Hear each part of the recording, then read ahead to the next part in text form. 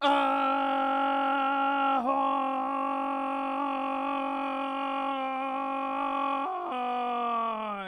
Ahoy! And welcome back, all you scallywags and all you nomads. Welcome back to the Your Nomadic Gaming channel. Of course, hosted by none other than Your Nomadic Gamer, also known as Captain Nomadic, the fiercest pirates of the seven seas. And today, ladies and gentlemen, we are back with another banger episode here on the Nomadic Gaming channel. Of course, guys and gals, for those of you who already know, Wednesday, hump day is today, and every single hump day we celebrate the midweek by doing a glorious cozy stream.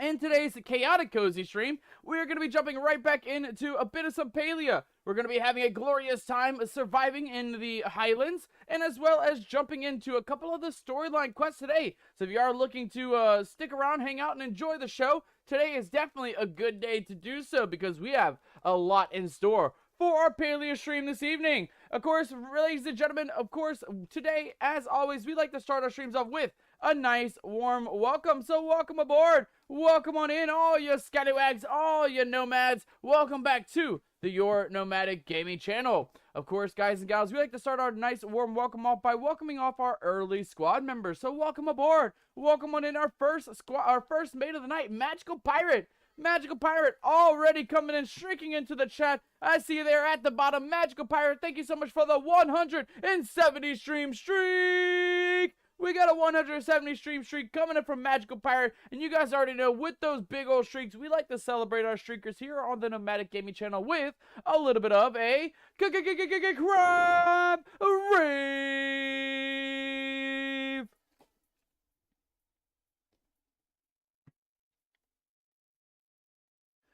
And we also don't have just one crab rave streaker on deck. Ladies and gentlemen, we got a second streaker on deck as well. We got our lovely mod Kimmy coming in with a 20 stream streak, which means we got to give it up for Kimmy with our second crab rave.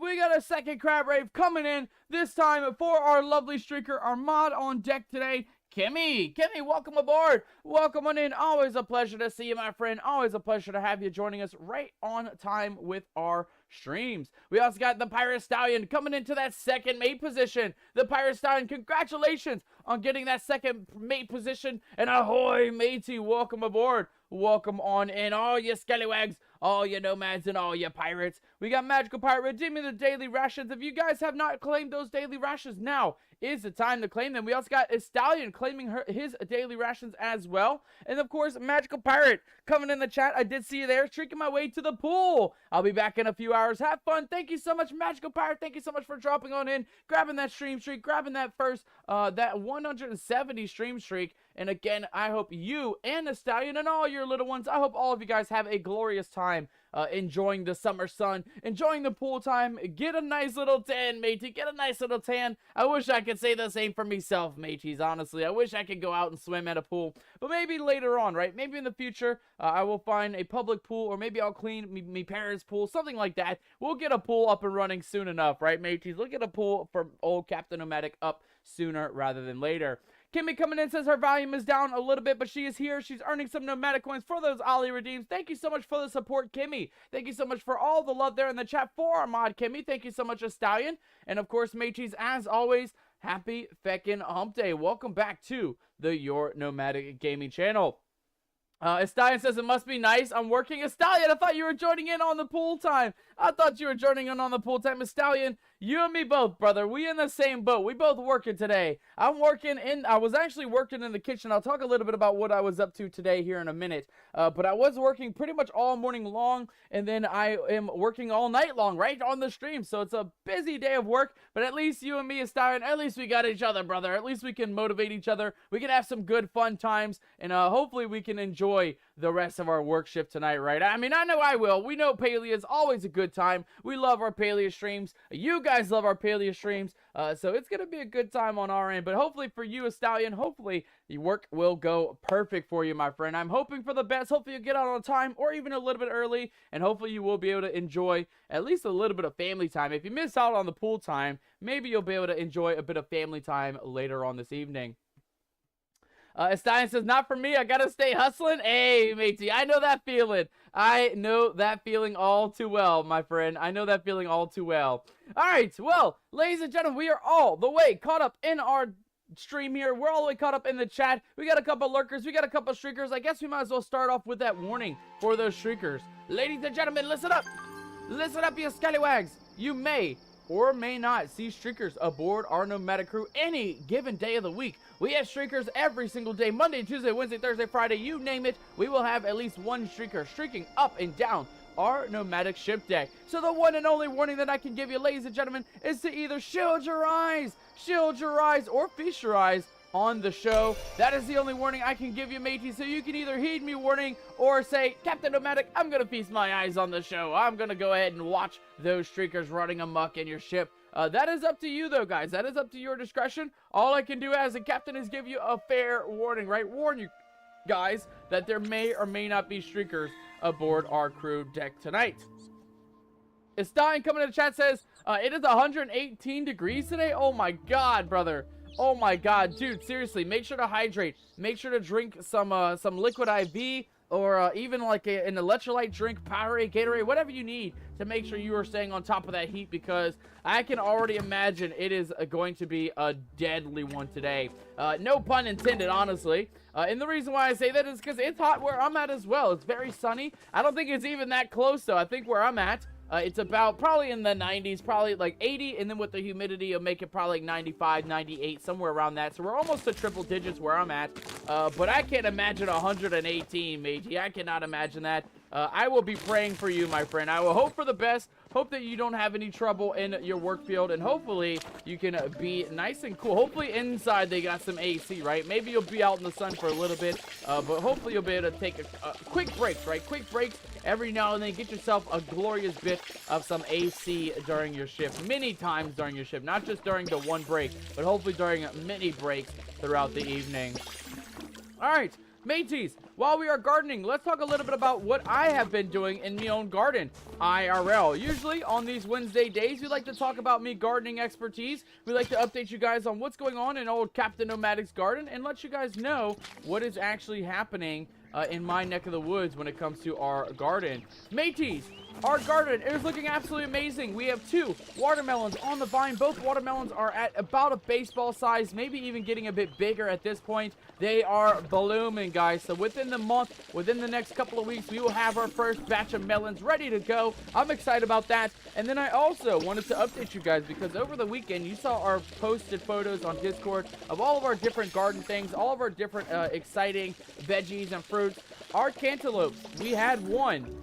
Checking it out today, I have 2. I have 2 about the same size, about a little bit bigger than a golf ball, a little bit smaller than a baseball, right in that middle level. I'm excited. About a hacky sack size is what I'll call them. Hacky sack size, for any of you guys who know all about the hacky sacks. And I'm excited. Like I said, I thought originally we had just one, but we have multiples. We have multiple different cantaloupes ready to go, which I am super feckin' excited about. And of course, we're picking out some pickles out of our jar here. We got pickled carrots, and we also got pickled spicy pepper. Let's talk about our pickles IRL, because you guys have been excited about the pickles these last couple of weeks, and I have an update for you guys. I have been working all morning long. I've been working very hard in the kitchen, and in today's episode, Esteban says I'm driving right now with the AC on blast. Dude, for real. Drive slow, brother. Drive slow. Drive slow. Definitely, you gotta drive slow. Enjoy that AC. Enjoy your time out of the heat, brother. Enjoy that time while you're driving. But speaking of what I've been doing in the kitchen today, guys, I've been working very hard, very tirelessly to get our very first batch of pickles. I got our very first batch of pickles already ready to go, mateys. I got me first 5 jars already cooked up, already pickletized. Now they are just cooling off in the kitchen while we're streaming, and they will be ready to go, ready for sale tomorrow. I just got to work a little bit on the label. I got to work on figuring out what the cost for shipping is, all that kind of stuff. And then I also got to go ahead and get our store page up, right? Get our merch page up so you guys can start ordering the pickles. But they're ready, mateys. I got my first batch done today. 5 jars of pickles ready to go. I'm excited, guys. It's going to be a good season. I am very much looking forward to all of you guys' opinions on Captain Nomadic's pickles. So if you guys are interested, I will keep you guys updated. I'll let you guys know in the Discord when I actually get the website up, when I get the store page up, and when they are available for sale. Luckily for me, they are shelf stable, so even if I don't get the store page up tonight or tomorrow, they'll be good for months to come, about 6 or 7 months, 6 to 8 months, who knows, but they'll be ready for quite a while, matey. So do not worry, we will have lots and lots of pickles ready to go this season. We already got 4 jars ready to go for sale. And I have 12 jars in total, so I'll be pickling all week long. I'll be making sure I get multiple batches going every single day, multiple jars going every single day. And it's going to be a fun season. It's going to be an exciting season here in the Nomadic Garden. But for now, guys and gals, now that we're done with our garden, now that we're done talking about our garden and all the things that we've done IRL, let's talk a little bit about what we have in store for today's stream, right? Because we have a lot to go through today, guys. In last week's episode, we did have an update that brought lots and lots of different quests, more things for the new bundle board, so we got to work on the bundle board stuff today. But the most important thing that I would like to talk about, guys, is our giant, and I mean giant, list of claimables. We got tons and tons of claimables from the devs, from our Twitch drops, all of those things that we get for free, courtesy of the devs. Again, thank you so much, devs, for all the freebies. But guys, we have a shit ton of things to claim. So let's go ahead and claim our potato pod bags first. We'll go ahead and claim pretty much all of those first, and then we'll work on all the other knickknacks on the side afterwards. But for now, let's go ahead and claim all these bags. We got lots and lots of these potato pod bags coming back, and I'm excited. We definitely need to expand our collection of potato pods, and we definitely need to expand even farther on our collection of freebies. So let's go ahead and grab, this one seems good next. This one has plot signs and a couple other legendary items, so let's go ahead and grab that one. We also got the Writer Trait cookies and carrot cookies.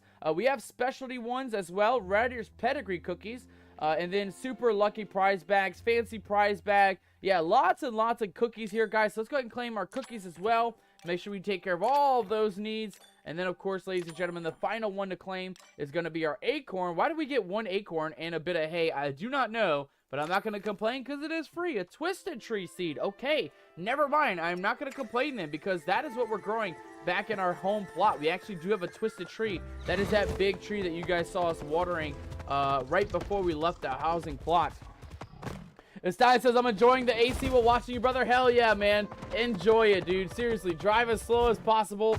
Enjoy the AC. Enjoy your time. And make sure you hydrate, seriously. Before anything else, before you get stony baloney after work, or before you do anything else at home, make sure to hydrate, brother. That is the most important thing to do. I am very much lacking on that myself. So I'm going to hydrate right here, right now myself. So cheers, mateys. Cheers.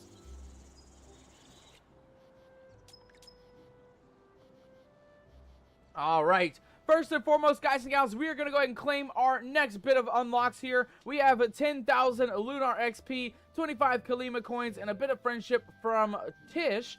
Because we are going to complete our staple ingredients, our ragdoll sturgeons, our king crab, our rice, and our canned beans.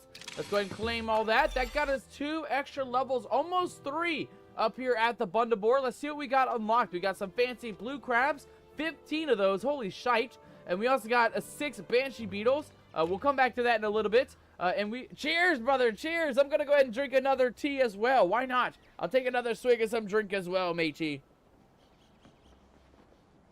Oh, yeah, that's pretty good.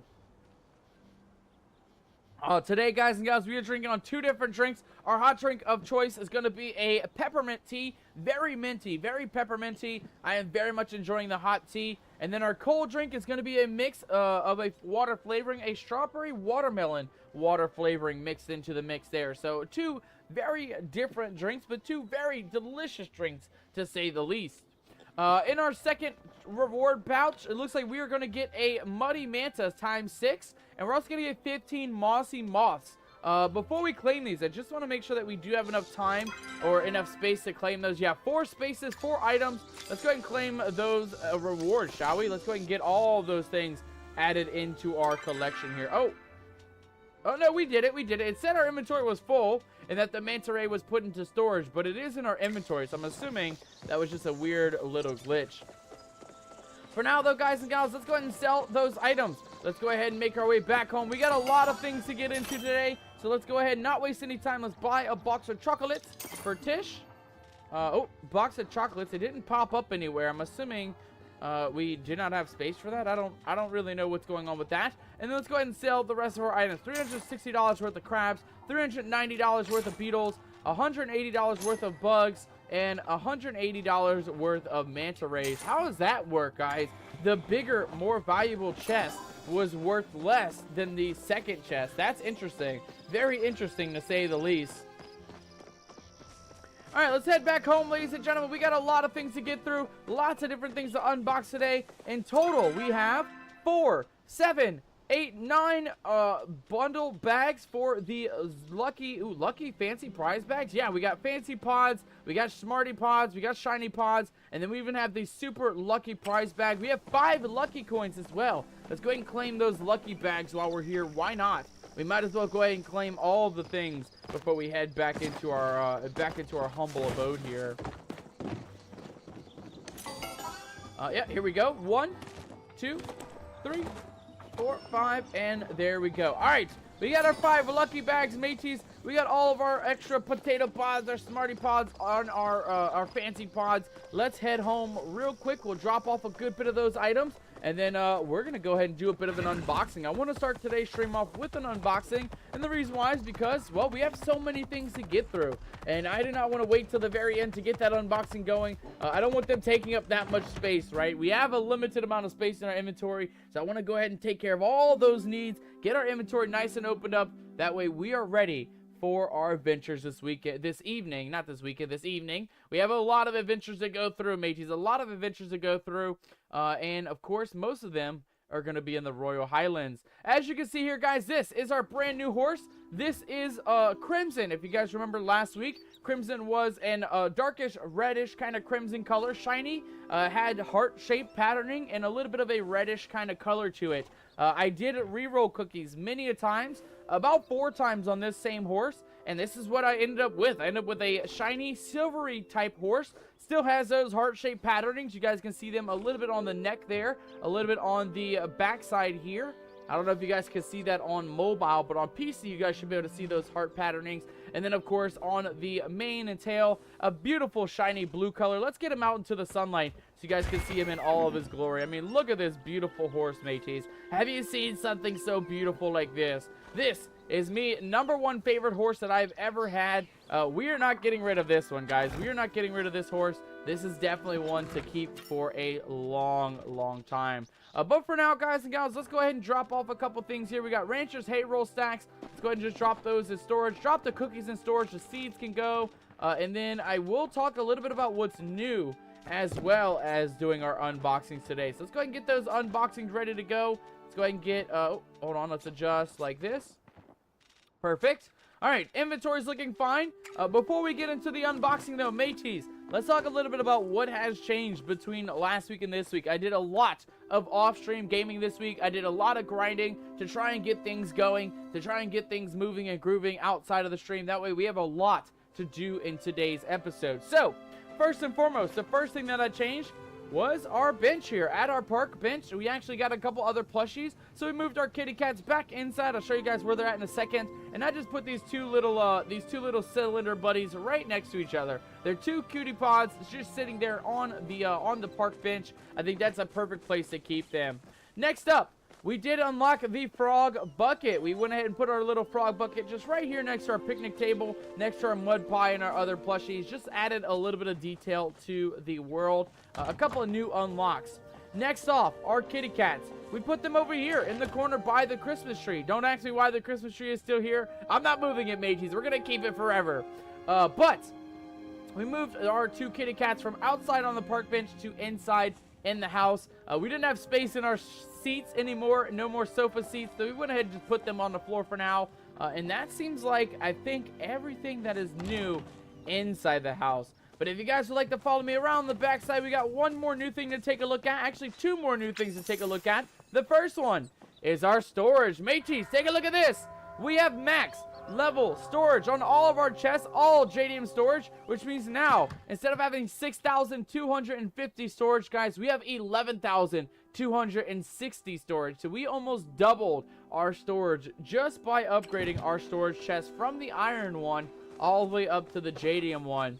Aside from that, though, guys and gals, the next most exciting thing to showcase is what I've been working on outside of the stream, and that is going to be this over here. Mateys, this is our war battleground. This is our Crab War rendition of the Crab Wars. We have our King Crab here on the side with his treasure chest. We got a couple of potato pods in the battle. We got some dazed crabs on the battlefield. We got some dazed frogs on the battlefield. And we do have a couple of potato pods on this side. The only thing, mateys, that we are missing is a non-dazed crab. Like our normal non-dazed rock hopper, we need a non-dazed crab. So that'll be one goal for us today. And then, of course, we got to go ahead and get our King Rockhopper, our Rockhopper, Rockington, whatever you want to call him. We need to get him over on the far end, so that way it is a full-on war battle. One thing that I did find out, though, mateys, is that here in the Lunar Path, if we go down to the Frog Path, which is right here, Path of the Tadpole, in level 15, we will get our Gold Pile King Hoppington replica. So we do have a way to get him. We did miss out the original time when we were going to get him originally, but I'm glad that the devs gave us a way to get him now, so we're just kind of waiting to grind, right? Waiting to level up, get ourselves, it looks like we need 6,000 XP for this level, and then we got to get up to level 15 to get all the rest of the unlocks, including the replica King Hoppington. But that is what we've been working on this week, guys. We've been working on getting the Crab War rendition built up here on the battlefield in the back of the house. I wanted to really add the potato pods, add our little dazed and non-dazed animals into the war, and I'm excited. I can't wait till we finally get the King Hoppington on this side as well to really fully solidify our Crab War rendition here. All in all, though, guys and gals, that is everything that is new. The final thing that is new is this twisted tree right here. We've been watering this thing every single day, and it is still growing. I don't know what it is growing into. All we know is that it is indeed a twisted tree. So eventually, we will get this thing fully grown up. We'll see what it looks like when that is done, and I'm excited to find out later on what the twisted tree has in store for us. For now, though, guys and gals, let's go ahead and get into our unboxings of the day. We have shiny pods. We have fancy pods. Let's go ahead and flip those around. And we also got smarty pods. Aside from that, we have 5 lucky box bags. And we also have 2 super lucky prize bags as well. So in total, we have about 9, 10, 11, 14, 15, 16, guys. 16 bundle bags to open up. And we're going to start with the least exciting ones and move our way up to the most exciting ones. Of course, we're going to start off with our normal shiny pods, because those are the oldest renditions of the pods. And then, of course, we'll move up to the smarty pods, all the way up to fancy pods. We'll do the lucky boxes, and then we'll end off with our super lucky prize bags. Let's go ahead and open up our first packs here, guys and gals. So our shiny pod number 1 is going to be Patch the Shiny Pod. Not bad. We'll take Patch the Shiny Pod. It is a duplicate, but I do not mind. We can always add an extra patch to the army, right? Our second shiny pod tonight, ladies and gentlemen, is going to be Zinny the Shiny Pod. Nice. If any of you guys are missing Patch or Zinny, let me know down in the chat. I do not mind trading you guys a couple of extra pods. Specifically these ones, because we do have duplicates of our shiny pods. Next up, mateys, our second most exciting pod bag is going to be our Smarty Pods. We have 3 of those to open up, so let's see what our first Smarty Pod is going to be.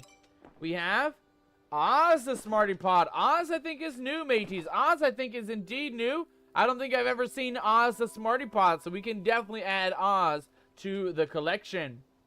In prize bag number 2, we have Lavo the Smarty Pod. Not bad. Lavo, I believe, is a duplicate, so we'll go ahead and put our duplicates up here for the time being. Our non-duplicate, our new ones here at the bottom. And our final Smarty Pod prize bag for our Smarty Pods, guys, is going to be Darwin the Smarty Pod. Darwin is one of my favorites. He's got a bit of a Christmas light situation going on. He's not a Christmas tree, but he does have Christmas lights sparkling there in his head. I do like Darwin. Definitely out of all the Smarty Pods, Darwin is definitely one of my all-time favorites.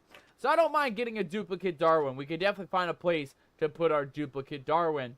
Next up, mateys, I am the most excited about this. Our fancy prize bags. Those are all of our newest additions for this new Highland update. All of the fancy pods are available. And we have the most 4 fancy pod prize bags to open up. And we have a place to put them, right? So hopefully we can expand our collection. Let's see what we got here on a prize bag number 1. We got a new one, mateys! Make some noise! We got Danvers, the fancy pod. None of the fancy pods ought to be crossed lightly, but a grudge from Danvers is sure to outlast the stars himself. Even the simplest slight is enough to provoke her, except it seems if the indiscretion is Rebecca's. I don't know what the lore is there, but we do have a new potato pod, Danvers, the smarty pod. I'm sorry, the fancy pod. Let's go ahead and do our fancy pod number 2. We got George the fancy pod. Let's go. Not bad. I believe we have a George already, so we'll put him up here with our duplicates. But we still got 2 more potato pods to open up, mateys. So let's see if our final 2 bags are going to be new collection, new additions to our fancy pod prize bags. Fancy pod number 3 is a duplicate of Danvers. Not bad, actually. I do not mind. We can always add extra Danvers all around the map. And then our final potato pod, our final fancy pod is going to be, fingers crossed, drum roll please, a new one, mateys. We got a new one on deck. Let's fucking go, ladies and gentlemen. We got a brand new one. We have Darcy, the fancy pod. Just when dour Darcy seemed that he would forever remain a bachelor, his ever-climbing ego stumbled before Elizabeth's clever wit. Despite this, he maintains his identity as a rather sour party guest. He also cannot understand any circumstances to be seated next to Dorian, lest history repeats itself. So we got Darcy the fancy pod, and we even got a Danvers the fancy pod. 2 brand new pods for the fancies and 1 brand new pod for the smarties. Nice. Not bad, guys. Not bad. Out of, what is this? 1, 2, 3, 4, 5, 6, 7, 8, 9. Out of 9 pod bags, we got 4 new ones. Not bad. Not bad odds, guys. Alright, last but not least on our unboxing, ladies and gentlemen, we have 5 lucky prize bags to go and 2 super lucky prize bags to go. Let's go ahead and do lucky prize bag number 1, shall we? In lucky prize bag number 1, we have, what is that? A garden variety pickaxe, ladies and gentlemen. Let's go. That is a brand new item to add to our collection. I like that. I like that we're getting tools. Definitely something new that we've never seen before. We did get the shovel 1 week, and we now have the pickaxe. So I am very happy about that. That thing looks epic. I cannot lie. All right, in our second potato pod prize bag, I'm sorry, not potato pod, in our lucky box, we got potatoes. I read potatoes. I thought I said potatoes, but it was lucky boxes. Nothing really lucky with the potatoes, so we're going to go ahead and place them up here. Next up, mateys, our third lucky box is going to obtain a new plushie! Mateys, let's feckin' go! We got a brand new plushie added to it. We got a Ranch House Butterball, a brand new Butterball added to the collection, guys. Hell yes, look at that, guys. Brand new plushies added to the collection. A plushie based on Butterball, Neo's favorite prize-winning Ormu. She even dresses like him. Yeah, we do have other ones, other Ormu, but definitely, I don't think we have this one, the Ranch House Butterball. So that definitely seems like a brand new one. Asai says, Captain, permission to step off deck, sir. I gotta go stop by a job site. Hey, aye, permission granted, matey. Permission granted. Enjoy your work time there, Stallion. Best of luck to you, matey. And we'll be here when you come back, my friend. We'll be here all night long. Much love to you, brother. Thanks for hanging out while driving. And best of luck to you on your new job site. Permission granted, matey. Permission granted. All right, guys. Let's go ahead and do our final 4 prize bags here, though. Our lucky box number 3 is going to have some blueberries. Actually, sorry, 1 blueberry bush seed. 1 singular blueberry bush seed. Womp womp. That's okay, though. We still got 1 more to open up and 2 more super lucky prize bags to go. Let's go and open up our final normal lucky box. Our final one is going to have 5 wild garlics. Those are actually kind of valuable, so we're going to keep those, add those to our collection. I don't mind when we get herbs and spices, guys. Garlic is definitely something we can definitely get into when it comes to that. All right, last but not least, mateys, our final bit, our final few unboxings tonight is going to include 2 super lucky legendary status lucky prize bags. Let's go and open up our first one. That's going to give us a pink Maji plushie. Not bad, mateys, not bad. A pink Maji plushie, a glorious plushie to add to the collection. Our final super lucky prize bag, please don't be a duplicate. We are going to have inside a brand new plushie. Let's fucking go. Mateys, we got a brand new plushie. The Order of the Sernuk plushie. This plushie, actually, I think we have one of these, but I don't mind having a duplicate because these ones are actually pretty nifty. They do have armor on them. They're pretty cool looking, but I believe that one is a duplicate. So we did get 2 duplicate plushies, but I'm not going to complain because they are 2 really cool plushies. And we do have a spot for them. We have our one Order of the Sernuk right there. We can go ahead and put our other Order of the Sernuk right over here. We'll go ahead and plop him right next to his buddy right there. Perfect. That's a great spot for him. Right next to his other buddy. And now we have 2 guards guarding the inside of the plushie kingdom. We'll call this a plushie kingdom, mateys. We'll call this a plushie kingdom. All right, let's go ahead and put our new Ormu with their collection of Ormus. I believe we have... Oh, where did our Ormu collection go? Oh, you know what? I remember, mateys. I actually remember. We put all of our Ormus in here. We put them all inside. And you can see here we have changed them by color. We have a white one and a brown one. We have a blue one way in the back. And we have our other one right over here. We're actually going to go ahead and put this one in the farm, though. This one actually looks cool. He has a backpack. He has a bandana. It looks kind of like Neo, believe it or not. So let's go ahead and just put him right back in the farm here. Right next to our little kitty cat. I think that is a perfect place to put our little Ormu baby. All right, mateys, let's go ahead and put up some of our duplicate items. Put some of these storage items back into the storage. And then our sellable items we're going to go ahead and put in the old sales bin, shall we? Perfect, perfect. All right, all that looks pretty dang good to me. All that looks pretty dang good. Oh, hold on, put the rest of these up. And then last but not least, mateys, the final thing that we need to do is put our new pods where they belong, right? We got some new pods ready to go. Let's go ahead and put them in their rightful place. First and foremost, we have our Fancy Pod Darcy. Darcy is going to go right over here, guys. We've been putting our fancy pods just right over on the corner on our nightstand. I'll show you guys exactly where we've been moving some things around because we've been moving a lot of things here in our storage and in our shelves and things. So first and foremost, let's go ahead and put our final fancy pod right here on the old desk. We are going to put him about right there. Seems fine. And there's our 4 fancy pods. Danver, Darcy, George, and Victor. We got 4 fancy pods added to the collection. We went ahead and put all our shiny pods over here in this corner, mateys. I went ahead and put them here just that way we can put them all out, see them all, admire them all, and enjoy our big collection of our shiny pods. And then, of course, our Smarty pods, they're going to go right over here. And is this a duplicate? Oz is a duplicate, so not bad. We have all 8 Smarty pods ready to go. All of our fancy pods on the wardrobe and all of our shiny pods over on the desk. That looks great. That looks absolutely amazing. Let's go ahead and put our duplicate pods away for now. If any of you guys are needing any shiny pods, any Smarty pods, any fancy pods, let me know down in the chat, guys. Let me know down in the chat. That way I can trade you guys. We have tons, and I mean tons of pods. Let me actually show you guys here. Look at all of our duplicates, mateys. We have tons, and I mean tons of duplicates. So if you guys are looking to add to your collection, if you guys need any shinies, any smarties, any fancies, we have some spares to give out. So feel free to let me know down in the chat. I will not mind sharing with you guys a couple of our duplicate pods that we have. Last but not least, guys, the garden variety pickaxe here. Let's go ahead and pick a spot to put this at. I kind of want to put it... I don't really have a place that's like a tool area. Maybe we can put it here, though. I think this could be a really cool place to put it. Just right on the side of our barn. And we even have a place to put our shovel as well with the pickaxe. Let's go ahead and put that shovel set them up on the wall here.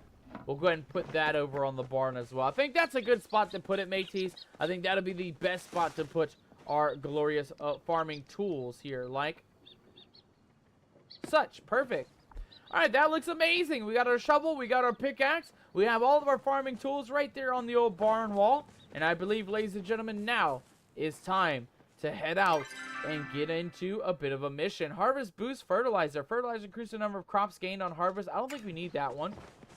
What I would like to grab is more of these worms, guys. We definitely need more of these glowworms. Lots and lots of these glowworms, to be more specific. And let's go ahead and make a couple more here. I definitely want to get a couple more going, just in case. You know, you never know. We may need some spares. We may need some more glowworms going in the background. So let's go ahead and get,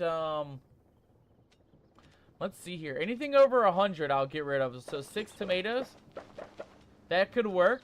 That could definitely work. How many mushrooms? Anything else over 100? Yeah, I like to keep our stacks at 100 max, guys. Anything above 100, I'm usually like, yeah, we can go ahead and get rid of that. We don't need that shit no more. And it looks like we're good. Everything else is well below 100. Nothing anywhere close to that from what I'm seeing. 67, 86, 94, 107 mushrooms. We can go ahead and do mushrooms later on, though. That could work. That could definitely work.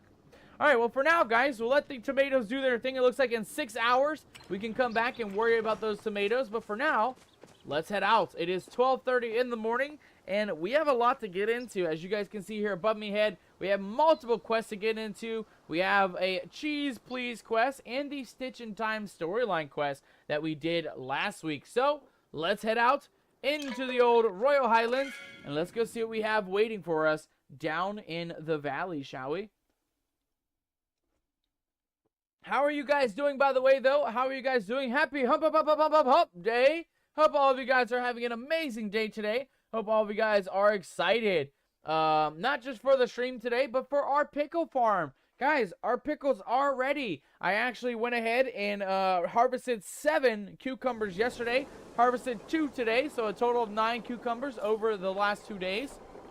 And I made 4 pickle jars ready to go for sale, matey. So I have 4 jars ready to be claimed. I just need to go ahead and get the store page up and make sure I tally up all the totals before we actually get a price there. I think all in all, though, we're looking at be about $10 a jar. I'm hoping that's fine, guys. I hope that's not too steep for you all. But that is kind of where we're looking at for our price point for our Nomadics homemade pickles.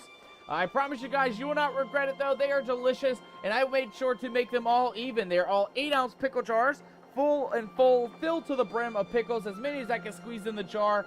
And they are also all shelf stable, so they are all fresh whenever they get to you, however they get to you. They will be fresh, ready for your pickle needs.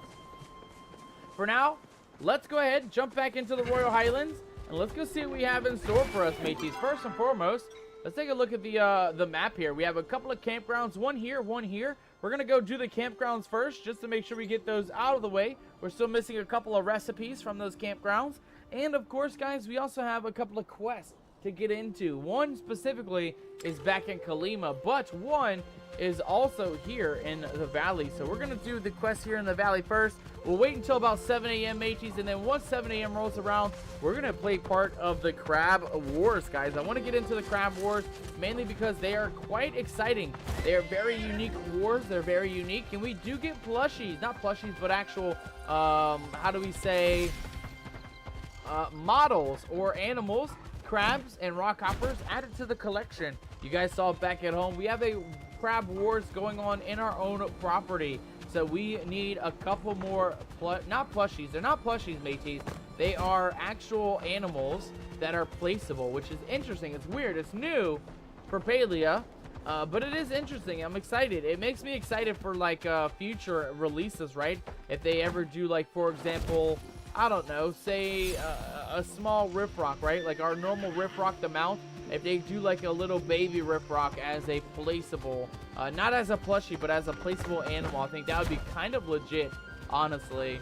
But for now, let's head on down. Our campground should be just around the corner here towards the east side. We're just going to kind of just breeze on through, avoid the big flaming deer and the, oh God, please don't hurt me, and all the other dangers here in the valley. Oh, he got us anyway. He got us anyway, mateys. God damn it. I thought our horse was fast enough. I honestly thought our horse was fast enough, but that's okay. We did make it to our next campground, which is going to be right over here. All right, campground number 2. What do we have? Or campground number 1, I should say. What do we have here? We have a stew. Nice. I'll gladly take a stew. Add that to the collection. And, oh, here we go. And we have another one of these to dig up. Let's see what we got in our next pile of loot, shall we? Armadis's roulette number 3, ladies and gentlemen. Not bad.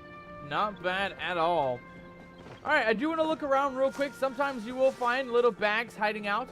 Sometimes you'll find just recipes lingering around. So I always like to just check around the campgrounds as well, just to make sure you're not missing anything. I think we got everything at this campground. So let's keep moving and grooving. Let's keep making our way over to the Crab Wars, shall we? We got some Crab Wars ready to go, and I'm excited to see what is awaiting us. See if we can indeed get lucky and get a couple of crabs under our belt tonight, right? That's the big goal, right? We want to get some crabs, add them to the battlefield back at home, and we're looking for the non-dazed ones. We have one that's dazed, and we have the king on the treasure chest. So if we can get any of the non-dazed ones, any of the other colored versions as well, we have our typical red one, our blue one, the purple guy, and even the big fancy king crab as well. If we can get any other color than the blue one, I'll be kind of happy. And if we get a blue one, as long as he's not dazed, I will also be happy with that collection as well. For now, though, let's keep moving and grooving. Let's keep making our way all the way over to the Crab Wars battlefield. Guys, we still got a good 5 or 6 minutes before the Crab Wars start. And I do want to be part of the Crab Wars. So let's see. We have a bucket of chum. We'll come back for the chum bucket in a little bit. But for now, let's head over to our campsite real quick. We'll see if we can find a new recipe, find another one of those ancient relics, and then we'll go join in on that guy's little fishing game while we wait for the start of the Crab Wars. How does that sound, matey? A bit of a battle to get our stream started today. All right, here we go. We have 2 things on deck. We got campfire stew and a s'mores on the old stove. Nice, I'll take that. I'll gladly take a bit of some s'mores. All right, what else we got around here? Is there any kind of dig pile at this location? There is. Nice. Very, very nice, mateys. Very, very nice. I'm liking seeing these dig piles. And we got Bellefontaine's Crest number 2, ladies and gentlemen. Not bad. 2 very unique areas. I'm sorry, not areas, but very unique. What do we call them? What do we call them, mateys? 2 very unique ancient relics, we'll call them. We'll go ahead and put them there in the bottom chest. And then we'll go ahead and put our foods over here. Let's go ahead and eat one for now. A good, glorious campfire stew. And let's go ahead and make our way back to the old shoreline, guys. That guy had a chum bucket out, which means we have a better chance of catching fish, rare fish, unique, unlockable ones. And, of course, we don't have to waste our own materials on it. So let's go ahead and make sure we head on over there. We'll be nice and close to the Crab Wars battlefield whenever that starts in about, I don't know, 3 minutes, 4 minutes or something like that. White Wolf, good to see you, my friend. Let me join you in the old fishing, shall we? Guys and gals, it is summertime. It is a perfect time to go fishing. Early spring into the summer is always the best time. And even sometimes in fall, it's very nice to go fishing. And if you guys go fishing IRL, any of you guys do any fishing for real? I always go fishing every single year. I always try to at least. And I love it. I love fishing. It's one of my favorite hobbies outside of, you know, gardening and doing stuff with Ollie. I love fishing, guys. I haven't got the chance to go this year yet. But I'm hoping to go soon. I'm hoping to go shrimping, crabbing, and fishing as well. I'd like to catch some deep ocean fish and some unique other sea creatures as well, such as shrimp and crab as well. I don't know if there's lobsters in the Gulf of Mexico near where I'm at, but if there's a chance to catch lobsters, I mean, I'm not against catching lobsters either. You know, lobsters are quite expensive, so I would definitely love to go for a glorious pre-caught lobster out of the ocean. I think that would be an epic thing to have catch and have to cook up for a dinner of sorts.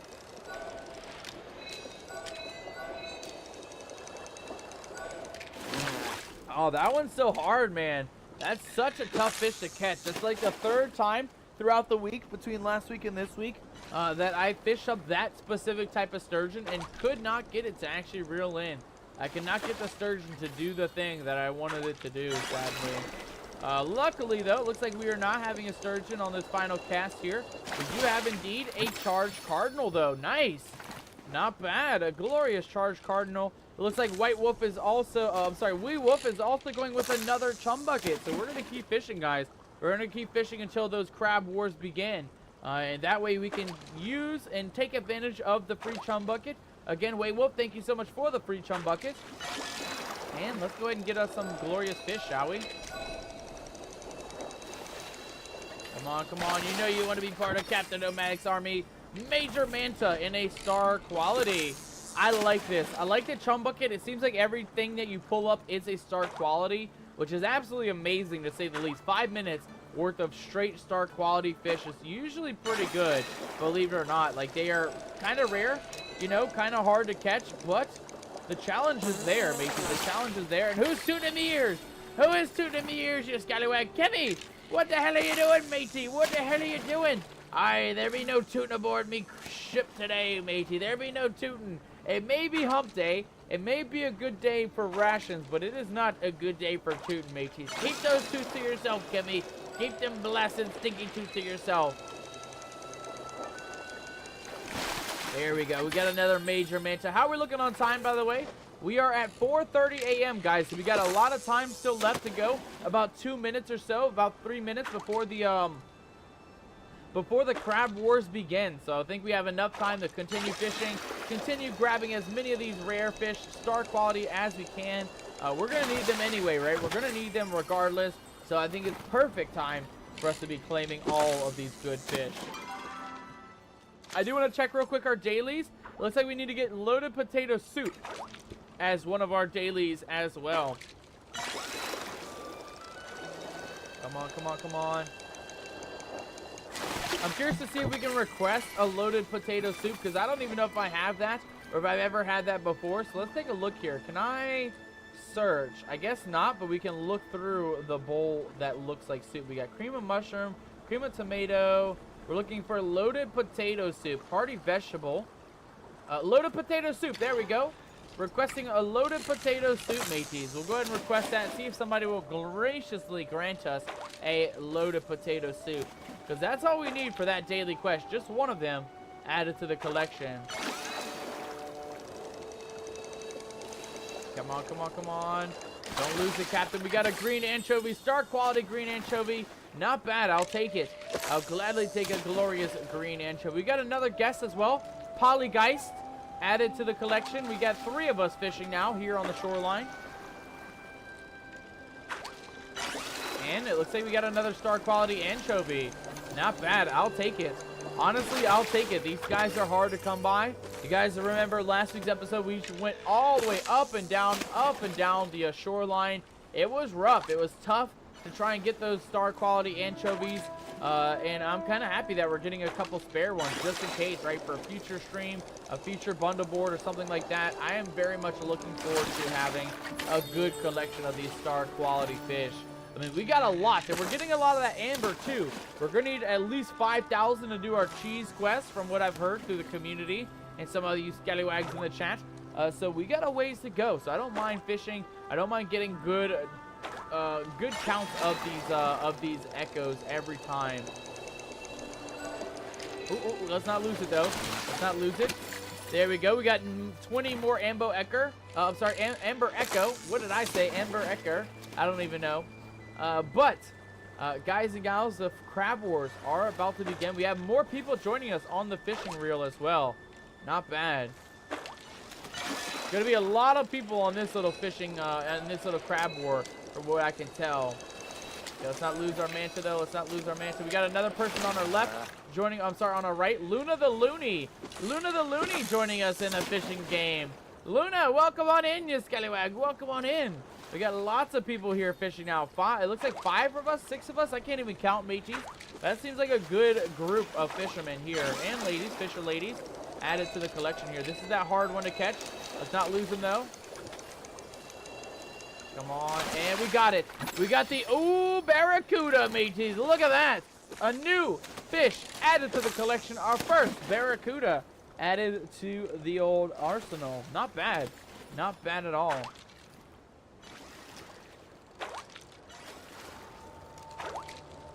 There we go. It looks like we got another manta ray. It's hard to see which one's ours because they also got a manta ray. But I think we got it. Nice. We got the major manta. How are we looking on time? It is 6:05 a.m. mateys. We got 1 minute left. 1 minute before the crab wars begins. Let's go ahead and get one more fish on our pocket. Let's get one more fish in our grasp. And then we're going to go ahead and get ready for the old crab wars, mateys. It is perfect time. It is time for the old crab wars. There we go. A muddy manta, 10 amber echo added to the collection. And there we go. The crabs are thirsting for blood. Let's get ourselves ready for our bags. Let's get ourselves ready for the war at hand. And let's make sure that we are ready to go all around here. So let's go ahead and eat a bit of this.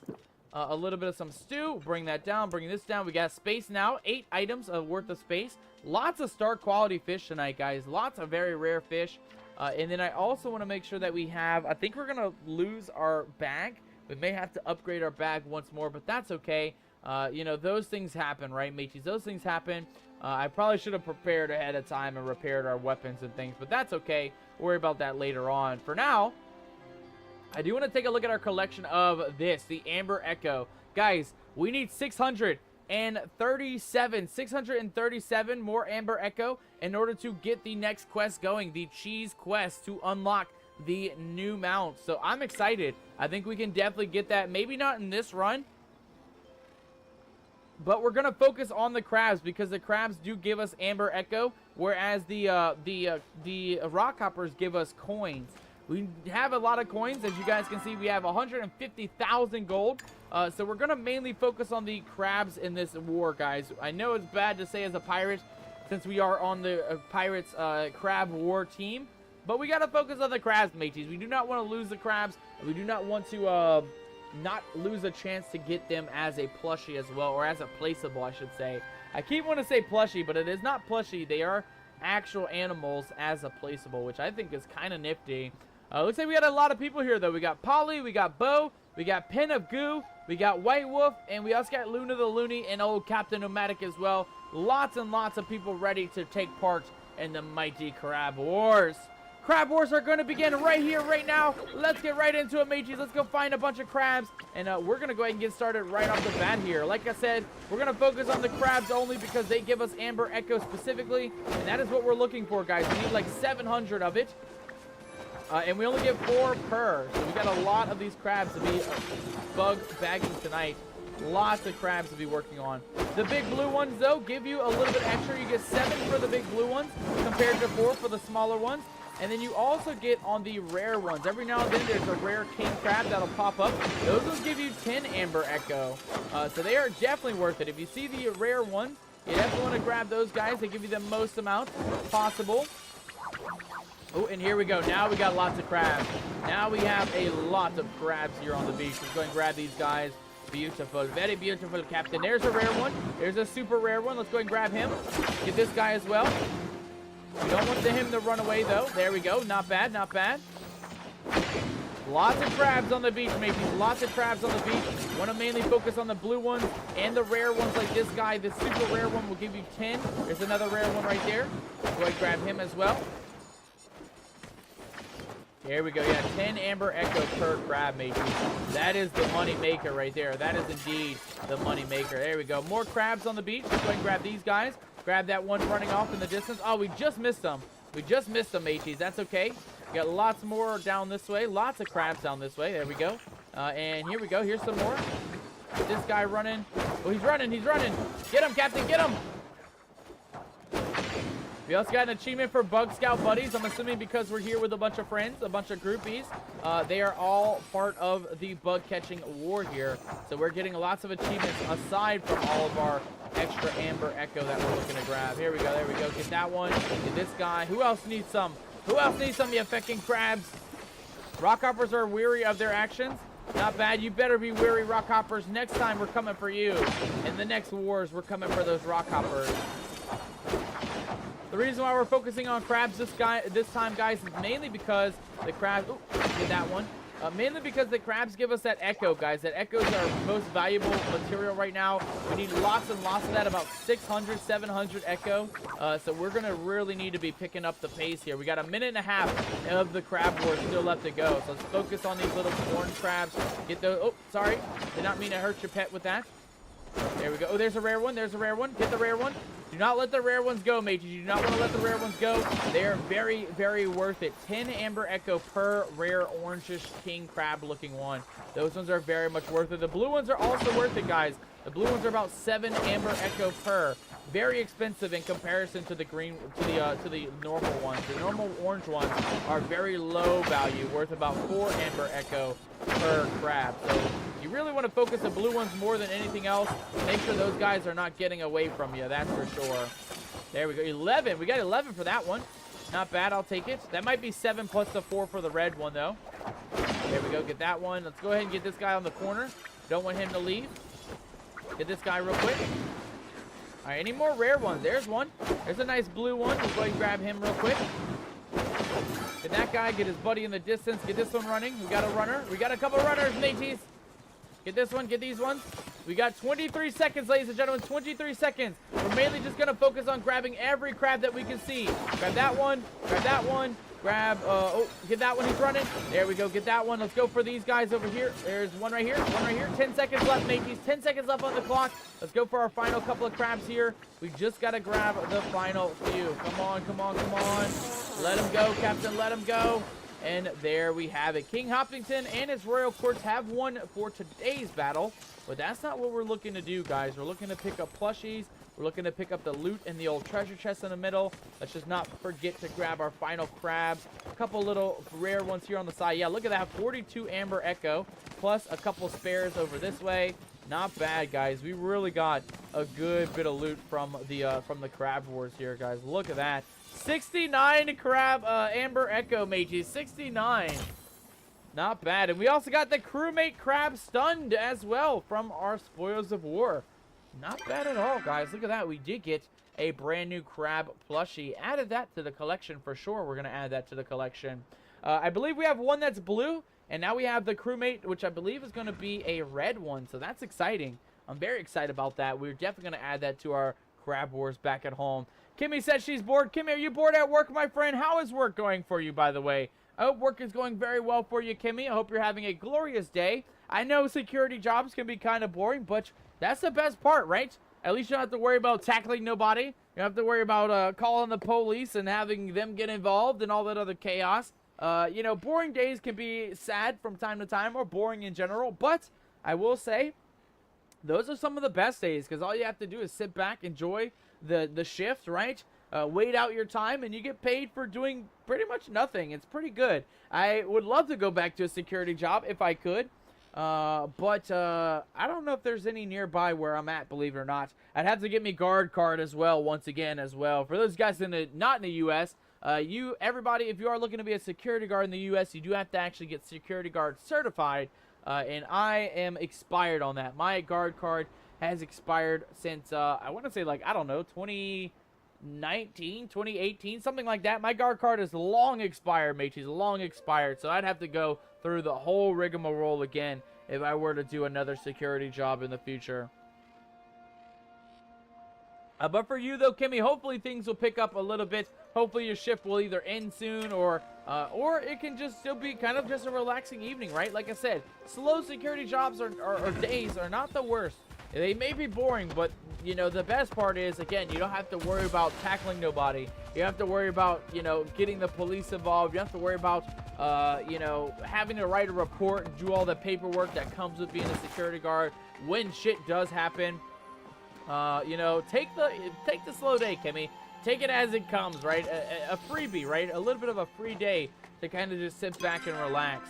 All right, we did unlock a royal mystery bag from that last vault. Let's see what we got inside, shall we? We have a Hallward crest number 1. Interesting. I believe we're just missing crest number 4. Let's actually go take a look at that real quick, guys. Because aside from the crest, we also got to go ahead and get the last couple of our relics taken care of as well. Believe it or not, guys, we are almost done with all of the ancient relics. We only have a few more left to go. And I'm excited about that because I've never actually completed a relic board. I've never actually done every relic, even in the Elderwood and even in some of the other zones. I've never actually completed an entire set of relics. So I'm excited. I'm excited to go see what we have left for our little relic board.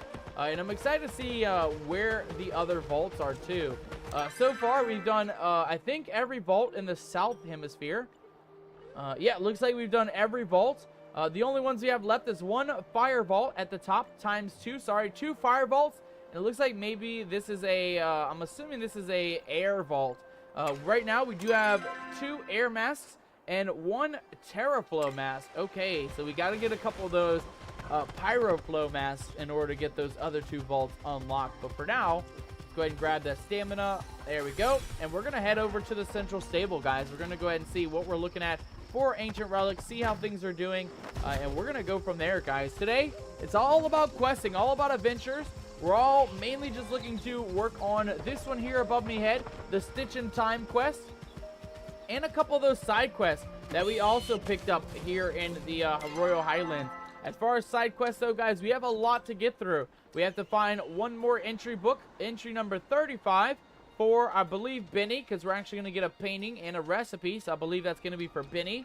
We're also going to have to find 2 of the lost letters, 2 unsent letters that are under beehives, so we need to look around for beehives here in the Royal Highlands. And then, of course, guys, we got to find one more trace of the lost employee. I think once we actually get the bunker unlocked, right, we'll end up being able to find that last piece of the puzzle for that. So a lot of things to do in the Royal Highlands today, but our first goal is going to be to make our way over. Oh, here we go. We got some more terraflow animals here. Nice.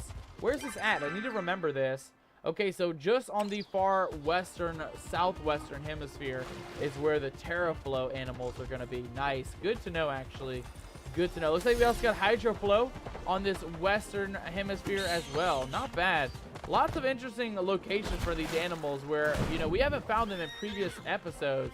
We really struggled in previous episodes to find where specifically those ones were. The terraflow and the hydroflow ones were at. So that's pretty good. That's pretty dang lucky to be able to know that there is a couple just here on the Royal Highlands area. All right, but we have made it, guys and gals. We have made it all the way back to the central stables. Let's go take a look at our relics here, see what we're looking to find in today's episode, right? Because not only are we looking to finish off these ancient relics, but we need to finish off all of them, right? So let's take a look here. We got all the ones for the Bellefontaines. We got all the ones for the Howard. Very nice. And we have all the ones for the Armadiuses. So we only need one more, actually 2 more items. We need Eloine's pet number 2. And we also need Eloine's crest number 4. So we need 2 more items to finish off all of the ancient relics, guys.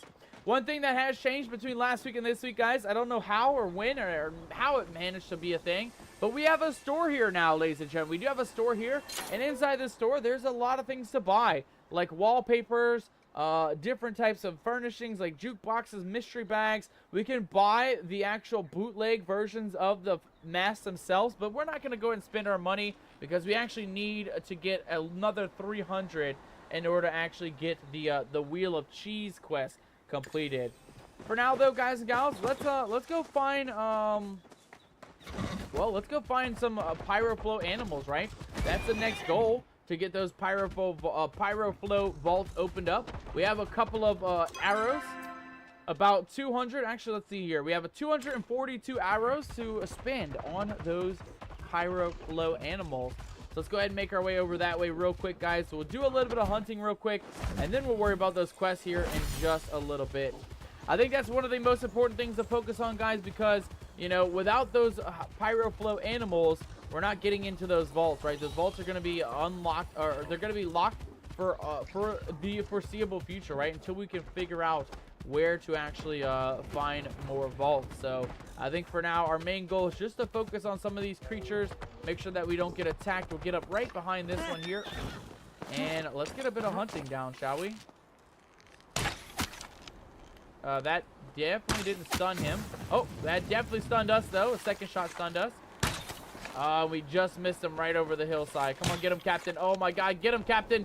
You're wasting arrows now, Captain. Get him. How did that miss? How did that one miss? Come back, you scallywag. Out. Come back here.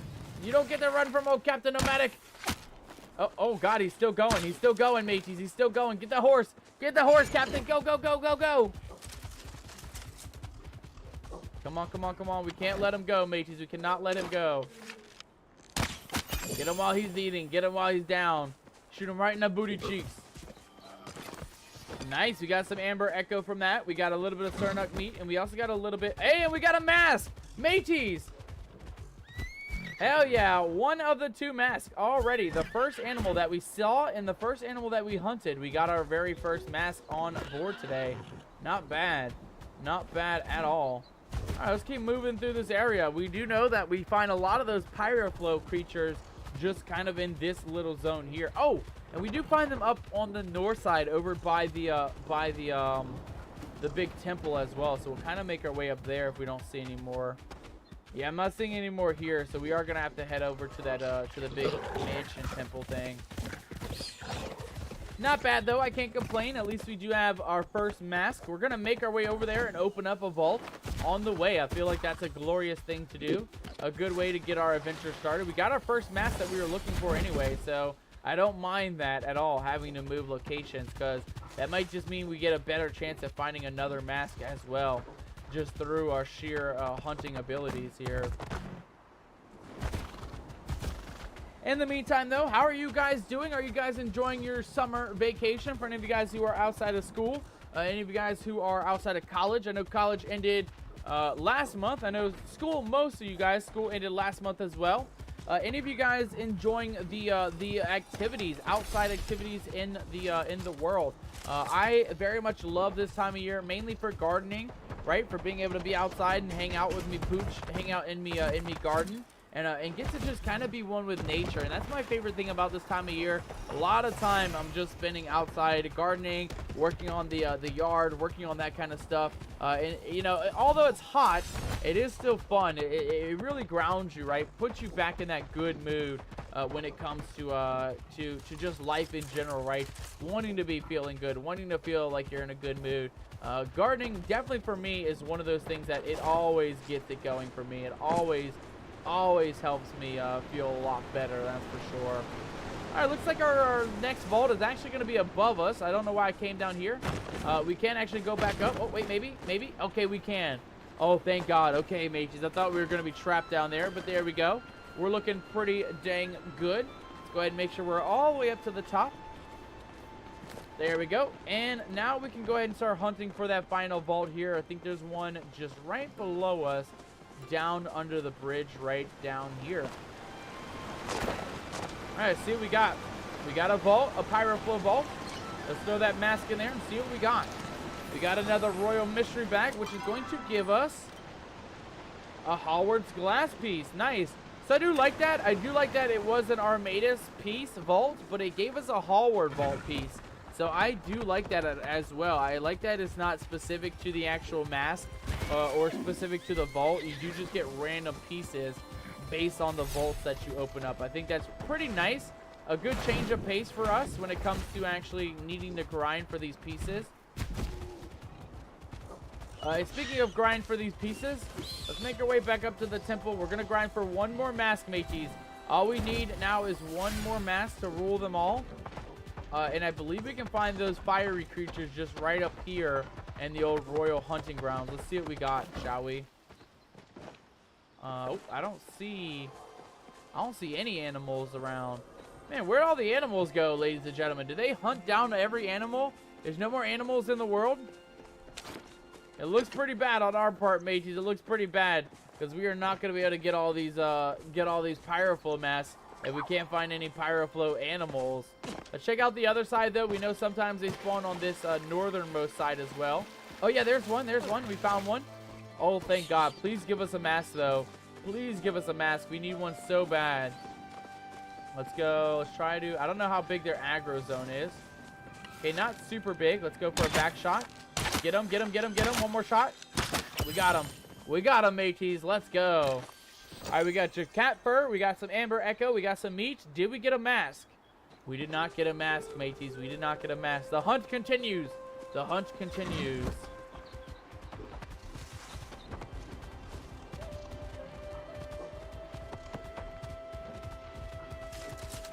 All right, we'll continue on this backside of the old mansion. Like I said, a lot of times we can find those pyroflow creatures just kind of running through, running amok here in these fields. So we'll kind of just run around, see if we can find any more just looming or lurking through these hunting grounds. Man, it's weird that we're not seeing any, though. We didn't see any in the southern hemisphere, and we're not really seeing much here in the northern hemisphere either. It's like they know. It's like they know that we need the pyroflow mask. Oh, there's an earth elemental one over here. Interesting. Very interesting. You don't see the random one-offs all the time. Definitely a first for me, that's for sure. Definitely a first time we've seen one like that. There we go, grab some of that.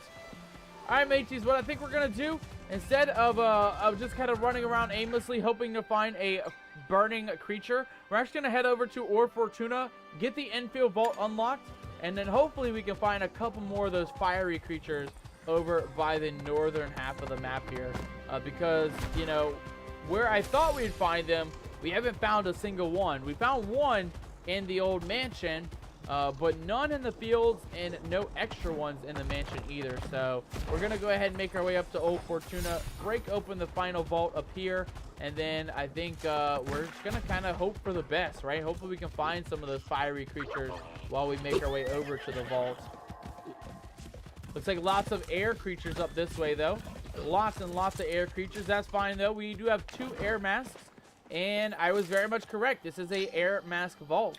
Let's go ahead and open up that one. Let's see what we get in our mystery bag. Mystery bag number 3. We got a Belfontaine's Beloved piece number 1. Not bad. Lots of unique relic pieces added to our collection, mateys. Lots and lots of unique pieces. All right, one thing that I did see lots and lots around the map here. Yo! I indeed. Naira Hex, thank you so much, my friend, for joining the Nomadic Crew, smashing that follow button, and welcome aboard, matey. Welcome to the Nomadic Crew. What I was saying, though, guys, what we see a lot around here is iron. And I know we need a lot of it, guys. We're going to need at least, I think it's like 1,200 or some random, like, super high number of iron in order to get all the bundle board pieces completed. Not only are we working on the vaults and all the other, you know, secrets here with the storyline, but we also need to work on the bundle board. And iron is very, very prominent here in the Royal Highlands. So we're gonna mainly focus on that as well as hunting, right? We're gonna do hunting, of course, to find the final pyro mask. But we're also gonna mainly focus on finding iron along the way. So that's gonna be a very, very important thing for us to find. Naira Hex, welcome aboard. If you are new here, glad to meet you. Glad to see you, my friend. How are you doing? Happy Wednesday. I hope you're having a wonderful, wonderful Wednesday. And we stream Palia. If you're here for Palia, we stream Palia every single Wednesday. So if you do like what you see here this week, feel free to visit us next Wednesday as well. We'll be streaming Palia every single Wednesday for the foreseeable future. We stream it every single week, unless there's another cozy game like Loftia or Heartopia or something like that, where I'm kind of feeling like I want to go ahead and stream that. But Palia has been a long time stream of ours. We stream it every single week, and we've been streaming it every single week for over a year now. We've been streaming it since March of last year, believe it or not. And so far, we're doing pretty good. We are far into our storyline mission. We're still kind of at the beginning. We're only in the first vault of 4. But as you can see here at the top of the chat, or at the top of the screen, we are at the Stitch and Time quest, where we need to collect 5 bugs from the Highlands. That'll be our next goal. We'll see if we can find a couple of those as we make our way through the Royal Highlands. And of course, once we do that, we're going to have to go find Echelon, right? Lord Echelon, somewhere here in the Royal Highlands, to get us going for the next part, right? To find the second vault, wherever that's located at. I have no clue, by the way, where the second vault is located at. I'm just going to hope for the best, though, that we find it in our adventures, right? Or maybe Echelon will help us find it. Maybe. You never know. I do know where one of them is. I believe I know where the Pyroflow one is. And I do know that that one is kind of nearby the central stables, right? Down in the southern hemisphere of the map. For now, though, any of you guys who are joining in, just right now, we're just mainly looking to hunt. We're looking for one more Pyroflow mask for our final vault, which is right up here. And then, of course, we need to find more iron.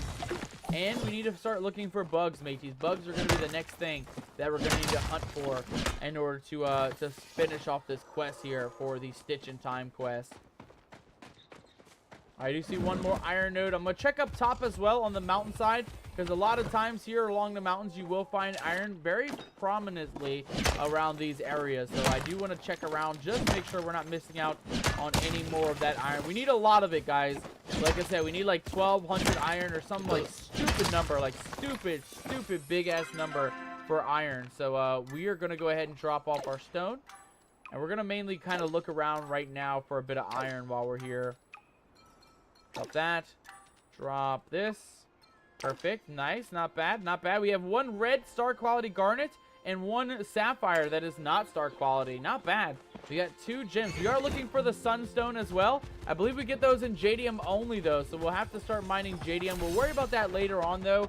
Maybe towards the end of stream, we'll kind of do a JDM run and see how we're looking. See if we can get lucky and get a sunstone from the JDM ore. For now, though, let's head up to this side. I just want to check on the mountain edges here, to making sure we're not missing out on this vault. Yep, we opened that one already. Nice, nice. And then I want to make sure we're not missing out on any iron along this back hemisphere of the mountainside real quick. Let's see here. Now that looks pretty good. Everything else looks pretty dang good. Oh, there's a hidden one. I see it, mateys. There's a hidden furnishing back here. We got a bed, ladies and gentlemen. Look at that. We have a aristocratic bed. If you guys are missing any furnishing pieces, there it is. Right there in the back of the mansion on the 2nd floor, there is a hidden bed. It is now marked on the map. Nice for all of us to keep in mind. For all of us to keep that in knowledge. I like that. I like that a lot, mates. I'm glad that we actually went back here. Let's kind of check the other side, too, just to make sure we're not missing anything else of importance, shall we? No, I think that's it. I think that's all the things up this way. Let's grab our horse and keep moving, guys. We're mainly looking for fire, pyroflow type creatures. Any pyroflow creatures is what we're mainly looking to hunt today. Oh, there's one. There's one right there. He's getting angry, though. Oh, God. Ow. Okay, you scallywag. Come here. Now you're really going to get it, matey. Now you're really going to get it. Take one more, you scallywag. Take one more. All right, let's go ahead and pick that up real quick. We got Jacat fur, Jacat meat, Amber Echo. No mask, though, guys. Still no mask. We're going to really need to hunker down and find the final Pyroflow mask. That's all we need right now, guys. The final piece of our vault unlocks is going to be from one more Pyroflow mask. But where are we going to find it at? That's the big question. Because, like I said, I thought we would find them here in the Royal Hunting Grounds. But I haven't seen a Pyroflow creature anywhere here in the Hunting Grounds. There we go. Grab a little bit more stamina. I think if we do go this way, though, guys, towards the eastern side of the map, more towards the center, we might find some more Pyroflow creatures. I know on the far eastern side, it's all Aeroflow, but maybe here in the middle, we might get lucky to find some of those Pyroflow creatures. Is that a star quality bug, by the way? That's a rare one. That's a very rare one. Let's grab him. Come back here. Don't you run off. Don't you run off. Don't you do it. Come back here. Oh, we missed some, mateys. We missed them. I think that was a Fire Phoenix Moth, similar to this one, but a star quality one. We already have one back at home, but I would love to have a second one, because you never know, right? You never know when you'll need a spare star quality bug or two. Oh, here we go. Here we go. We do have a Pyroflow creature right here. Very nice. Let's go ahead and get ourselves set up right on the derriere side. Glorious booty shot. And there we go. Come on, Sernuk. Give us the mask. Give us the mask. We need one mask, mateys, for the final vault. Did we get it? We did not. We got Amber Echo, but we did not get a Pyroflow mask. Let's keep moving through. That's a good sign, though. There's a lot of Pyroflow animals where I believe they'll all be over this way somewhere. Let's keep looking around, see if we can find one more or a couple more here. How is your guys' weeks going, by the way? Anybody enjoying the week so far? Anybody doing anything exciting? I have some exciting news for those of you guys who've been around for a while. My exciting news, ladies and gentlemen, listen up. Listen up, you scallywags. Today, I did my very first job of pickling. I have made me very first batch of homemade, homegrown pickles, ladies and gentlemen. So we have Nomadics pickles ready to go tonight, and over the next couple of days, I'm going to be working on our merch shop, getting those pickles ready to go for sale. And you guys will be our first customers, our very first guests to purchase our first batch of Nomadics pickles. I have 12 jars in total right now. I have so far just 4 of them done today. I did 4 jars today. 5 jars, 1 for myself, and 4 jars to sell to you guys. And of course, there's 12 jars in total, so we'll have tons and tons more pickles to go. Tons and tons more pickles to sell throughout the month. And all in all, I still got more cucumbers. Believe it or not, mateys, I actually harvested between yesterday and today 9. And I only used 4 cucumbers in today's batch of pickles. So I have a lot more batches to go. It's going to be a lot of work these next couple of weeks, guys, to get those pickles going and to get the merch store going. But I'm excited. This is the time of year that I am the most favorited about, most excited about. I love the summer. I love gardening. Our garden is looking amazing, you know. Lots and lots of veggies are starting to grow. We got banana peppers on the vine. Our bell peppers are starting to come in. I got some new fancy peppers, believe it or not. I got Santa Fe peppers and also gypsy peppers as well. And those are both growing very nicely, by the way. Very nicely growing peppers. Aside from that, we do have 2 melons on the vine. Both are about baseball size right about now. So we are going to have some fresh melons ready to go for this season. I have 2 cantaloupes as well, in between golf ball size and baseball size. So just slightly behind the watermelons. And all in all, guys, I'm excited, guys. We have tons and tons of cucumbers growing on the vines. Not really, I think I have a couple more ready to go, like within the rest of the week, right? The next couple of days or so. I have a couple more to harvest. But all in all, I'm excited, guys. I'm very excited. Again, we have pickles already ready. We did our first batch today. And I'm looking forward to actually getting your guys' opinion on our pickles. I'm excited to try my own batch. I'm excited for you guys to try our first batch of nomadic pickles as well. Man, where are these pyroflow creatures though, guys? We haven't found any of them. They're usually here in this little opening zone. You usually can find them around this field and then that field on that side. But we have not gotten lucky, guys. Today is not the day for pyroflow, it looks like. Today is not the day to be looking and hunting for the pyroflow masks. Man, that's rough, guys. That is indeed rough. All right, well, in the meantime, guys. Oh, hold on. Oh, God, oh, God, oh, God, Captain. Oh, my Lord. Let's not fall off the mountainside. Try and climb up here if we can. There we go.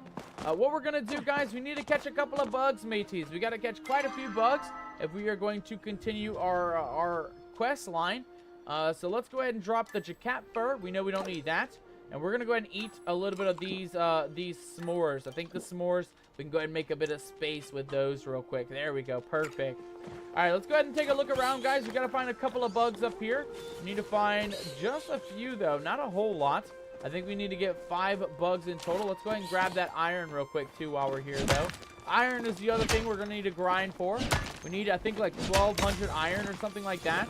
A lot, and I mean a lot of iron is going to be coming back to us tonight. So we definitely need to grab a good chunk of that. We're also using it on our arrows. So, you know, the more the better, right? The more the better. A Matus crest and a roulette number 3. I think we have a roulette number. Let's take a look here. We have roulette number. I have roulette number 3.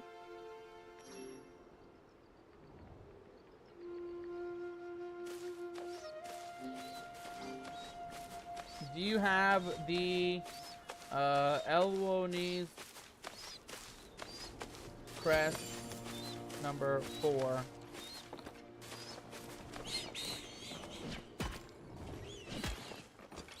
Alright, let's keep moving here, guys. We gotta find a couple of bugs here. I don't mind helping out anybody in the chat with the actual relics, because I have a couple.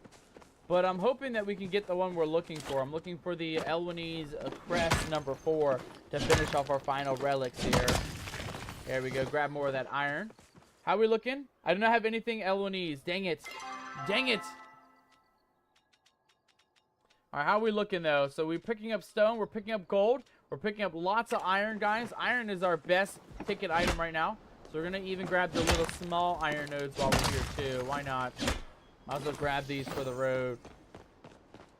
Let's go check down here. I know sometimes we can find bugs way down this way. Let's see what we got down this way. See if we can pick up a couple of bugs, shall we? Because we need at least 5 of them for this quest. The Stitch in Time quest here above me head. Man, where's all the creatures, guys? Today is not a good day for our questing. We have yet to find any Pyroflow creatures other than the 2 that we found. And we have yet to find any bugs as well. Normally, like I said, normally you find them just running around, kind of looming just randomly through the world. Is this a bug? That's a bug. Let's go ahead and grab that real quick. There we go. Free that bug. We need multiple bugs, mateys. We need multiple bugs.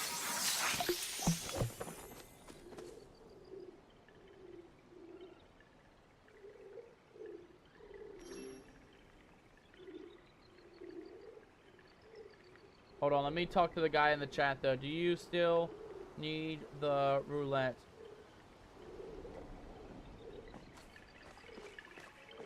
Yeah, because I don't mind. I'll trade it with them, you know. I'll help out the community. I'm a nice guy in that regard, right? Like, even if it's something that they don't need or something that they do need and I don't have, or they don't have what I need, you know, I don't mind helping out with the community. I mean, they've helped out tremendously. You guys have helped out tremendously as well. So I think I could definitely, you know, part with our roulette table. It'll also make some space in our inventory, too. So I don't mind at all parting with the old roulette table. What do we have here?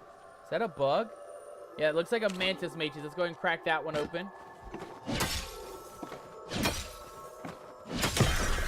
All right, go ahead and grab that mantis. Oh, I missed him. Come back here, you scallywag. There we go. Grab this guy. Perfect. How are we looking? We have a mantis and a bug. Let's go ahead and drop off the meat. We don't need the meat. And let's go ahead and drop off the star quality meat. We don't need that either. And are these the amber mantis? Yeah, those are the easiest one to find, the most common ones. Let's kind of look around, see if we can find any more mantises. Yo! I indeed. Jug Draco, welcome aboard. Welcome to the Nomadic Crew, matey. Good to see you. Good to have you. And welcome to the Nomadic Crew. Thank you so much for smashing that follow button, my friend. Thank you so much for the support today. You have helped us get 1 follower closer to our 100 follower goal. We're almost there, mages. We are 20 followers away over on the kick side from our 100 follower goal. And we're getting there, mages. 1 follower at a time. We are definitely getting there. But thank you again so much, Draco, for the follow, my friend. Thank you so much for the support tonight. Draco in the chat says, hope Paley's treating you great. Paley's going pretty well, actually. We took place in our battle for the Crab Wars. We ended up actually getting a crab plushie or a crab crewmate here. And we also got a lot of these relics. We have quite a few of the masks where we end up getting all the different vaults. The only vault that we're missing now is the final Pyroflow vault. But I will say it is tough today, Draco. It is very tough. We have not found any Pyroflow creatures. I've been running around pretty much all this nighttime. It is 9 o'clock in the game. And I have yet to find a Pyroflow animal. We went up on the mountainside, went in between where the central stable is, down towards the beach where normally you would find them. We have yet to find one. And we even went all the way up this way, over by the Royal Hunting Grounds, where I have seen them before. I went all through the mansion. I went up on this northern side, and we even went all the way up to Old Fortuna and have yet to actually get lucky to find any Pyroflow creatures. So today's not our day when it comes to the Pyroflow creatures, but I'm hoping now that the day is ending, right? It's 9:30 at night in the game, of course. I'm hoping that tomorrow we can get a little bit luckier with those Pyroflow creatures spawning in, because we need 1 more mask, guys. 1 more Pyroflow mask to finish off all of our vaults.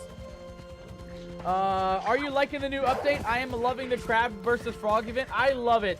I love it, Draco. We actually built a little mini war battlefield back at our home plot. Oh, here we go. And I'll show that to you guys in a little bit. We'll actually head home since we're full inventory. I'll go ahead and hunt this last Pyroflow creature, and I'll go ahead and show you guys what we actually worked on outside of stream throughout the week here. Come on, give us a mask. We need one Pyroflow mask. Come on. Give it to us, game. Damn it. We didn't get it, ladies and gentlemen. We did not get it. All right, we'll grab that iron real quick. And, oh, here's a big node of iron. We'll go ahead and grab this real quick as well. And then we'll head home, mateys. We'll head home real quick. And I'll show off our new collection and our new addition to our house. Since there's quite a few of you guys here in the chat, I will go ahead and just show off. I know we showed off at the beginning of stream, but I might as well show some of you new folks that are coming in right now what we actually were working on back at home. All right, let's head home, mateys, and let's drop off a couple of items. It is early in the night. We will be taking part in the next Crab Wars once the next morning rolls around. In the meantime, we're going to go ahead and show off a couple of different things, right? Mateys, show off some of the new builds, some of the new things back at our home plot. So welcome, mateys, to La Casa Nomad. Welcome to La Casa Nomad. This is our glorious house full of plushies, full of all the exciting things that you love to see in the world of Palia. Let's go ahead and drop a couple of these mantas in storage. Like that, like that. We will keep the green anchovies. I know those guys are rare. And as well as the Barracuda. We're going to go ahead and throw him in there as well. Everything else is going to go back to the sales bin. The meat, actually, we'll keep the meat. We'll keep the gold. We'll keep the iron. We will go ahead and get rid of our ancient relics to make a bit of some space here in our inventory. Like such. Perfect.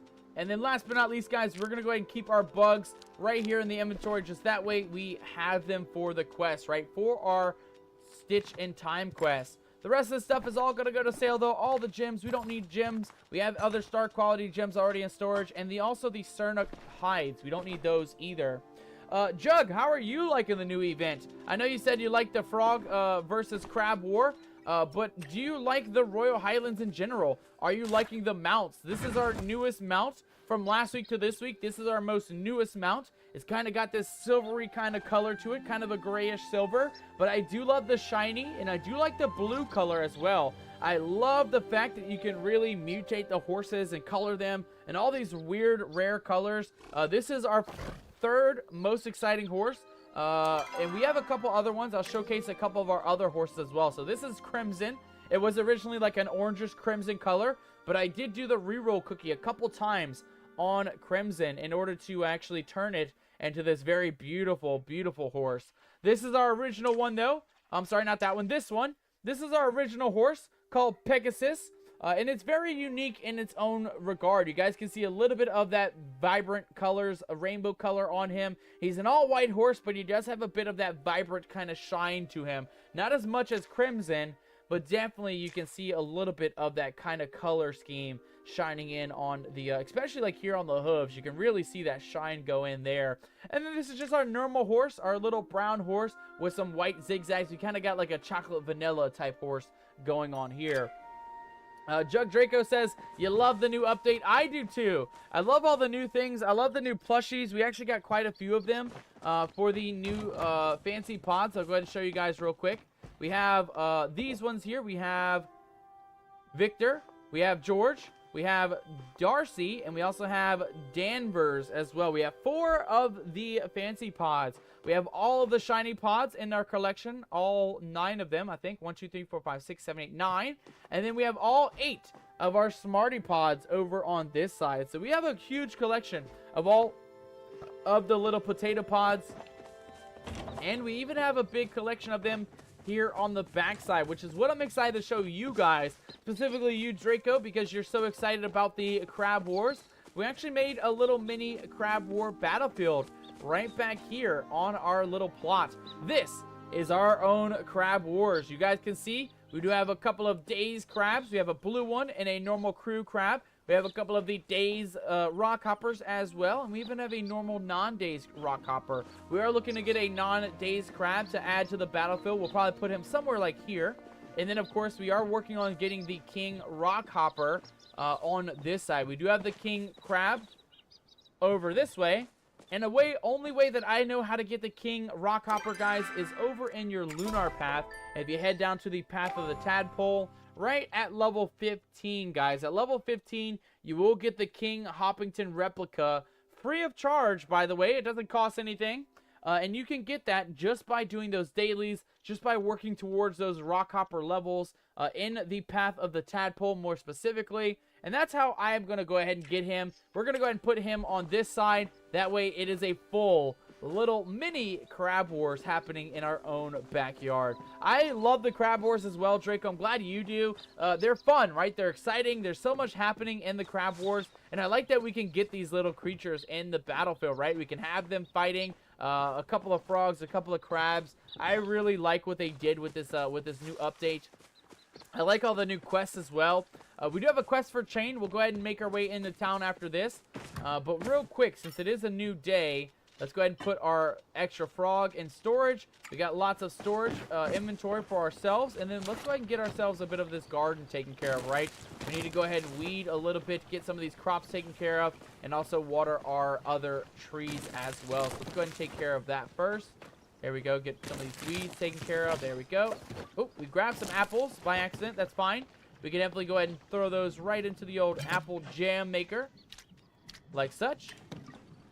And then let's go ahead and get started on some of these waterings. I want to get this early since it is nighttime. It's about midnight in the game. I do want to make sure we do not forget to water these guys quickly. Kimmy fished up a parrotfish, a 2-star rare parrotfish. Kimmy says, blasted parrotfish, it'd be taking me ear off. Aye, Kimmy, aye. You may want to toss that one back. I know a little bit about parrotfish, and the only thing I do know about them is the reason why they are called parrotfish. Believe it or not, guys, believe it or not, take it from an old pirate who knows a thing or two about fish. Parrotfish are named after the bird parrot. The reason why is because they do have a little bit of a bird's beak at the very end of their face, or fish body, whatever you want to call it. And it is exactly as hard as a bird's beak. It can chop a finger off. It will snip you if it does want to get snippy. So I always suggest you guys, if you ever catch a parrotfish, be cautious, mateys. Be cautious around them because they are not something you really want to mess around with. You really don't want to get caught up with a parrotfish, especially if it's feeling a bit snippy. I will grab our cotton seeds, grab our corn seeds. It looks like we need 1 carrot seed as well. Let's go ahead and grab one of those. Un numero uno. We'll go ahead and throw our extra supplies of cotton and carrots right there in storage. And then let's go ahead and plant our next set of crops real quick here. So cotton right in the middle, corn on this side. And then our final one is going to be our corn. Did I say carrot or corn? I always get those confused. Our corn right here on this final side, like such. Perfect. All right, mateys, let's go ahead and water our final crops here. It is early in the morning, about midnight. We have enough time to head back over. Hey, get your rations! Head back over to our crab wars before the crab wars happen. And just Ahoy, in time, matey. Kimmy coming in with an ahoy matey, as well as a daily rations as well. Mateys, if you have yet to claim those daily rations, make sure to claim those daily rations, because as part of the nomadic crew, every single one of you guys are entitled to 1 serving.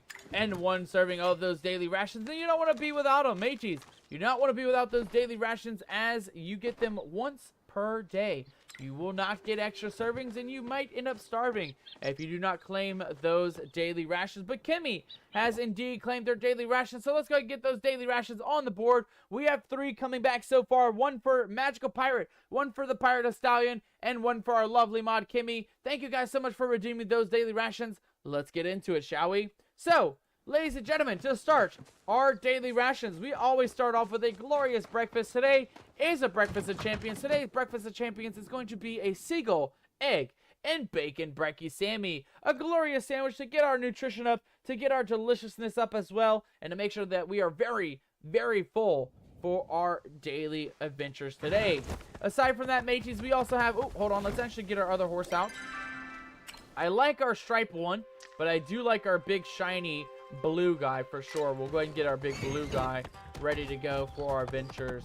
Aside from that, though, guys and gals, daily rations is never complete without a bit of some fruit served with our breakfast. Today's fruit options are going to be passion fruit and also a bit of pomegranates. If you guys are feeling a little fruity or feeling lack thereof, and you may be feeling a bit of scurvy coming on, do not worry, do not fear. Captain Nomadic is here to give you guys a bit of some passion fruit and a little bit of some pomegranate for our daily rations today.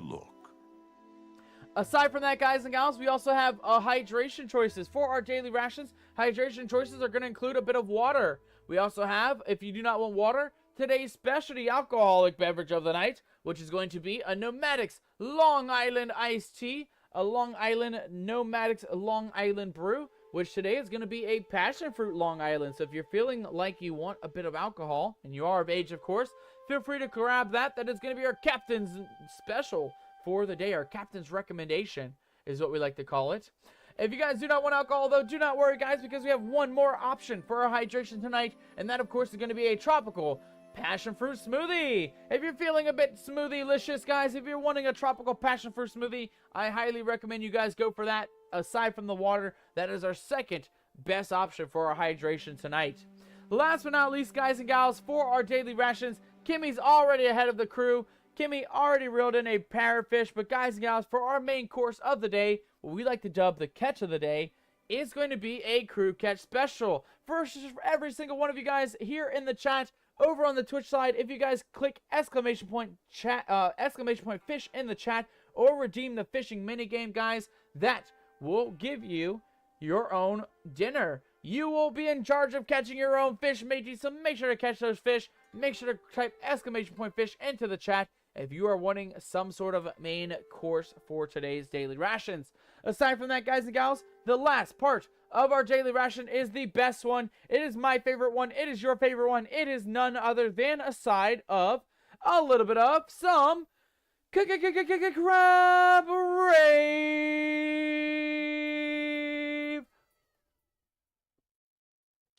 Kimmy is in charge of collecting her own daily rations today. Kimmy, you just caught an uncommon 1-star peacock bass worth 44 gold. Not bad. Kimmy, a bass fish is a very, very good fish to catch. I've actually caught lots of peacock type animals, fish before. I don't think I've caught a peacock bass, but I have caught peacock bluegill. And I've also caught peacock or rainbow trout, if you want to call them that. Rainbow trout. I've not gotten lucky enough to catch a peacock bass, but, you know, it is a new fishing season, so I may get lucky enough to catch another one this year.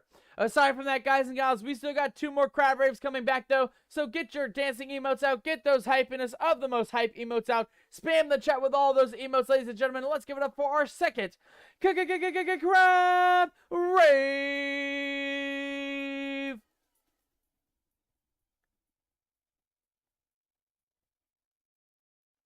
And of course, ladies and gentlemen, we have one more crab rave coming back. This last one brought to you in partner by our mod and our lovely crew member, Kimmy. Kimmy, thank you so much for redeeming those daily rations. I hope your lunch break goes absolutely amazing. Ladies and gentlemen, put your hands together for our lovely mod, Kimmy, redeeming her daily rations and getting our third and final crab rave.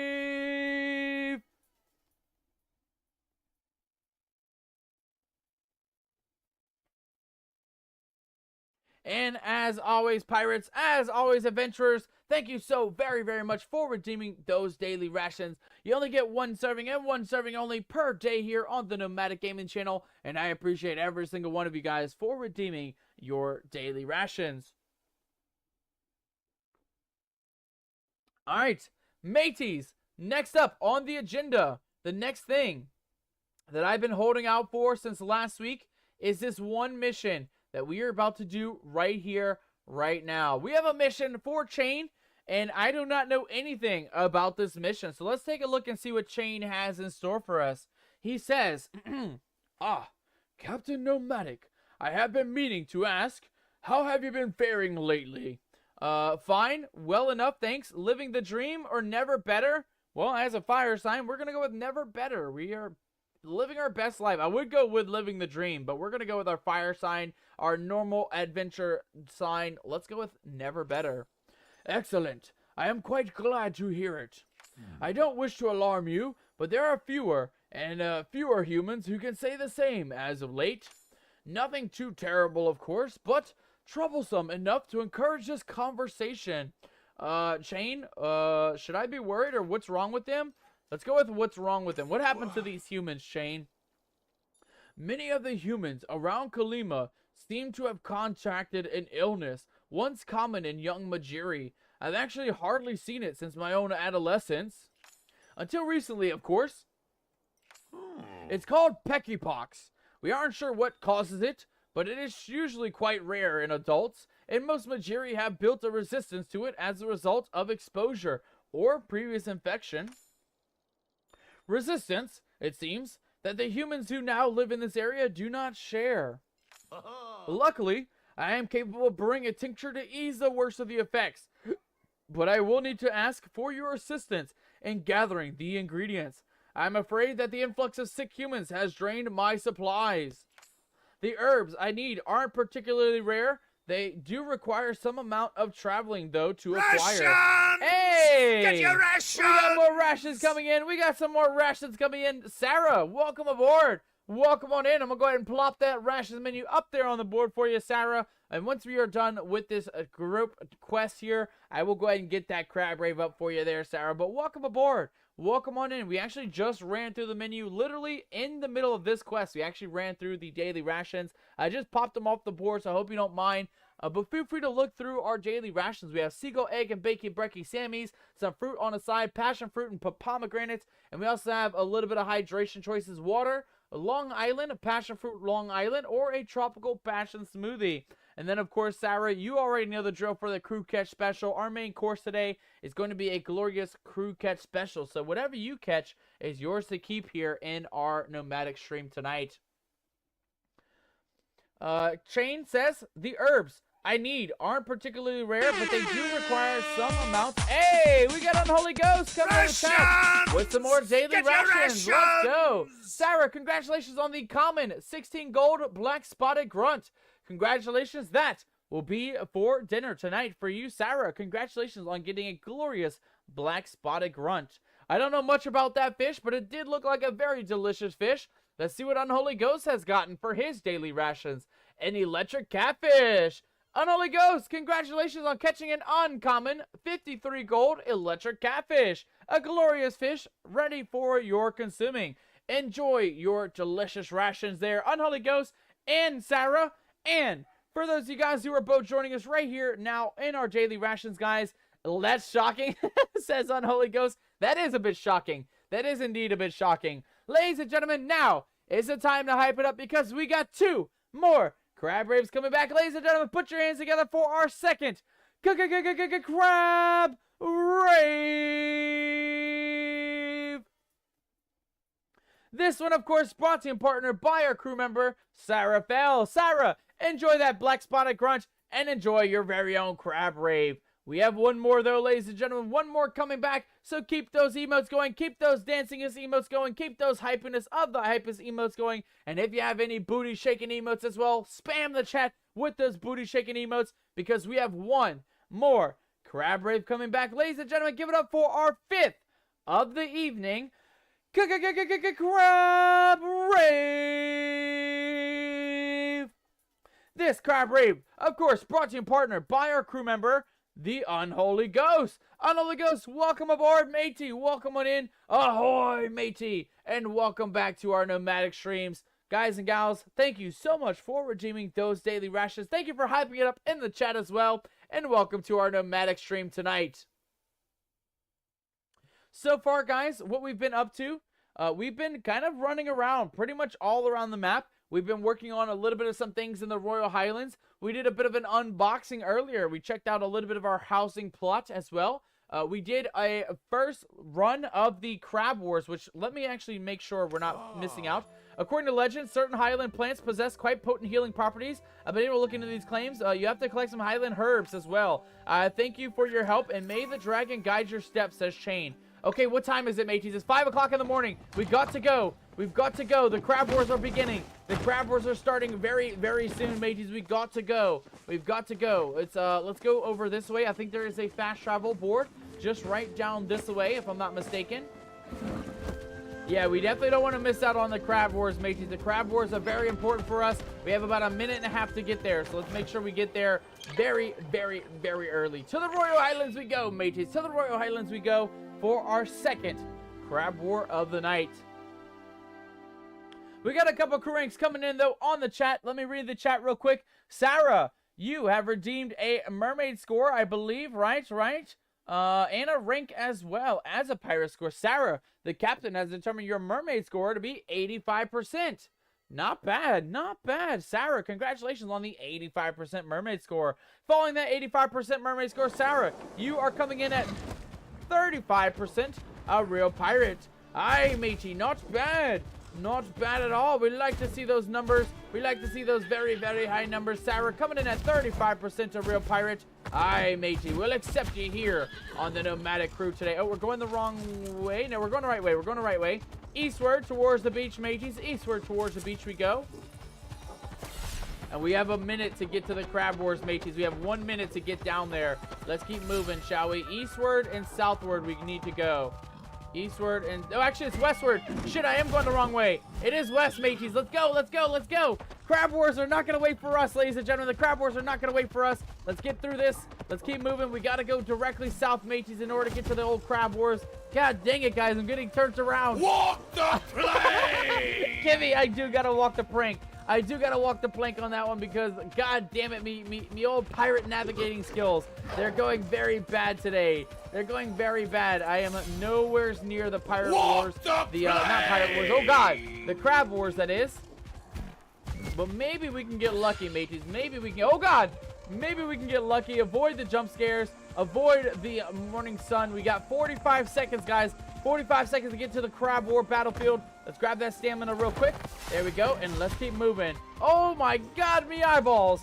Me poor piratey eyes, you scallywags. Come on, Captain. We got 30 seconds to get there. 30 seconds left. Don't mind the blinding lights. Don't mind the scallywags flashbanging us. We got to go. We are 500 meters out. You guys can see up there at the top of the map. Oh, God. Oh, God, Captain, wait. Not. Oh, my God, me eyeballs. God damn it. Go, Captain, go. Go, Captain, go. We have 30 seconds left, ladies and gentlemen. 30 seconds left before the Crab Wars begin. We have 300 meters out. Can we get there? Can we get to the Crab Wars on time? Oh, my God, Chain. I blame Chain if we don't get there. Oh, God. If we don't get there in time, dodge the jump scares, mateys. Dodge the jump scares. Let's keep moving and grooving. We got to get there. We've got to get there to the Crab Wars. We're 100 meters out. We got 20 seconds left, about, give or take. Let's see if we've made it. Oh, shit. Mateys. We did it.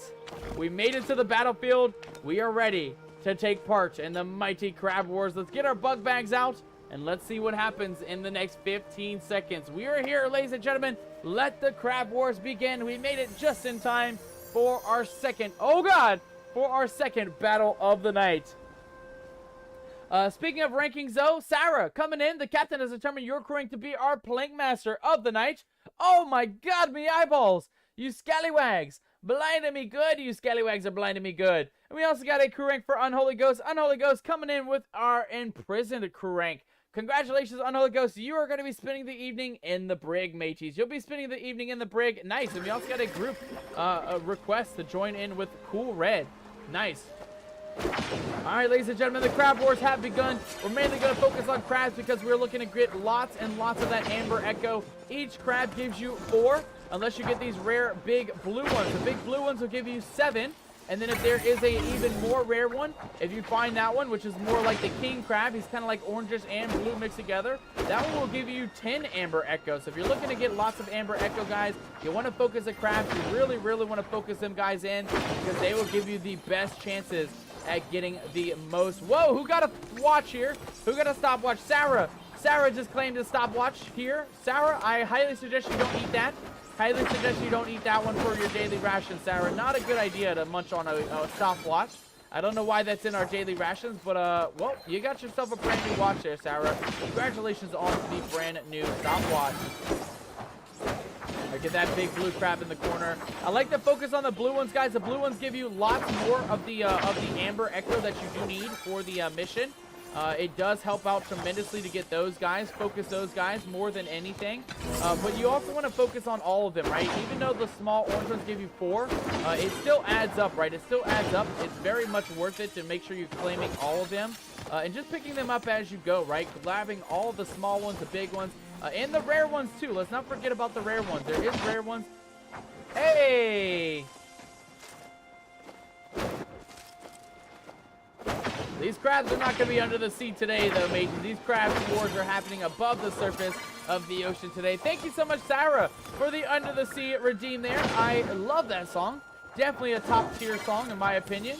And thank you so much for the alert there. I do absolutely appreciate that. These crabs, though, they are no match for old Captain Nomadic mateys. We're looking for not just crabs for the Echo, but we're looking to hunt the crabs for the actual plushie as well. Right now, you guys can see the crabs are losing this war. 200 crabs opposed to 172 of the other rock hoppers. So the rock hoppers are definitely winning the crab wars today, but that's okay by my standards because we're mainly looking to just get plushies, right? Get some of those crabs, get some of those rock hoppers, but more importantly, the crabs, right? The crabs are mainly what we're looking for these crab wars. Oop, they just missed that rare one there. There's another one here. Grab him. Nice. And then let's keep moving back, guys. There's a couple more. We got a minute and a half. There's a rare one. Super rare one, guys. If you see these ones, always grab these orangish, bluish ones. These ones will give you the most Amber Echo at 10 Amber Echo per crab. So you do want to make sure you're grabbing those ones as well, guys. We'll even pick up a couple of these rock hoppers while we're here. Oh, my God. There's so much. There's so much to pick up, mateys. We have a minute left. We have a lot of stuff to be picking up here. Pick up a couple more of those. A couple more crabs here on the beach. Super rare ones as well. We're getting lots of that Amber Echo. Nice. We got a gunner crab as well. A glorious, another one to add to the collection. I like that. I like that a lot, ladies and gentlemen. We're looking for non-stun crabs, though. That's really what we're looking for. We have a bunch of the stun ones already in our arsenal, already in our battlefield back at home. We're mainly looking for a non-stun crab, but so far, we've gotten 2 new ones, or 1 new one stunned and 1 not new one stunned. Both of them stunned, though. So hopefully we can get a little bit better off here with our crab wars. There we go. Not bad. We got 29 seconds, mateys. We're just going to run through and grab every crab that we see now. 29 seconds. We're going to power through, mateys. Just grab every crab that we see on the beach. Get this guy, double tap him. Oh, my goodness gracious. Ow, ow, ow, ow, ow. Oh, my goodness, Patrick. Why? Why would you do that?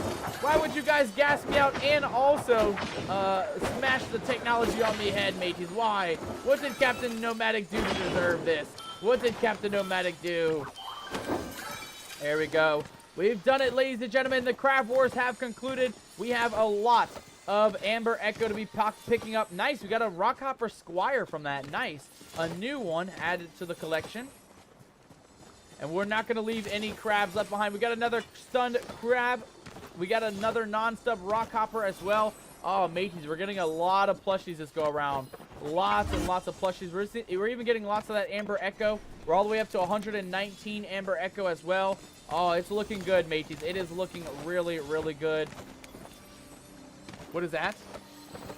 Oh my goodness, me eyeballs! Me poor gamer eyes! God damn it, you scallywag! You guys just got in the stream. You're already abusing me, mateys. What the hell? What did Captain Nomadic do to deserve this abuse, mateys? What did I do? What did I do? Kimmy, coming in the chat with a crew rank as well. I just noticed that one. Kimmy, the captain has determined your crew rank to be our plank master. We're going to have multiple plank masters coming in. Oh, we missed a Skelify. Ah, I gotcha. No worries, mateys. Let me find our Skelly curse. There it is, ladies and gentlemen. We have been cursified to be skeletonized as well. Oh my goodness. No wonder why you scallywags are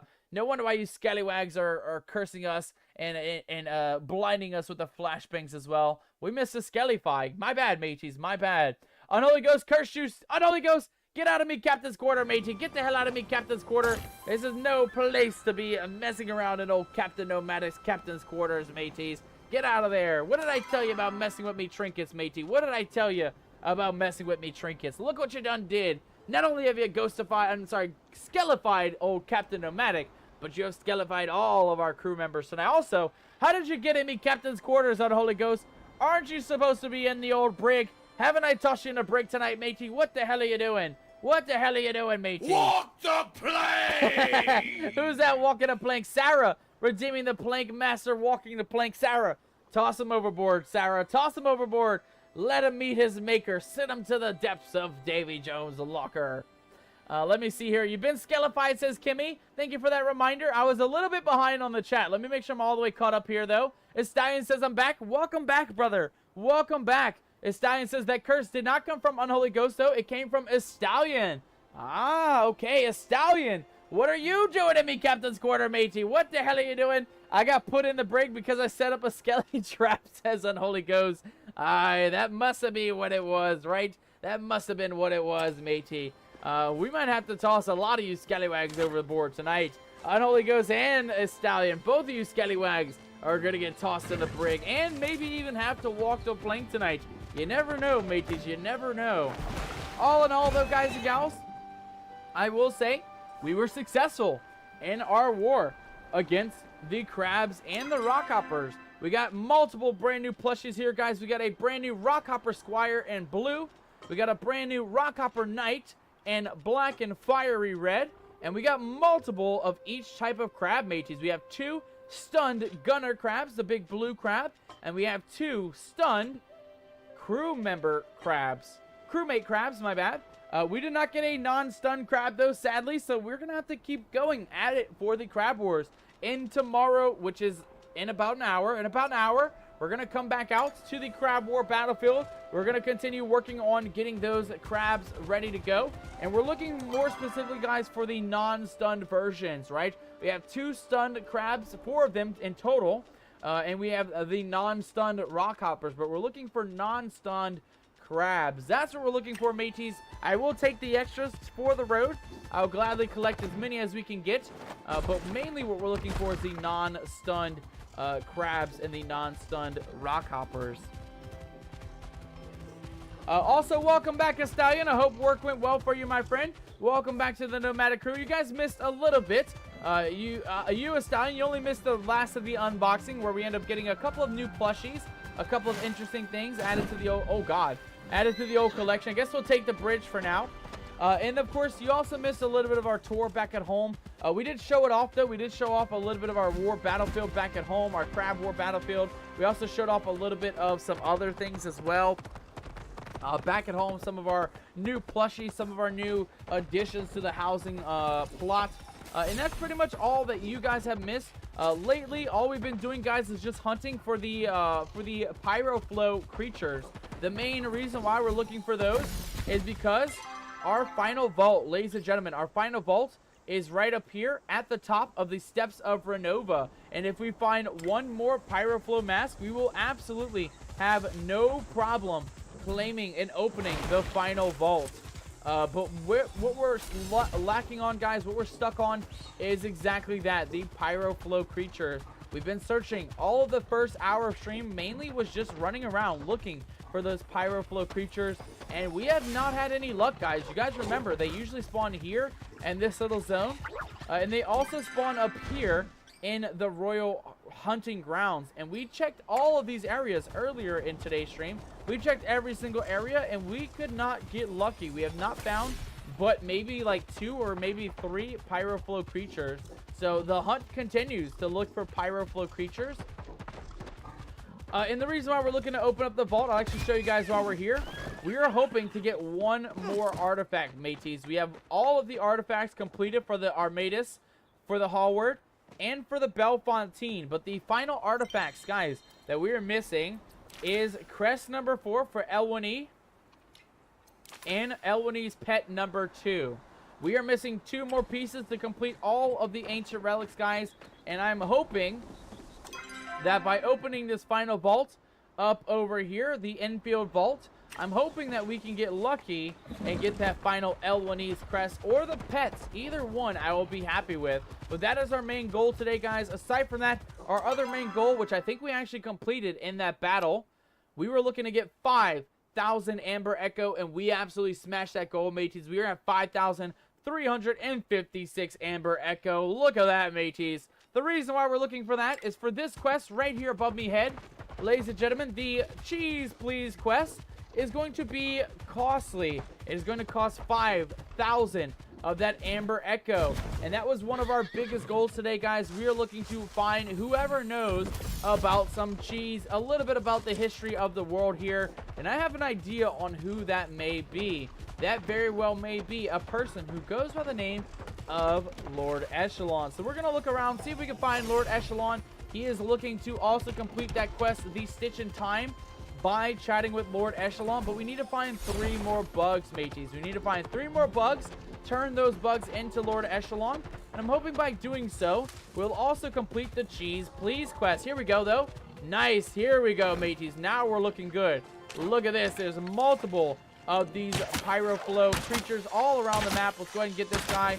Come on, don't run off, buddy. Don't run off. Don't run off. One more shot. We got him, mateys. We got him. And we got 2 more up this way, just kind of grazing. Let's go ahead and get this guy first, though. Make sure we claim him. Oh, we got Amber Echo. Very nice. Let's go ahead and get this next guy. Come on, come on. Don't run off. Don't run off. Don't run off. Don't run off. One more shot, Captain. One more shot. We got him. We actually got him, mateys. Oh, my goodness. We actually got him.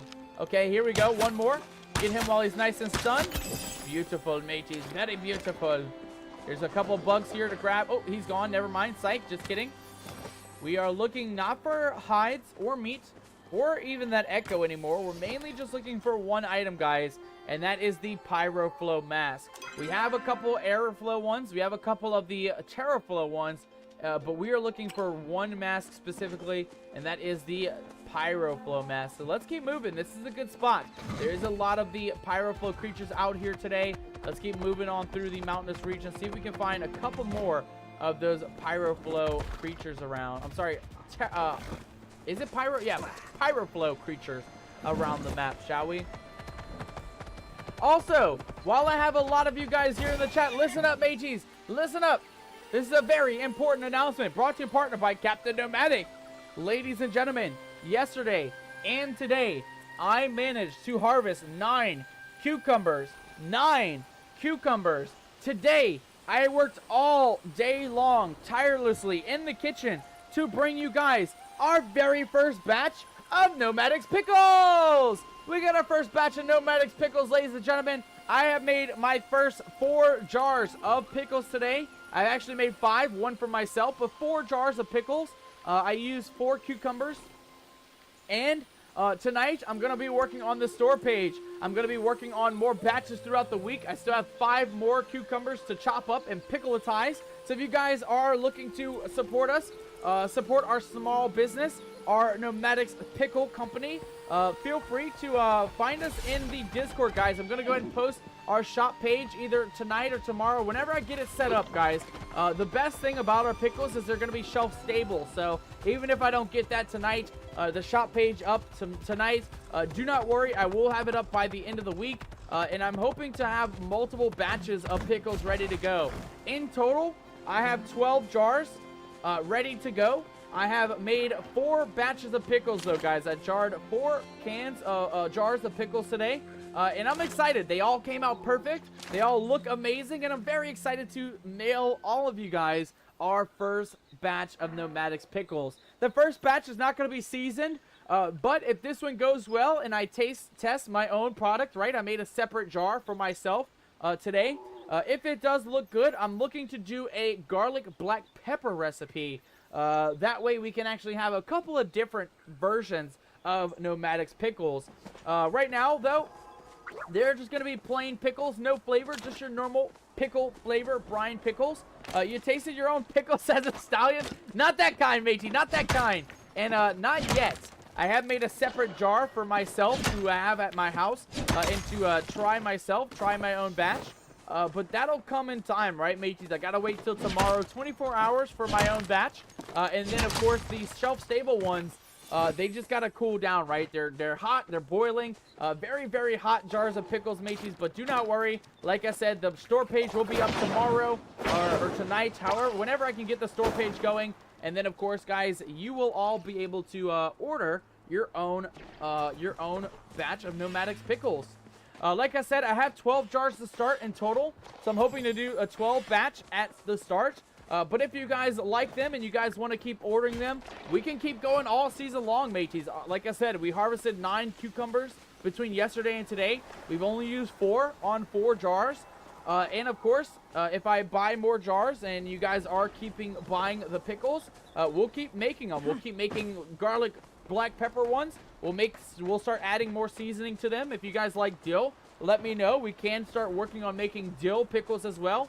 I've never actually made dill though myself. I did make garlic black pepper last year, but I did not make dill last year, so that'll be a new one for me. But for now, guys and gals, that is the new news. I did my first batch of pickling today, and they came out amazing. So again, I will work on the store page tonight. I'll work on a little bit of on figuring out the ins and out of the mailing, right? How much it's gonna cost to ship that stuff, you know, in a box and with some wrapping, not wrapping paper, but you know, some bubble wrap, right? That way the jars don't break before they get to you guys. But that's the big goal, right? Today we got the pickling going. We are working on the pickle farm, and now it's all about getting the store page up and running. Now that's the final thing, guys. Getting that store page going. But all in all, I'm excited, guys. You guys seem excited for the pickles. I'm excited for you guys to buy your very first nomadic merch, and I think that's going to be an exciting first purchase, guys. I think, you know, it's something that you guys can use over and over and over, right? You guys will have your own jars where you guys can maybe try canning things or pickling things all on your own. And if you buy extras, you know, you might get extras to try other recipes, right? Like pickling carrots, pickling peppers, pickling pretty much anything. I love it. It's been my go-to hobby through the summer, not just gardening, but pickling as well. And I'm excited for this to be our very first year on the Nomadic stream, giving you guys a bit of our first merch. First Nomadic pickle merch. Can you believe that, mateys?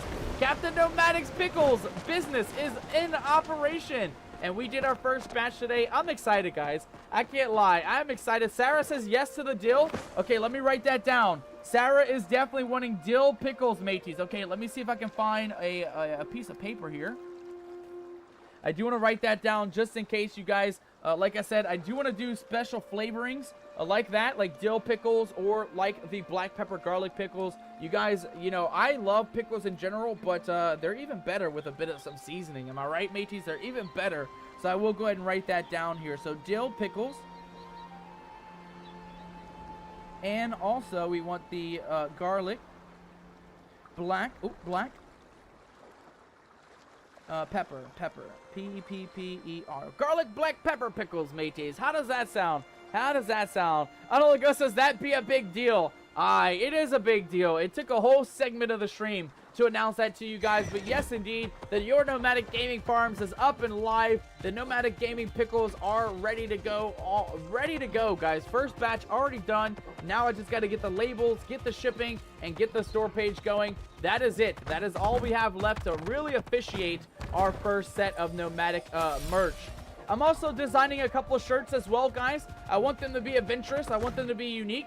Not like a cheap made nomadic shirt, but I do think that'll be our next merch as well throughout the summer and going into the fall. I do want to get our season, I guess like year number 2. We didn't do any merch for year 1, so year 2 merch, but kind of like year 1 for the merch portion, right? We've never really had merch last year, but I'm excited. I have a lot in store for our store page and what we're going to do with that. So definitely keep an eye out, guys. Again, on the Discord, I'll post the store page once I actually get it up and running tonight or tomorrow morning or whenever I get it going. And then, of course, guys, you don't have to worry about you know, only buying 1 jar of pickles. I mean, obviously, if you want to get 1 to start, that's fine. But again, I have 12 jars to go. And then if you guys are buying them like hotcakes, if you guys are buying them off the shelves, I will order another batch of 12 jars and just keep it going like that, right? Every 12 jars, when we get close to selling out, I'll go ahead and start making another batch all the way until we're out of supplies, guys. But we have a lot. Like I said, we made 4 jars out of 4 cucumbers. We picked 9 between yesterday and today. And it's still early in the season. We still have a ton of time for the season. We are still very, very early in the season. So, I mean, I'm looking to see maybe even upwards of like 100 jars this season. I can't guarantee 100 jars, but maybe, just maybe, we might get lucky and get 100 jars of pickles this year. Can you believe that? Year number 1 officially in the Nomadic Gaming Farm. We might have 100 pickles, jars of pickles. That would be crazy. That would be unique, to say the least. But I think that'd be a good first, like I said, a first merch. You guys, it's something that you guys can have, something that you guys can eat, and something that you guys can also reuse as well, right? You guys can use those jars, whether you want them for drinking purposes as like a cup, or if you want them to use for your own pickling needs or whatever you need with jars. I mean, I know some people put spices in jars and things like that, so I think that would be a really cool thing as well. Like, you guys are getting something to keep, as well as something to eat on the side. It's a pretty nifty first merch, in my opinion, and I'm excited for it, guys. I am super excited. I'm glad you guys are excited for it as well. Let's go and grab our final bug here, guys. We need to collect one more bug for our quest, and then we're going to go find Mr. Oh, hold on. Mr. Lord Bahari, right? We gotta go find Lord Echelon. Oh, come on, bug. Come on now. Oh, did he disappear? Oh, he disappeared, mateys. God dang it. Yeah, he's running off. Damn it. Okay, we still gotta go hunt one more bug, ladies and gentlemen. Here's one. Here's one. Come on, you little moth. I just need one bug. One buggo. Perfect. Alright, it says bring the items to Lord Echelon. Let's go figure out where he's at. He is... Oh, God. Hold on. He is way back, guys. Way back by the original vault. Let's go figure out where he's at. Let's go find Lord Echelon. Let's bring him the bugs. Bring him a little bit of these Amber Echo. And let's go see if he's the guy who knows the history of the cheese, right? We're all here to learn about the history of the cheese today, guys. It's more of like an aged cheese, an old recipe from the Royal Highlands before it, you know, got abandoned, before all the humans left from the Royal Highlands. So that's kind of what that cheese please mission is all about. This one right here above me head. And that is what's going to help us get the final mount, mateys. The final mount, the new mount, the Riff Rock. I believe we get him if we can get some cheese. The Riff Rock is looking to get some cheese, guys, and it is up to us to get the recipe in order to make a little bit of cheese. For now, though, guys and gals, we're gonna go ahead and make our way back across the Royal Highlands. We're about 500 meters away from Lord Echelon. I'm excited. I'm curious to see if he is the person who knows about the cheese history or if not. But I do have an idea that we might be able to get some information from him, right? Because he is a scholar. He's very knowledgeable about the Royal Highlands. If anybody knows about aged cheese, it'll definitely be Lord Echelon. Oh, no, the ghost in the chat says, are you making cheese? Bro, I would be so nervous to make cheese. You know, the thing about making anything... Oh, God. Making anything is worrying about making it right? Cheese is something where, you know, you kind of got to make milk. You got to make that milk curdle. You got to make it rot a little bit, and then it turns into cheese after a while. That's definitely a little bit out of me pay well, mateys. I am not making cheese, at least not this year. And maybe in the future, if I actually get, you know, the full process down packed, make sure that I'm not messing that up, you know. I don't want to, you know, give you guys bad products or inedible products. The reason why we chose pickles is because pickles is easy. It's something that I was able to do last year, no problem. And then this year, the only difference is I'm making them shelf stable, which makes it even better for you guys because they will stay fresh for 6 months, 7 months, 6, 7. They will stay fresh for a lot longer, and it reduces the chances of foodborne problems, right? Like rotting or botulism or any of that stuff. But again, you guys have faith in Captain Nomadic. I have a degree in culinary arts. I know all about cooking food. I know all about pickling. And I have a guarantee that these shelf-stable pickles will be the best you've ever had, mateys. I can guarantee you that one. You have me word, mateys. You have me word. Oh, okay, here we go. I was correct, mateys. We can ask Echelon about the cheese. We can also ask Echelon about Eloine's relic. Let's ask about the cheese first, shall we? Cheese, please. Pardon me. You're looking for the most expensive cheese to ever exist so that you might feed it to a bird? Well, you know, she's really hungry. Yes. I mean, I might sneak a little nibble first. Or do you know where I can find it? I'm going to go with that one, mateys. We got to sneak a little nibble off that aged cheese. Let's go ahead and do that option. Well, at least there's that. I've seen some records suggesting the Enfields were particularly interested in cheese-making schemes. Schemes, you say? Yes, the Enfield Creamery once had a stronghold on cheese production in the pre-council era. It was quite profitable from my understanding.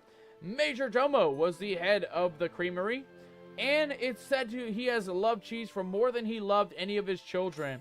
If any maximally aged cheese remains in the modern age, It would be in his private vault. Okay, Major Dormo has cheese in his vault. And as it is so happens, I've been looking for the vault. I believe I've narrowed the location down to a general area. Okay, so we have a general area where he may tell us where to find that cheese. I'm willing to share what I found on the condition you bring me any documentation or extra samples you uncover. For research purposes, of course. If you actually discover some, it would be a significant boon to infield historians. You want to eat the cheese too, huh? Of course not. It's academic interest. I doubt it's truly still palatable after so long. Cheese and pickles is Sarah's life, says Unholy Ghost. Oh my god. That's awesome, though. That is awesome. I can't lie. I'm a fan of cheese. I can say the same as well. It's not like my bread and butter. Hey, there we go. There we go. Happy, happy, happy, happy, happy. I'm glad you're happy, Sarah. I am so glad that you're happy. I am very much happy as well, guys. It's a good day, you know. The farm's growing, the plants are growing, the pickling operation's working. Things are doing good. Things are going good. I'm excited, guys. I'm very excited for our first year with the pickle merch. And I'm excited that you guys are excited about it too.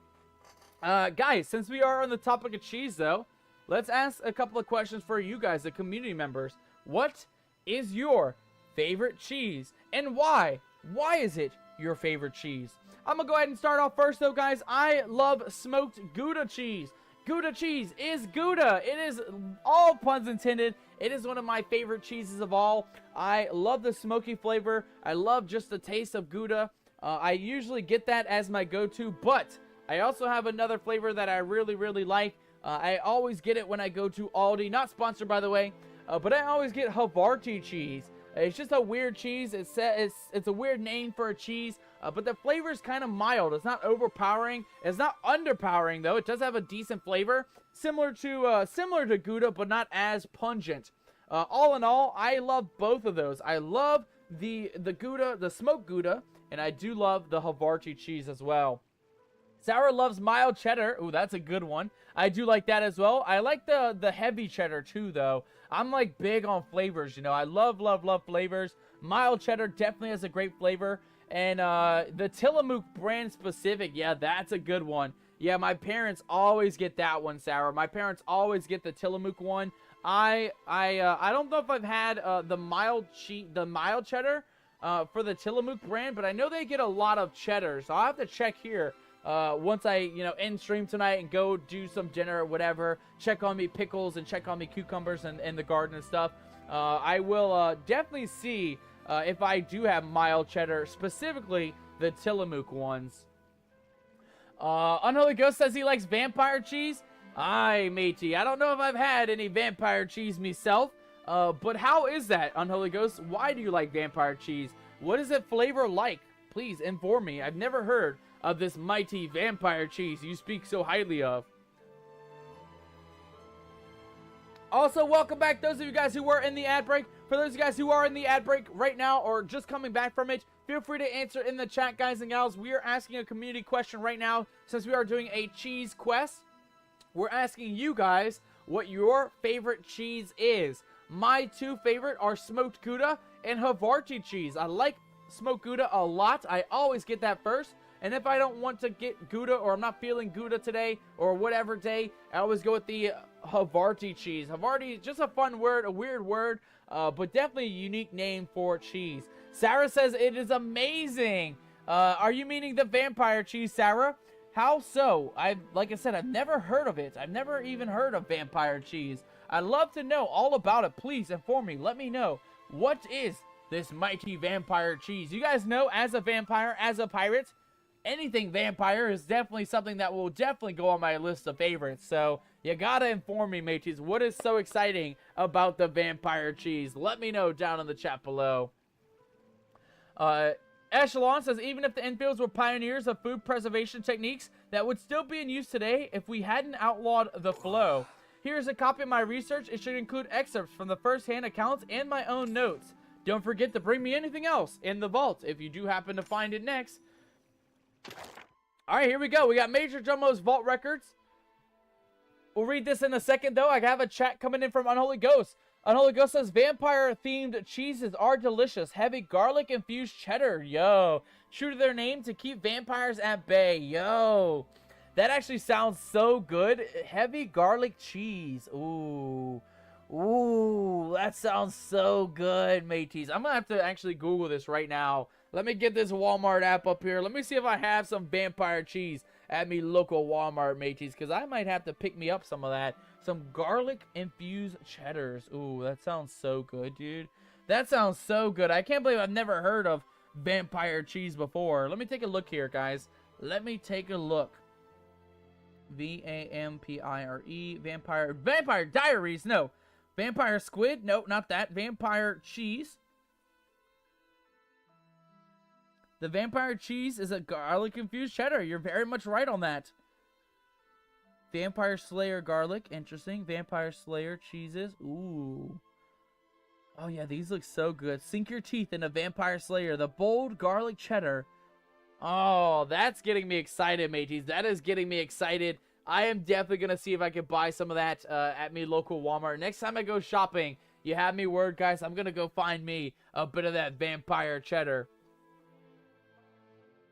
Sarah says, I love the vampire cheese too. I'm on a Galbani string cheese kick right now. Have been on it for about 6 months or more. And I can eat the 16-pack in a day and a half, Sarah. Oh my goodness, Sarah. You don't want to eat that much cheese, Sarah.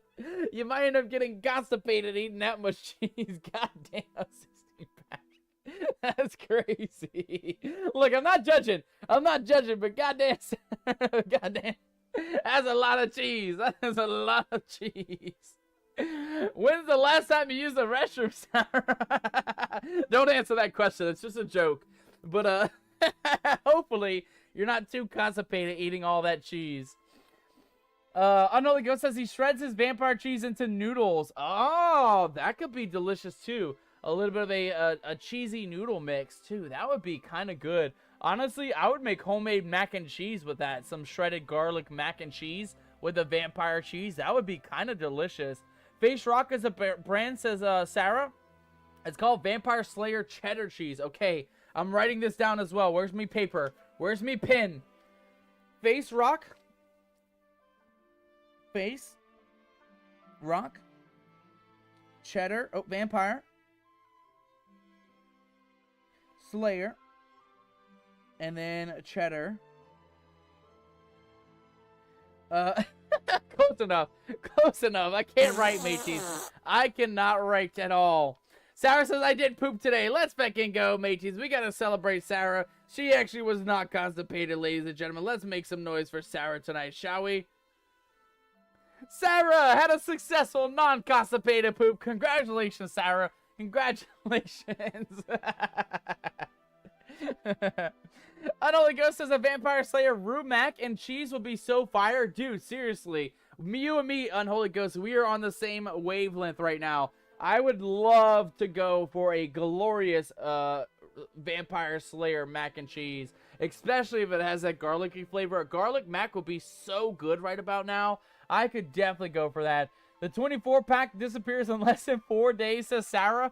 You know, honestly, I can't judge you for that, though, Sarah. Honestly, I can't judge you for that because I love string cheese as well. I think it's something that has to do with our ADHD, right? I love pulling the individual strands, eating them individually, just like as a little mouse or like a little munchy munch.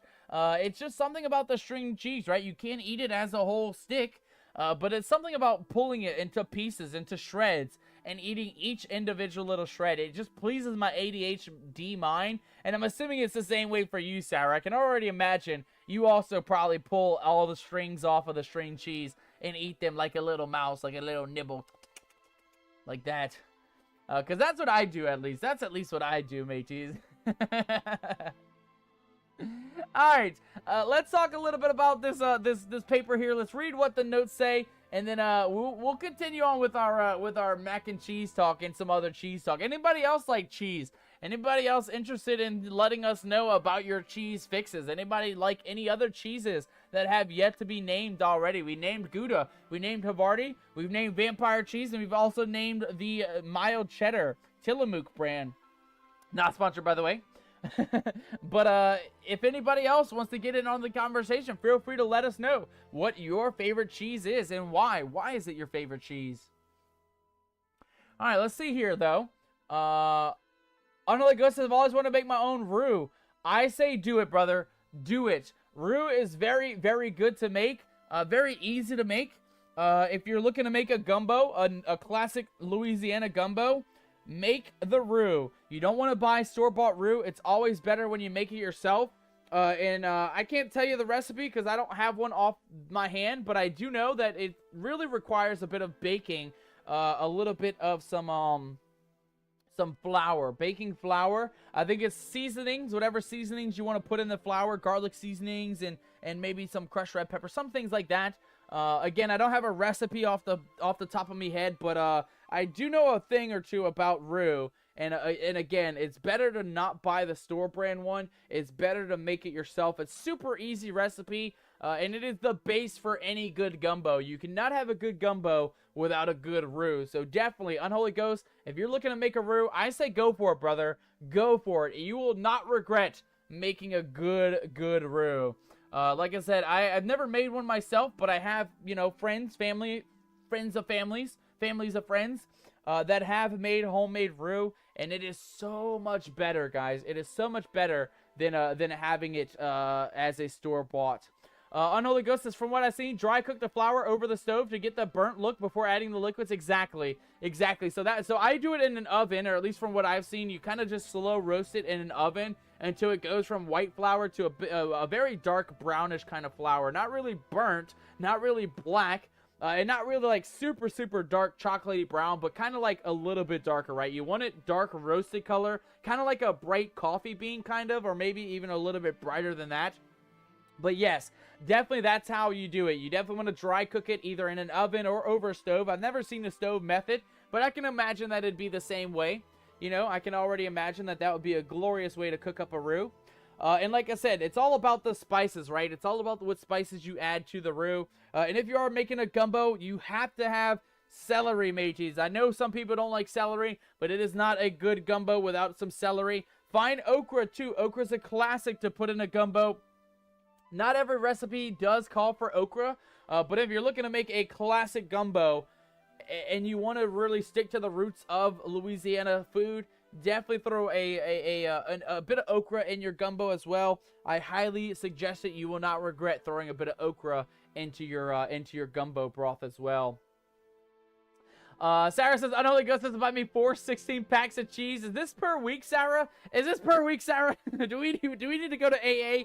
But the AC version, the cheese awareness group meeting. Do we need to sit you down for a? Do we need to sit you down, Sarah, for a group intervention about your cheese needs, Sarah? Let me know down in the chat, and we'll get something set up for you. Of course, I'm just joking with you. Another Gus says, oh, I read that one. Okay, I think we're all up to date here. I am so bad that when I was younger, I would get in trouble because I would go to the fridge with whenever everybody was sleeping and take big bits out of the block of cheese. Oh my God, Sarah. Cheese Anonymous says Unholy Ghost. Exactly. We got to take Sarah to a cheese intervention, a Cheese Anonymous meeting to find out why Sarah is eating 4 packs per week of cheese. Why, Sarah? Why? Again, I'm not judging you. I'm just joking around with you, Sarah. No judgment here from old Captain Nomadic. Everybody likes their own thing, right? Some people like pickles. Some people like cheese. Some people, like Sarah, likes both.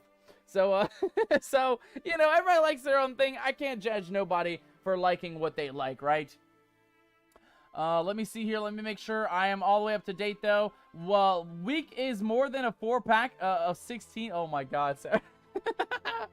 How is your gut surviving, Sarah? Look, all I can say, at least you're not lactose intolerant, Sarah, because you'd be very upset if you could no longer eat cheese. I can already imagine with how much you like cheese, from what I'm hearing in this chat today, I can already imagine if you ever got stricken with lactose intolerance, you would not enjoy life after that, having to give up cheese. I never want to give up anything. Believe it or not, let me knock on some wood and some glass. I'm not allergic to any kind of foods, I can have dairy, I can have peanuts, I can have pretty much any allergy food that other people have allergies for. I have no food allergies, so I am very grateful for that. And I hope it stays the same way for most of you guys as well. Hopefully none of you guys have lactose intolerance or have any kind of nut allergy or anything.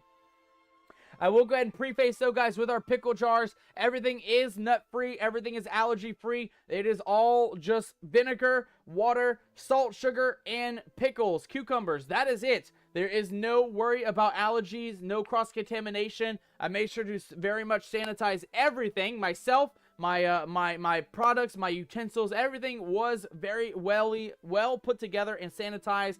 So no need to worry about food allergies with our pickles, guys. So keep that in mind as well. There should be 100% guarantee no food allergies, no cross-contamination on our nomadic pickles. That's another good thing to add as well. Since we are on a topic, I figure I'll go ahead and let you guys know. No need to worry about your food allergies with our nomadic pickle, unless you're allergic to vinegar, salt, sugar, or cucumbers, which in that case, you probably shouldn't be ordering pickles at that point. You probably shouldn't be ordering pickles if you're allergic to any of those ingredients. Unholy Ghost says, I'm currently drinking a jar of sweet pickles. Dude, oh my god, Unholy Ghost, I love the sweet pickles, bro. The sweet pickles are so good. I've been buying these butter chip pickles from Aldi, not sponsored by the way. But they are so good, dude. They are sweet. They are so delicious. I think they use like yellow mustard seed instead of your regular black pepper or something like that. But they are so delicious. I'm like how Sarah is with cheese with those butter pickles. I will put them on a wrap or put them on a burger, put them on a sandwich. And then I'm like, okay, an extra one for me. Before I close the jar back up and put it in the fridge, I'm going to take an extra pickle to take for the road. Even though I have pickles on my food, I'm taking an extra one just to eat by itself. I don't know what it is, man. Those sweet pickles, they are so good. They are so good, man. And you say you're drinking the whole jar? Dude, I haven't even done that yet, but I might have to get on that because the feckin' brine is so delicious with those sweet pickles. They are so good. Sarah says, I love mustard and mac and cheese. Ooh, that's new. I don't think I've ever tried that one either. I usually put barbecue and, well, not usually. This week, I did try a new recipe, a barbecue mac, and it was pretty good. So I can imagine the mustard mac would be kind of good as well. I've never tried that, but I might actually try that this week since I never heard of that. Sarah says, I drink the dill pickle juice. It's good. I haven't tried that either. Believe it or not, we normally don't have dill pickles, at least in my house or in my parents' house. They are very much not a fan of dill at all. I do like it. I will get it from time to time. But, you know, if I have a choice between a sweet pickle or a dill pickle, I'm going to go sweet pickle all day long, mateys. I don't know why, but I love the sweet pickles. They are just so delicious. Sarah says, I would take the pain no matter what. I will never give up the cheese. That would be me too. I'm very stubborn when stuff like that. So if I ever get like a red meat allergy, you know, from tick bites or something like that, let me knock on some wood so I don't jinx myself. Or if I end up getting lactose intolerance or some other allergy in the future, as long as it doesn't kill me, right? I will definitely be the same way, Sarah. I will go through the pain no matter what. A good example of that, right now, I can actually give you guys, is spicy things, right? I cannot eat spicy things. I do have IBS, irritable bowel syndrome, which means spice can really act up in my gut. It can cause tremendous pain, crippling pain to bring me to the ground, so bad so that I can be immobilized for a couple of hours just from the spices on certain spicy foods. So all in all, I do avoid spicy foods in general, but the one spicy food that I will take that sacrifice for, listen up, mateys, the one spicy food that I will eat no matter what it does to me, no matter how bad it hurts, I will always eat crawfish. Crawfish is a staple down here in the South, and they only make it spicy. It is only spicy. If your crawfish is not spicy, you did not get the right kind, mateys. You have to get spicy crawfish, and I always fight the pain. I always fight the pain because it is a glorious food to have. And you don't get it that often. The season's very short between April and now. Pretty much June is the last month. And so, you know, I will sacrifice a bit of some pain for a couple of delicious spicy crawfish, mateys. That is the one food that I will not mind going through the pain for. That and spicy cheddar peppers as well. For those guys who like cheesy jalapeno peppers, that's the other one that I do like too. Even though it's spicy, even though it affects my gut up pretty bad, I really do like the jalapeno cheddar peppers. They are so delicious, man. They are so good, especially when you get some ranch in there. They are so delicious. Let me see. Barbecue brisket mac and cheese is fire, dude. That sounds good. Mine wasn't brisket. Mine was barbecue mini weenies, little baby mini barbecue weenies. But mixing them, right, chopping them up into little tiny bits, and then mixing it into the mac. It was so good. So I can already imagine a barbecue brisket mac would be so delicious, man. I bet that was super, super delicious. If you like dill pickles, take a string cheese and let it sit in there for a little while, maybe 24 hours. If you're not a big fan, it's very good. Oh, dill cheese. I didn't even think about that. Putting cheese in a pickle jar. I might have to try that, Sarah. I might have to try that. I'm gonna write that down too real quick. You guys are coming up with some amazing ideas tonight. I can't believe I've never thought of these things though. Putting string cheese in dill pickle. String cheese in pickle juice. All right, I got that written down too. Any more amazing ideas, mateys? Keep them coming. Keep those amazing ideas coming, because you guys have some amazing ideas. Another Ghost says, you got that crayfish? I see a crayfish tool that looks like a bigger staple remover that makes eating it faster. I mean, yeah, no. I feel like all that stuff is kind of like a, how do we say, kind of like a gimmick, right? If you know how to pick a crawfish, I mean, you know, us, we you know, I've picked them my whole life, so I can pick them like within 30 seconds, give or take. The whole thing, claw, tail, get it all done. And they're pretty easy, right? If you guys ever come down this way and we do a group meet, or we do something for Mardi Gras and it is crawfish season, I will show you guys how a pro does it, because you don't need tools. You don't need all that stuff. You know, you pinch the tail, you twist it, you crack it, you break it open, you pull the meat out, and then you suck on the head, mateys. You gotta suck on them crawfish heads, because that's where all that good juice is at. All that good, delicious head juice is where it's at. And then, of course, the claws. You can't miss out on the claws. The claws have a lot of good meat sometimes, and a lot of good flavors as well. So, I think I've seen what you're talking about there on Holy Ghost with the crawfish tool. But again, I feel like it's kind of gimmicky, because by the time, you know, you get that thing wedged in there and you get the crawfish open, you could have just peeled it already just with your bare hands. You know, crawfish are definitely a bare hands type food for sure. Definitely, you don't need no utensils for none of that. Sarah says, I cannot do anything spicy at all. I'm glad I'm not alone. I'm glad I'm not alone. Have you had mild salsa and a mac and cheese? I have not had a salsa and a mac and cheese. I'm going to write that down too. A salsa mac sounds good though. Salsa mac. Last week, you guys were like this though, since we're on the topic of food. I actually did I did like a homemade, it's not a pizza, but it was kind of like a homemade pizza. What I did was I took garlic bread, pre-store-bought garlic bread. I put salsa on it, or tomato sauce.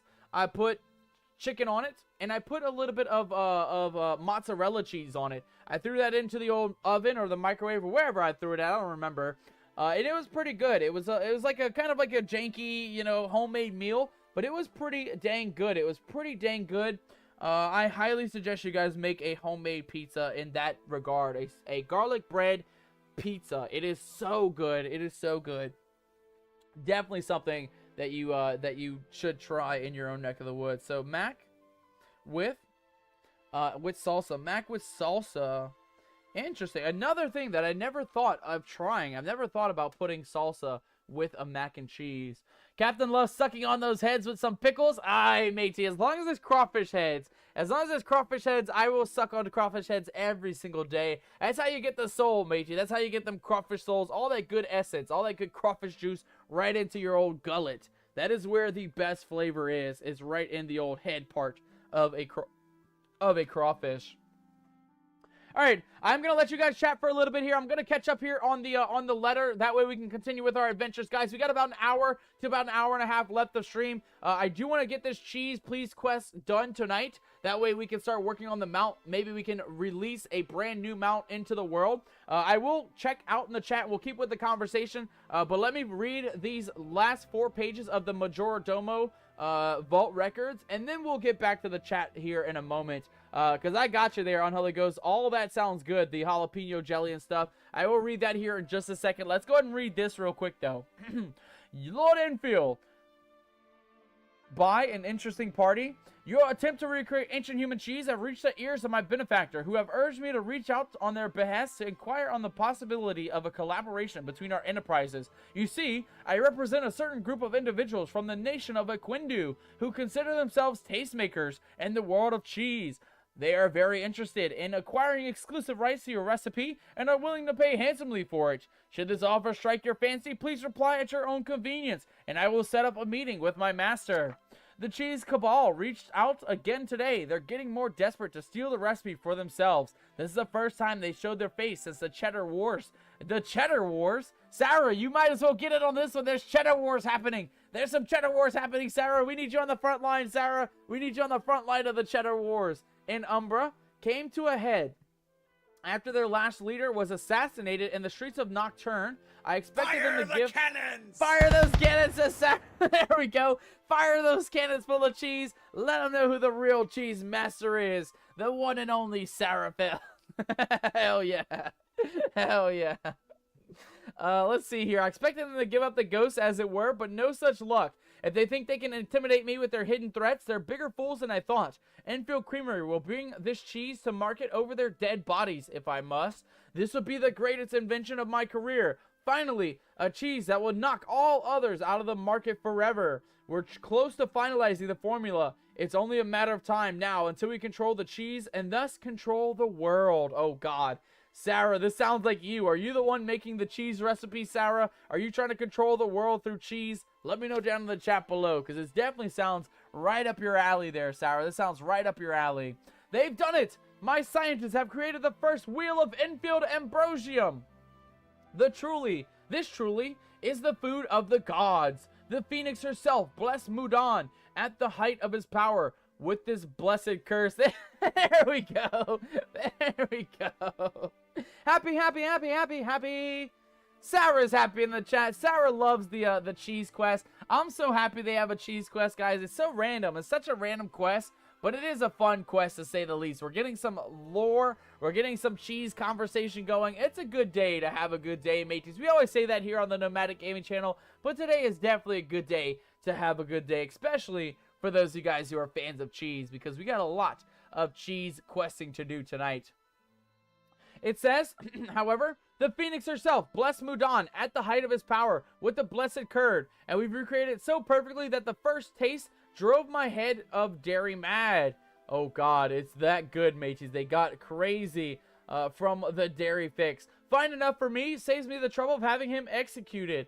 No one else must know the secret of this cheese. Should the cabal somehow manage to stumble into taking me out, the recipe dies with me. I've installed a dead man switch on all the stores of Enfield Ambrosium, save for my private stash, which I bequeath to my heir, Amadeus Enfield. That should keep him from trying anything with me before I'm ready to pass it on. Should it succeed, all he has left is a slowly dwindling stash and no way to recreate it. A fitting punishment for a potential greed.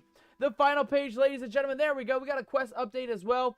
It looks like we have an arch where there is some ancient ruins. To find a stash, you simply have to follow my notes and pay the toll. A small measure of power for a man like him, but I know it will sting far worse than any lock or key. Ah, and of course, he'll have to speak the passcode. Thank you, Father. Likely the first time he'll ever say those words, and the last. Alright, guys, so we have to go find where this ancient relic is at. A big portal, a big ancient ruin. Looks like there's some sort of floating rock behind it. And then we gotta go find the cheese, mateys. You open the notes that Enfield has handed you. Ask about the cheese once more. No, we already asked about the cheese. We asked about the cheese. We'll go ahead and make our way through this. There we go. And last but not least, let's go ahead and finish the other quest. Let's charge Elwyn's relic, shall we? We have the 5 bugs. We have the extra pieces for the thing. Let's go ahead and do it, shall we? There's a job for you in Bahari City, should you wish it. When all this is done, I will always have need for competent partners. I'm not leaving Kalima. Being unemployed rocks. Oh, God. I'll consider, or maybe I could visit. I'll consider it. I'll consider your job offering, sir. Excellent. I promise I can provide plenty of incentives to tempt you. A conversation for another day, I suppose. If you'll hand me the relic and the items you collected, I'll see what I can do about charging it. I must beg some level for your discretion, though. Strictly speaking, this is an unauthorized use of flow. Time is of the essence, so I will perform the ritual regardless of the consequences. That said, if you must tell Sabira, I understand, but I'd rather you didn't. The order has a bit too much red tape for my taste. Your secret is safe for me. What if she asks? Snitches get stitches. Your secret is safe with me, Echelon. I'm always good with that. I'm very good with hiding secrets or holding secrets. I'm not one to spill the beans on anything. So that's a good option. We are definitely going to say, your secret is safe with me, Mr. Echelon. Pat, pat, pat, pat, pat. We'll pat him on the head a little bit. Pat, pat, pat, pat, pat. And hopefully he'll feel confident that his secret is safe with us. I thought you might say that. Something tells me that you and I both prefer asking for forgiveness instead of permission. Echelon leans forward in concentration to charge the relic. Yeah, here you are. It functions as our first key, yes, but it should also help you on your journey. It functions as an amplifier for the echo in the area. You're likely to be able to collect more while wearing it. He carefully slips the ring onto your finger. It suits you. Now that we have Elwini's key, it is on to Bellefontaine. We'll find her laboratory within the ruins of the old Phoenix Church to the west. I'll meet you there. Nice, mateys. We got a special item, Elwini's Blessing Ring. It's going to allow us to get even more of that essence in our person. Kimmy says, I think the skelefication is over. Kimmy, thank you so very much for that reminder. I absolutely appreciate you curing us of our skeletonized curse tonight. Thank you so much, Kimmy. I absolutely appreciate that. All right, let me make sure I'm not missing out on the rest of the chat here, though. My one favorite I had was a PB&J burger. Oh, that sounds interesting, too. I can see that, though. You know, savory and sweet, you know, kind of goes together. So I can definitely see a PB&J burger definitely tasting pretty good. I don't know much about the peanut butter part, but definitely a bit of some jelly on a burger. I think that could go very good. It kind of reminds me of like a breakfast sandwich. When I make mine, I usually put, you know, a sausage patty on there, cheese, eggs, and then as the sauce, I would normally put a jelly on there, and I can see that being good just based on my own experience. That sweet, that savory mixed together, it goes pretty good. So I can already imagine a PB&J burger will probably be, oh no, what is happening now? What is happening now, you scallywags? What did you do? What did you do? Unholy Ghost! Coming in with a ghost curse tonight. Oh no, Unholy Ghost, why? Why would you curse me, mateys? Why would you do this to me, you scallywag? How could you? How could you? God damn it. Now, ladies and gentlemen, we are all cursed to be a ghost for the remainder of tonight's stream. Well, maybe not, actually. Maybe not. We have about an hour left of stream tonight, so, well, maybe for a little bit, we'll be cursed to be ghostified. So now it's not the time to be talking about food, because my ghostly tummy will never be satisfied unless we turn back into a human, that's for sure.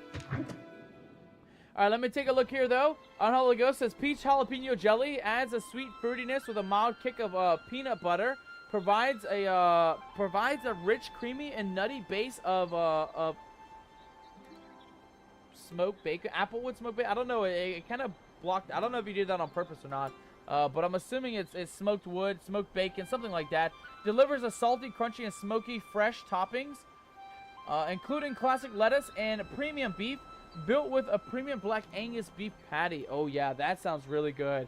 That sounds really, really good.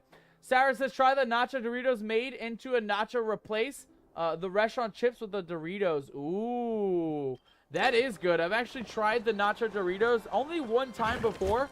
They had a very mild flavor, but that doesn't matter because that does sound pretty delicious.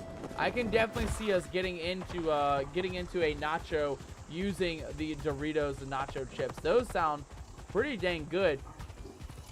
Alright guys, we just missed out on the Crab Wars, but the Crab Wars just started about 10 seconds ago. We're going to try and make our way all the way back to the battlefield. Again, we're looking for one more crab here. One crab that is not dazed out of its mind. And the Crab War has already begun at 7 o'clock on the dot. You guys can see here 7:15 in the morning. We're only 15 seconds behind schedule, but maybe, just maybe, we can get in on the Crab Wars. Maybe, just maybe, we can get lucky enough to play a part in the battle here. And maybe, just maybe, we can get our final crab that we're looking to get. We have 4 that are days, 2 back at home that are also days. All we're looking for is 1 that is not days, guys. Let's get into the old crab war. It's active, mateys. I see crabs all over the board here. Let's get in on the old crab wars. Let's make sure we don't let these scallywags scuttle off without taking a good toll from old Captain Nomadic. Here we go. Get this guy. Get that guy. Don't run off, you feckin' crab. Get that guy. Get this one in the corner. Get this one. Oh, there's a special one, a super rare one. Get the super rare guy. Get these guys. Oh, he's still running. He's still running. He's still running. Get him. Get him, Captain. Get him. Nice. We got 10 Amber Echo from him. Grab this blue one. We'll leave the orange ones for now. Let's get back into the middle of the battlefield. I want to get right in the center, mateys. I want to get right in the center here. I want to make sure we have the most amount of crabs that we can get, guys. There's a whole pile of them here. Look at this. There's like 6 of them right here. Holy crap. Holy. Get the one. Get the rare one. Get the rare one. Nice, nice. There's 2 rare ones. There's multiple rares, guys. Multiple rares. Get this one. There we go. Multiple rares. Get him, get him, get him. Nice. There's another rare. Oh my god, look at this, guys. We're late, but we're getting lots of rare ones. Lots of rare crabs. Come on, come on. He's still running. I want to get this guy as a plushie, guys. I want to get the super rare king crab as a plushie. Come on, you scallywags. Stop running off. Guys, we got 1 minute, 40 seconds on the clock. We're looking really good on the battlefield, though. Taking lots of crabs as a victim tonight. Get that one down. Get these guys as well. This guy's running off. Get him. Get out of that bush, you scallywag. Get out of that feckin' bush. You belong to Captain Nomadic. Nice, nice, nice. Okay, we're good. We're looking good. Let's keep picking up more of that Amber Echo. Keep going for those rare crabs as well. Get that one, get that one, get that one. Get this guy. One of them just disappeared somehow. I don't know where he ran off to, but that's fine. We got lots more crabs up this way. Oh, God, as long as I don't miss, that is. Get that guy. Get his buddy. Get his other buddy. There's a lot of crabs back here, mateys. There's a lot of crabs on this battlefield. Come on, come on, come on. Get him, Captain. Get him. Get this one. He got a runner. We got a runner there. Get that one. We missed the other runner, but we got the other guy. We got this one over here. Oh, my God, guys. 45 seconds on the clock. The battle is very much raging forward. These crabs are no match for Captain Nomadic and crew here tonight. Let's see if we can get these last couple of crabs taken care of. One right there. Oh, there's a rare one. Super rare right in the middle. Get the super rare. We got another one here. Got another little baby right there. Nice. We'll take the super rare one with us. And let's keep going, guys. Let's keep going. Get that one. Get that one. Get that one. Get these guys on the far corner. Oh, watch out, man. Watch out. Did not mean to throw that at you. All right, here we go. We got a couple more guys. 14 seconds left. Final 14 seconds. Can we get the final couple of rare guys here? One right there. He's running off. He's running off. We got one right there. Get the guy right there. Perfect. Perfect. 5, 4, 3, 2. Get this one. Get this one. 1 and... Nice, mateys. We got the final crabs here right at the buzzer beater. Let's go ahead and pick up our other collection of crabs back here. And we did it, guys. We made it just in time for the crab wars. Just in time to take over all of the glorious crabs hiding out in these bushes. Let's grab this guy, grab these ones. There's a lot of them up and down the beach, guys, and we do have that treasure to grab from the center of the battlefield as well. So there we go. Let's see how lucky we got. Did we get any crab plushies? Doesn't look like we got any plushies yet, but that doesn't mean we can't get one right here. We got a rock hopper knight, mateys. We got a rock hopper knight. Not the crab plushie we're looking for, but I will take it. I will gladly take another night. Mateys, we have enough time. It looks like it's right at the end of stream time, so in about an hour from now, we're going to head back into the old crab battle. We're going to try one more attempt to try and get that crab battle on. But let's go see if we can find the old Enfield vault, guys. I want to find that cheese vault. That is our next goal in mind. We're looking for some sort of an arch, some sort of a portal behind an arch. Let's go see if we can figure out where that's located at, mateys, because we desperately need to get that found and find out where the old vault is located at. And it looks pretty specific too. It's very, very specific. There's like a little pillar leaning sideways in the ground. Above that is a pillar with an arch. And then behind that is a pillar that has some floating bits behind it. It looks like there's a couple arches here. So this might be our first location to take a look at. I do not see any floating rocks though. So I don't know if this is our location or not. But let's keep an eye out. Let's see how we're looking. So here. No, it doesn't look like anything of value. We gotta find that cheese, please, recipe, mateys. We gotta find that cheese recipe. Let's keep looking around here. Any floating rocks anywhere? I don't see any floating rocks nearby. I do see a lot of arches, though. So we may still be on the right track here. Here we go. We got some fallen pillars.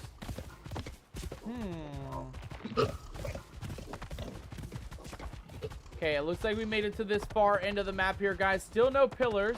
Still no floating rocks. We're going to head back up. I do know that on this side, there is a bit of a campground right over here by Amber Lake. And maybe even in the middle, we might find a pillar or two. So we'll kind of check around here. Check around Amber Lake. Echelon is over here waiting for us anyway. So we might as well take a good look at that. See if we can maybe meet Echelon on the way over to the next pillar. Man, where's that cheese recipe vault, guys? I want to get into the vault. We got to figure out where that cheese recipe is. Also, was there a treasure chest up there? I think I might have saw a treasure chest on the top of this one. Hold on, let's look. Oh, this way. Hold on. Let's go back. Just a wee bit here. Okay, it was me eyes deceiving me, mateys. I thought I saw a treasure chest right at the top of the pillar. I think it was just a design on the pillar itself. It wasn't a treasure chest. We are still missing, I think, 2 more, guys. I think there's 2 more treasures for us to find in this entire zone. And then we still got to find a couple of vaults. Let's actually take a look at that real quick. So for the vault specifically, guys, we have found... let's see here. The vaults. We got a lot of things completed, guys. A lot of quests completed. For the vaults, though, we need to find... Oh, what is this? Undiscover all discover but core. That's fine. We know where that's at. We're looking for this one here. Highland riches. Okay, we need to find 2 more treasures, guys. And we still got to find 9 more vaults. Oh, my God. There's 9 more vaults. Find every vault in the Royal Highlands. We got to unlock 12. I'm sorry, 9 more, and we got to discover 8 more. There's still 8 hidden vaults somewhere in the world. I don't even know where, because we've been to every inkling of this map. We've been to every single corner, every single crevice of this map. I don't know how we're missing 8 vaults somewhere in the world, but damn, we got 8 vaults still left to go, guys. 8 vaults, and we still got to find, a pyroflow mask for that final one that we did already discover. Man, where do you guys think those vaults are at, guys? Like I said, we kind of checked every shoreline. We checked every, corner, every crevice. We got the vault that was down here earlier today. We found that water one down below. So we got that one already. But yeah, it is a tough cookie to crack to find that final, the final 8 vaults. There's 8 of them, guys. 8 of them that I have no idea where they're located at. And like I said, we've been all over this place, so they might be maybe underground. They may be in an actual ground, like a cellar or a vault or something like that. I have no idea. I have no clue where they could be at. For now, though, we're gonna head up back this way. Like I said, guys, over by this zone, it looks like there may be some floating rocks up this way. So we might find the cheese location if we keep moving on through here. So we have our first arch. Doesn't look like any kind of floating rocks near the big arch, though. I don't remember seeing floating rocks. That's the big thing. Is the big floating rocks in the background. I don't remember seeing those, but I do remember seeing arches. Let's kind of look around here real quick. Oh, okay, there it is. There's a big circular looking thing in the distance. Okay, so we are on to the right direction here. We just need to find where the vault itself is located at. Let's see here. So arch. There's an arch right here. Does that show any floating rocks in the background? It does not. The floating rocks are there with the big spire in the distance. So the arch we're looking for is going to be facing westward or eastward, whichever way you want to look at it. Yeah, because that's what we saw in the background, guys. If we take a look here at the notebook, which is not that one, not that one. Tattered note, no. Where is it? Faded note? Where's our note for Mr. Majoro Vault Records? Yeah. So on page 4, we can see that it's on ground level below the mountain, and then there is that kind of floating thing in the distance. So we kind of got to figure out where that's located at. A big floating thing in the distance on the ground level below some mountains. Okay. Guys, the search continues. The search continues for a floating rock face. And a ground level arch as well. A ground level arch. Not just a normal one, but a ground level arch. Okay, here we go. This looks promising, though. This looks actually promising. No way. Wait a second. As soon as you enter the area, you know you found the right place. Mateys, did we accidentally just stumble upon our cheese quest? Thank you, Father. There's a great rumbling from the ground as a vault slowly rises into the area before you. You have found Major Domo's vault. Ladies and gentlemen, no way. We actually randomly found it. Was that right? It was right. Look at that.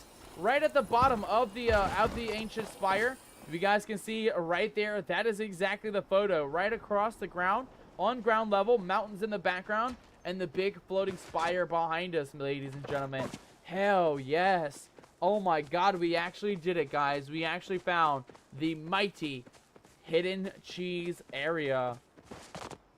Oh no. Is this a Pyroflow one, though? Oh, it takes 6,000 echo. I thought it was 5,000 mateys. We need 6,000 echo for this. We still got to get 300 echo in order to get that going. Good to know, guys. Good to know. But we're not done yet, though. We need to get at least 300 more to get the full 6,000, but that's okay, right? We still have a crab water wage. We can still hunt for those fire phoenix type animals, and maybe we can get some from even some of these other ones. The hydroflow one might give us some more of that amber echo as well. There we go. We'll go ahead and just start mining and hunting everything, guys. Jacat Floof, we need that for the bundle board. Nice.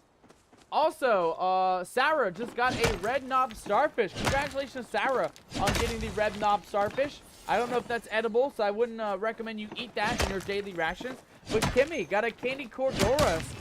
That is an edible candy type fish, so enjoy your brand new edible candy fish, Kimmy.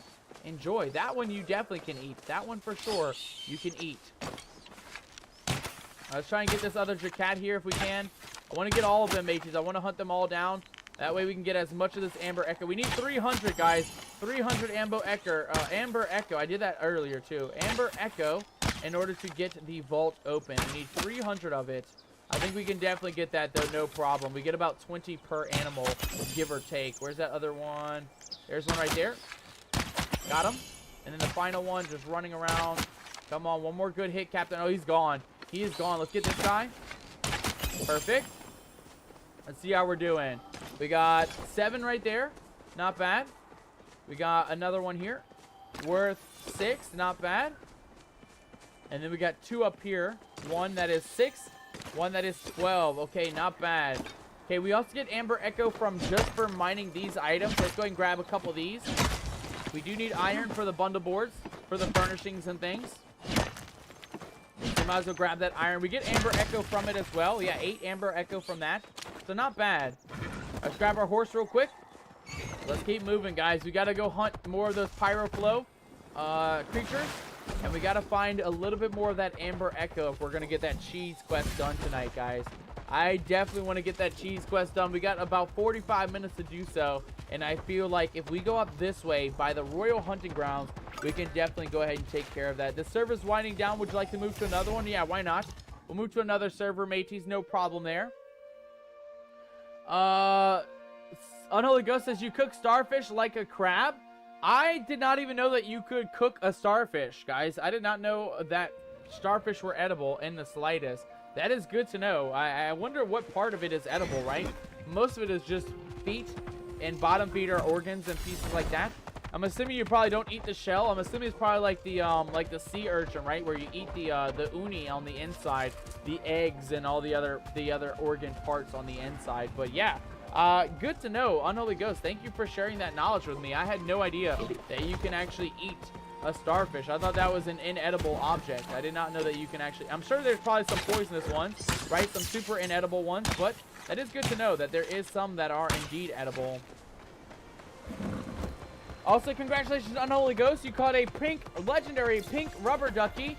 Definitely not edible, though, Unholy Ghost. Please don't eat the rubber ducky. I cannot stress this enough. The rubber duckies are made out of rubber. They are not edible, matey, so please do not eat the rubber ducky. It is not a good idea to do so.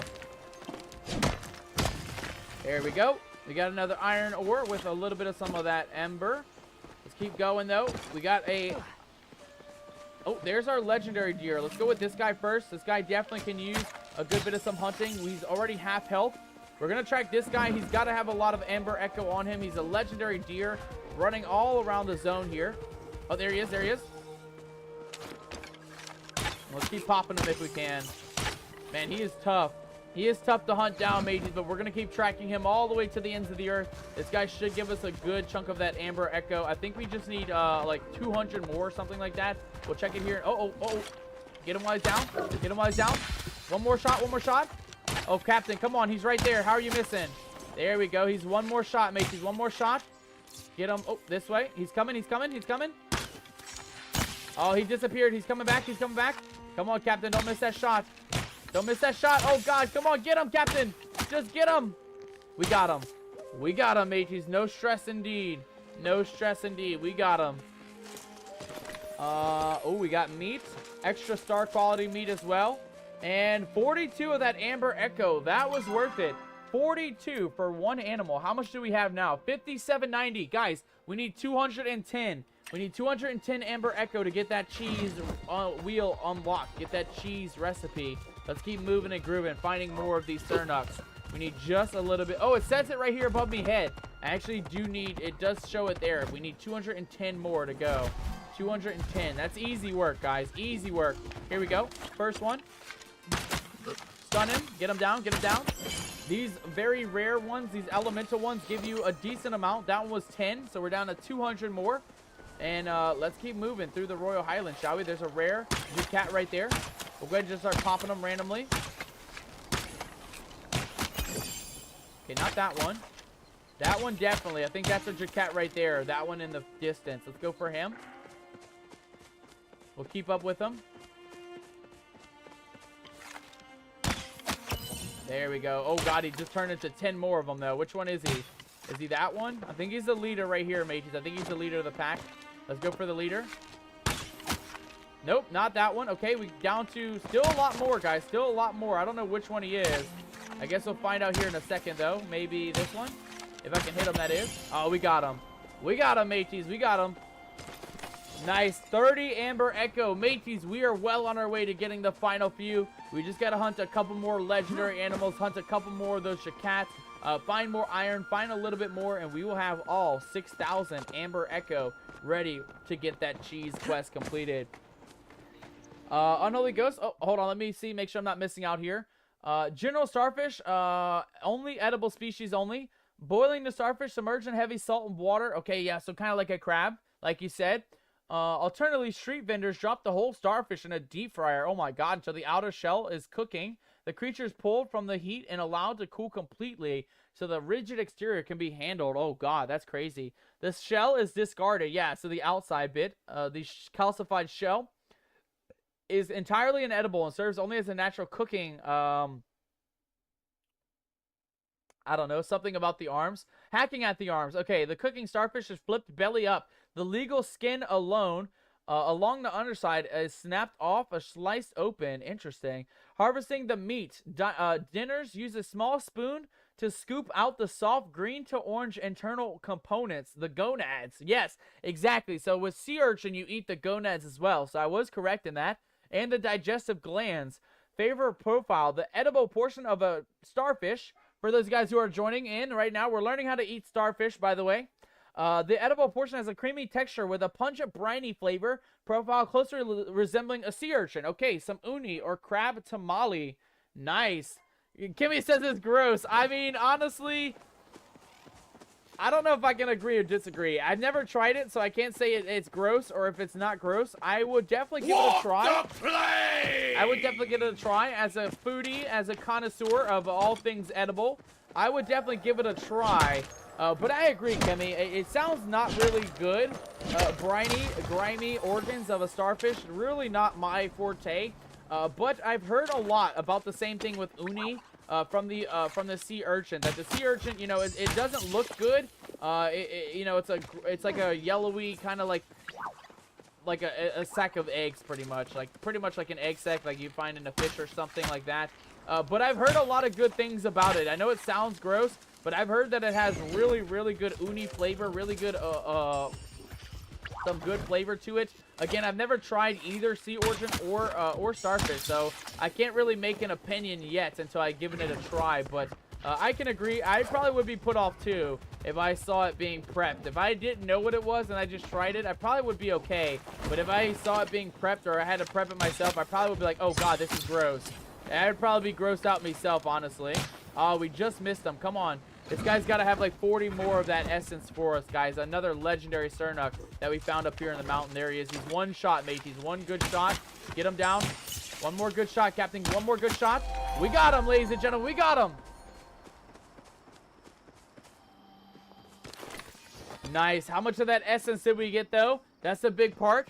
We got 42 Amber Essence, mateys. Not bad. That is a big chunk of that essence, guys. We are now down to our final 121, guys. 121 of that Amber Essence. Let's go ahead and grab a bit of iron. That'll get us down a little bit more. Ooh, hold on, I missed it. Kimmy says my stupid eyes read that. Bleaches her eyes. Kimmy, yeah, bleach your eyes. Bleach your eyes, Kimmy. Don't read that. Do not learn how to prep a starfish. I promise you, you will live a much happier life by not learning how to cook starfish, mateys. Take it from a captain. Take it from somebody who knows a lot about sea creatures. Probably not something you want to learn to do in your own free time, mateys. Probably not something worth value as far as knowledge goes. Okay, we do have a bunch of these elemental Jacats though out here, guys. So we're mainly gonna focus on these guys for now. These guys should have a lot of that element, that echo that we're looking for. So we're gonna focus on these elemental ones while we're out here. Let's grab that. Do we also get some stuff just from picking up? Yes, we do. From picking up herbs, we also get a bit of that essence as well. Good to know, actually. Very good to know. Kimmy said gross. Sour, agree with Kimmy. I mean, like I said, I can't say it tastes gross because people say that the sea urchin tastes good. So, I mean, you know, I can't really have an opinion until we figure out, until I actually try it IRL. And I'll be the experimentee, guys. I will let you guys know in the future if I ever go to, you know, I don't know, thinking Thailand or some other Asian country that does specialize in sea urchin food or in starfish cooking. I will let you guys know. I will try it, and I will give you guys some feedback on it. I will absolutely give you guys a heads up if I ever do go vacationing or do a trip somewhere like that where I can try rare exotic foods. I will be the experimentee, mateys. You have me word. You don't have to try the food that sounds gross. I will try it for you guys. I will take the toll, mateys. I will take the burden off your shoulders. I will let you know if it's good or not. Kimmy says, don't let me know. Kimmy, I got you, matey. I got you. I won't let you know. I will keep it to all me other crew members. Anybody who wants to know if starfish and sea urchin taste good, I will let you guys know whenever, if ever, I do get a chance to try it in my own lifetime. All right, nice. We got a little bit of some ironing ore. We got some more ember essence. How are we looking, guys? Walk the plank! Oh my god, Kimmy telling me to walk the plank. Kimmy, I told you, I won't let you know. I will keep it secret from you, Kimmy. No worries. No need to make me walk the plank tonight, matey. No need to make me walk the plank. What is this? A little baby tree? Okay, in some amber echo. Weird. That was a weird one. I've never seen a little baby tree hiding in some amber echo. We will go ahead and grab... Oh, hold on. We need a bit of some space. Let's go ahead and throw this out. That'll give us a little bit of echo. We can toss that out again. We don't need any of that. Let's go see what this bag is. There's some sort of an animal that got away up this way. Let's go see what this little bag is. Nice. A Jacat Bloop and some Amber Echo. Guys, we are down to the last 58 pieces of Amber Echo. We also got an Aeroflow mask from that. I like that. I like that a lot. Let's keep moving and grooving, shall we? We're down here looking for the final bits of Amber Echo tonight, guys. We're mainly just hoping to grab, looks like we need 51, guys. 51 more pieces of that Amber Echo. Let's grab some of this wild green onion. We can actually go ahead and eat that. Pick up our next one. There we go. We got a series sticker pack and a little bit of some more of the extra bits of onion. Let's see what we got. We got a found it sticker. We did find it, mateys. We did find the cheese area tonight. We did indeed find the cheese area. Let's go ahead and drop this. Pick up that extra green onion. Perfect. And we're going to keep moving, guys. We're looking for more of the Pyroflow creatures. And we're mainly looking to grab more of the elemental creatures in general, right? We're only looking to grab that Amber Echo. And the only way to get... Actually, maybe the trees might give us some. Let's test that out real quick. Let's see how the trees do for the Amber Echo as well. Here we go. Let's chop this one down. We'll see what we get. There is an elemental creature right there, so we're going to hunt that one down in a second. Nice, actually. 12 Amber Echo for that. We're down to our final 22, mateys. 22 Amber Echo for the final bit. Let's see if we can get 22 right off of this guy right now. There we go. Get him down, Captain. Get him down. One more shot. Get him while he's running. Where'd he go? Where'd he go? There he is. He's running off the backside. Get him, Captain. Get him good. Hit him one more time. One more good shot. One more well-placed shot. We got him on the snipe, mateys. We got him right over the shoreline, right over the edge of the cliff. Let's see if this will be our final bit, guys. We need just 22 more Amber Echo. We have... Oh my god, we needed 22. We got 19, mateys. We got 19. Let's grab some other random item here. We do not need the sapwood. We'll drop that out. This will give us our final bits of that Amber Echo. Ladies and gentlemen, we did it. We got all 6,000 pieces of that Amber Echo. Let's go back to the old cheese vault. Let's go see if we can find a bit of some old cheese, maybe a cheese recipe. And let's go see if we can actually go ahead and get our mount, right? That's our final goal for the night. I just wanted to see if we can get the new mount. And of course, the only way to do that is to feed our mount a bit of cheese. So we're going to head back home over to where the cheese vault is located at, which I believe it's going to be, if I remember, it was right outside of Amber Lake. So I believe it's right up here is where that cheese vault is. I think on this little ledge here. So we're going to go ahead and mark that on the map. Let's keep moving and grooving all the way down to the south side. And we're going to see if we can get this cheese quest completed tonight. Unholy Ghost in the chat's letting us know some common edible starfish species. The Asterius rubens, the Asterina, the ochre sea star as well. Plaster Ochreus, and are all edible. Good to know. Good to know, mateys. Good to know. Yeah, I don't know. I'm not a starfishologist, matey, so I couldn't even tell you which ones are which. I know it's probably similar like mushrooms where some things may look similar to others. I would only trust a professional, honestly. You can't buy any in the US. You have to travel to Asia to buy them to eat. Exactly. See, that's what I thought. I figured, you know, in the US there's probably like some safety protocols. There's probably some endangered species lists and things. Like, you really don't want to mess with stuff like that. So that is good to know. Good to know that, you know, in the US at least, you can't really buy an edible starfish. Kimmy, thank you so much for the reminder on letting us know that the ghost curse has been lifted. Mateys, we can now eat some edible starfish. We can now eat all of those good, glorious rations that we have. Every single one of us are now free of the mighty curse. Every single one of you guys can thank old Captain Nomadic and Kimmy for lifting the old ghost curse. We're no longer ghostified, mateys. Let that be known. We are free of the ghost curse tonight.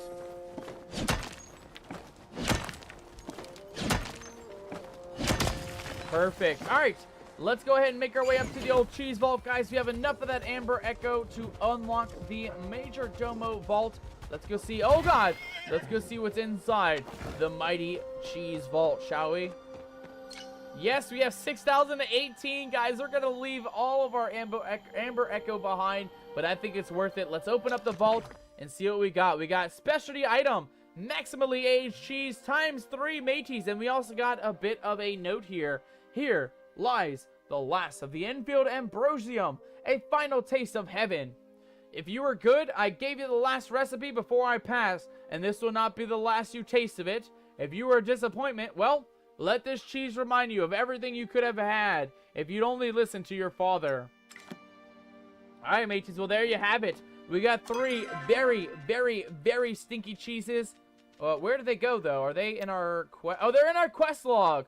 Look at that, mateys. We got them in our quest log. Now, we can head over to... Oh, it says return to Echelon. So we're going to head to Echelon first. But we need to head home over to our Griffin, our Riff Rock as well. Because our Riff Rock is going to need some of that minimally or maximally aged cheese as well. Kimmy's timing out me. Time out Unholy Ghost. He's the one bringing in all the starfish facts, matey. He's bringing in all the starfish facts, Kimmy. It's not me. It is not me. I'm just here for the conversation, right? I'm here for the entertainment and the knowledge. You guys know, as a nomadic pirate, I'm all about that knowledge, learning more and better things to know along our adventure. Ooh, Hassan's here. I was lost in thought. You're unharmed then, says Hassan. I am. Thank you for your quick thinking. It seems I owe you my life. I wouldn't be so dramatic. Captain Nomadic.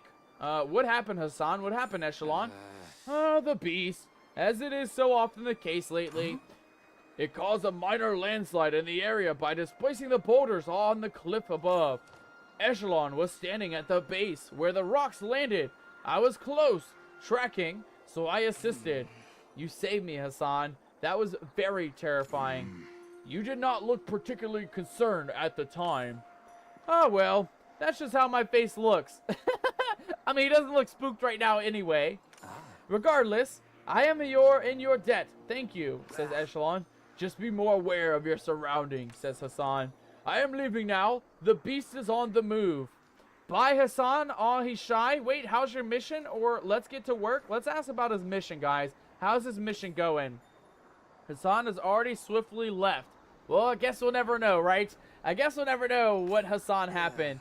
Kimmy says, no more starfish eating talk. I got you, Kimmy. I got you. No worries from old Captain Nomadic. No worries from old Captain Nomadic. We'll leave the starfish talk for another episode in the future. Maybe. Maybe. It looks like some of it is blocking our way into the Bellefontaine lab. I think he's talking about the landslide there.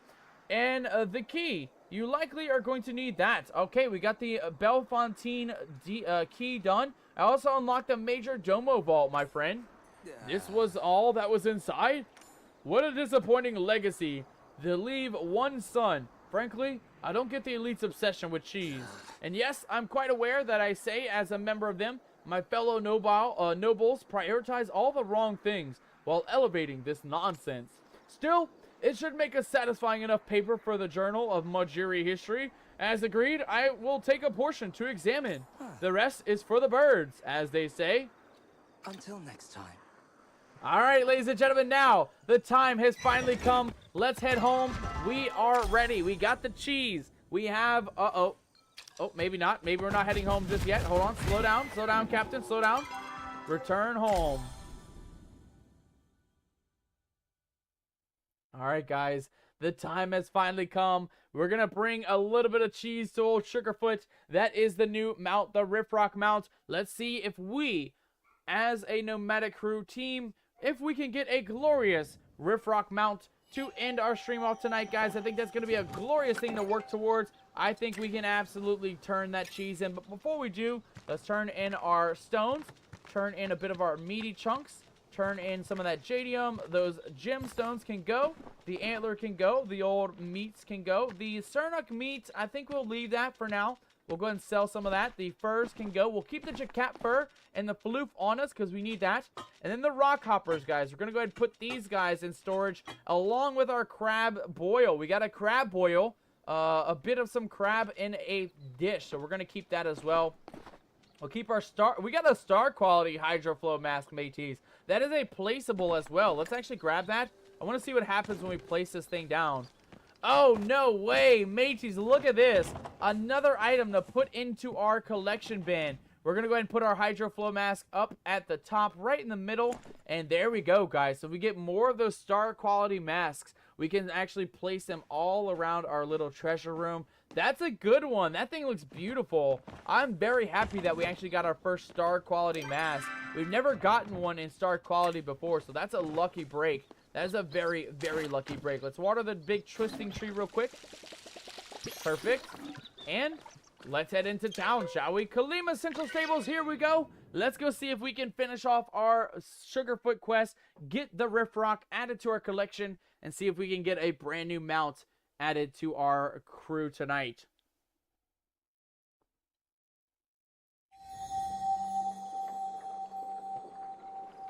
Alright, to the central stables we go. Well, we're in the central stables. To the exterior stables we go. But before we do have a little bit of some bundle board items to add to the collection. So let's go ahead and add our bundle board item, which is going to be the Jacat Floof, guys. We're up to 6 Jacat Floof. We need to get 4 more, and we also got to get 8 more Choppatails to finish off the rest of the bundle board. Aside from that, we still got to get a bit of furnishing made in order to get that completed. And then that's pretty much it. We just got to get floof, a couple of recipes built up, the jacat stew, the meaty rice, and we also got to get the steamed fish. But other than that, guys, the bundle board, we're doing very well on it, and we are very well almost completed this month's bundle board. We're only 10 days into the month, guys, and our bundle board is looking absolutely good for now. We're way ahead of the curve that we normally are. Normally, we're way behind the schedule with the bundle boards, but this time around, we're doing pretty damn good, to say the least. We're doing pretty dang good. All right, ladies and gentlemen, the time has finally come to turn in our cheese to the old mighty Sugarfoot. Sugarfoot, how do you feel, my friend? Here is your cheese. As soon as you approach, Sugarfoot is on her feet, excitedly sniffing at your backpack. Her smooth beak bumps against you as she tries to rummage inside. Huh? Whoa! I haven't seen her this excited in ages. Did you find that cheese? I sure did. Nice. That's amazing. You're incredible, Captain Nomadic. Seriously, I was ready to take on an extra work to try and cover her huge appetite. Feed Sugarfoot the cheese. Let's give Sugarfoot the cheese and see what happens. Uh-oh. She just exploded into a bit of smoke. As soon as she sinks her beak into the cheese, she lets out a trill. The next second, she's gobbling it up and leaving no crumbs. She trots around the paddock for a moment and then promptly goes back to her nest to settle. Finally, satisfied. Oh. That's the first time she relaxed in days, says Neo. You have no idea how relieved I am. Or maybe you do. He sniffles a little bit. Sugarfoot's gonna be proud in mommy, and it's all thanks to you. Anyway, here's a voucher. When the eggs are hatched, and you can turn that in for your very own riffrock, long as you've got space on your ranch. And who knows, when the little one's grown up, maybe we can go riding together. Hell yeah! I better get back to work now. Bye. But stop by and see Sugarfoot anytime, okay? I think she really warmed up to you. We got maximally aged cheese as well. An extra cheese to go along with us. We got the voucher for the Riff Rock, and there we go, guys. Look at that. We got all of our items ready to go. It moved out of our inventory from our quest into our normal inventory, and I feel excited about that, guys. We got a feckin' cheese, an extra one from our adventures, and we now have the Riff Rock. So now, let's head back home. Let's go see if we can get a Riff Rock added to our farm, and let's go see if we can actually get a good one, right? It's not just about the Riff Rock, it's about the decoration, the color, kind of similar to our horses, right? Where we get these very fancy looking horses, very fancy breeds of animals, very fancy colors. It's all about fancifying your animals, guys. And let's go see if we can fancify our Riff Rock tonight, shall we? I'm excited, guys. I cannot lie. I am so excited. The time has finally come to really showcase our brand new Riff Rock. We have a couple things set aside to really make this a good one, though, guys. Aside from our riding cookies that we got in our giveaways and our drops from Palia and Twitch, of course, we also have a couple other items alongside that. We have a couple of cookies of the day in order to allow us to actually get some unique traits, some unique cosmetic traits for our animal. And we even have a reroll cookie in case we get some shit ones. We will actually be able to re-roll for maybe a chance at getting even better patternings. But, ladies and gentlemen, the time has finally come. Let's do it, guys. We should have enough space for the Riff Rock. We have a one Riff Rock voucher right here. Let's go ahead and purchase our very own Riff Rock. Ladies and gentlemen, we did it! We did it! We got our very first Riff Rock, guys. Let's go find out where they're at. Actually, let's grab our cookies first. I got too excited. Let's grab our cookies just in case. And let's go see. There we go. Sarah coming in with the confetti. Oh my god, it feels good, guys. It feels good. I've been waiting weeks and weeks to try and get this thing. And I'm very, very happy about that. Let's get the Rider's Trait cookies. Rider's Reroll cookies can work as well in case we get bad traits. We want to get the Cookie of the Day, mateys. We should have those. Right here, we have 4 of those for 4 traits in case we need those. And then the reroll cookie. We have 1 reroll cookie in case we get a bad roll. We may be able to get a fresh look at our little guy here. And then I also want to get an age up cookie, right? Because aside from that, there is the moment of having to wait. So let's see here. Me first. There is a tasty trait. Gives a single random functional trait. Let's see here. Moderately increase your animal's happiness. We're looking for an age up cookie, mateys. I think there's an age up cookie or something like that. Let's see if we have one of those. Pal Snacks. Name Well cookie allows you to rename. Yeah, rename your animal. Me First cookie. Ensures your animal traits have priority inheritance breeding. Good value biscuit. Go Next cookie. Clears the breeding cooldown for your animals. Grants a slight amount of happiness. Grants a slight amount of happiness. Increases the rate at which your animal ages. Fancy Breed Biscuit. What is that? Faster Grow Cookie. Extremely Tasty Treat. Best Value Biscuit. And Bad Breed Biscuit. Okay, maybe we can buy. Kimmy says cookies. I know. We get lots of cookies in here. Fast Grow. We're not looking for Fast Grow, though. We're looking for Age Up or something like that. Let me see. Predictable Cookie. Blocks your animal from random trait. Never Grow Cookie. Prevents them from growing into the next stage of life. Yes, we definitely want that later on. Feeds this to an animal to remove random traits. I don't know if we have an Age Up Cookie. We have Fast Grow Cookie. Fancy Breed Biscuit allows your animal to pass the 3 traits. Oh no, mateys. We might not have an Age Up Cookie here. Roulette Trait Treat.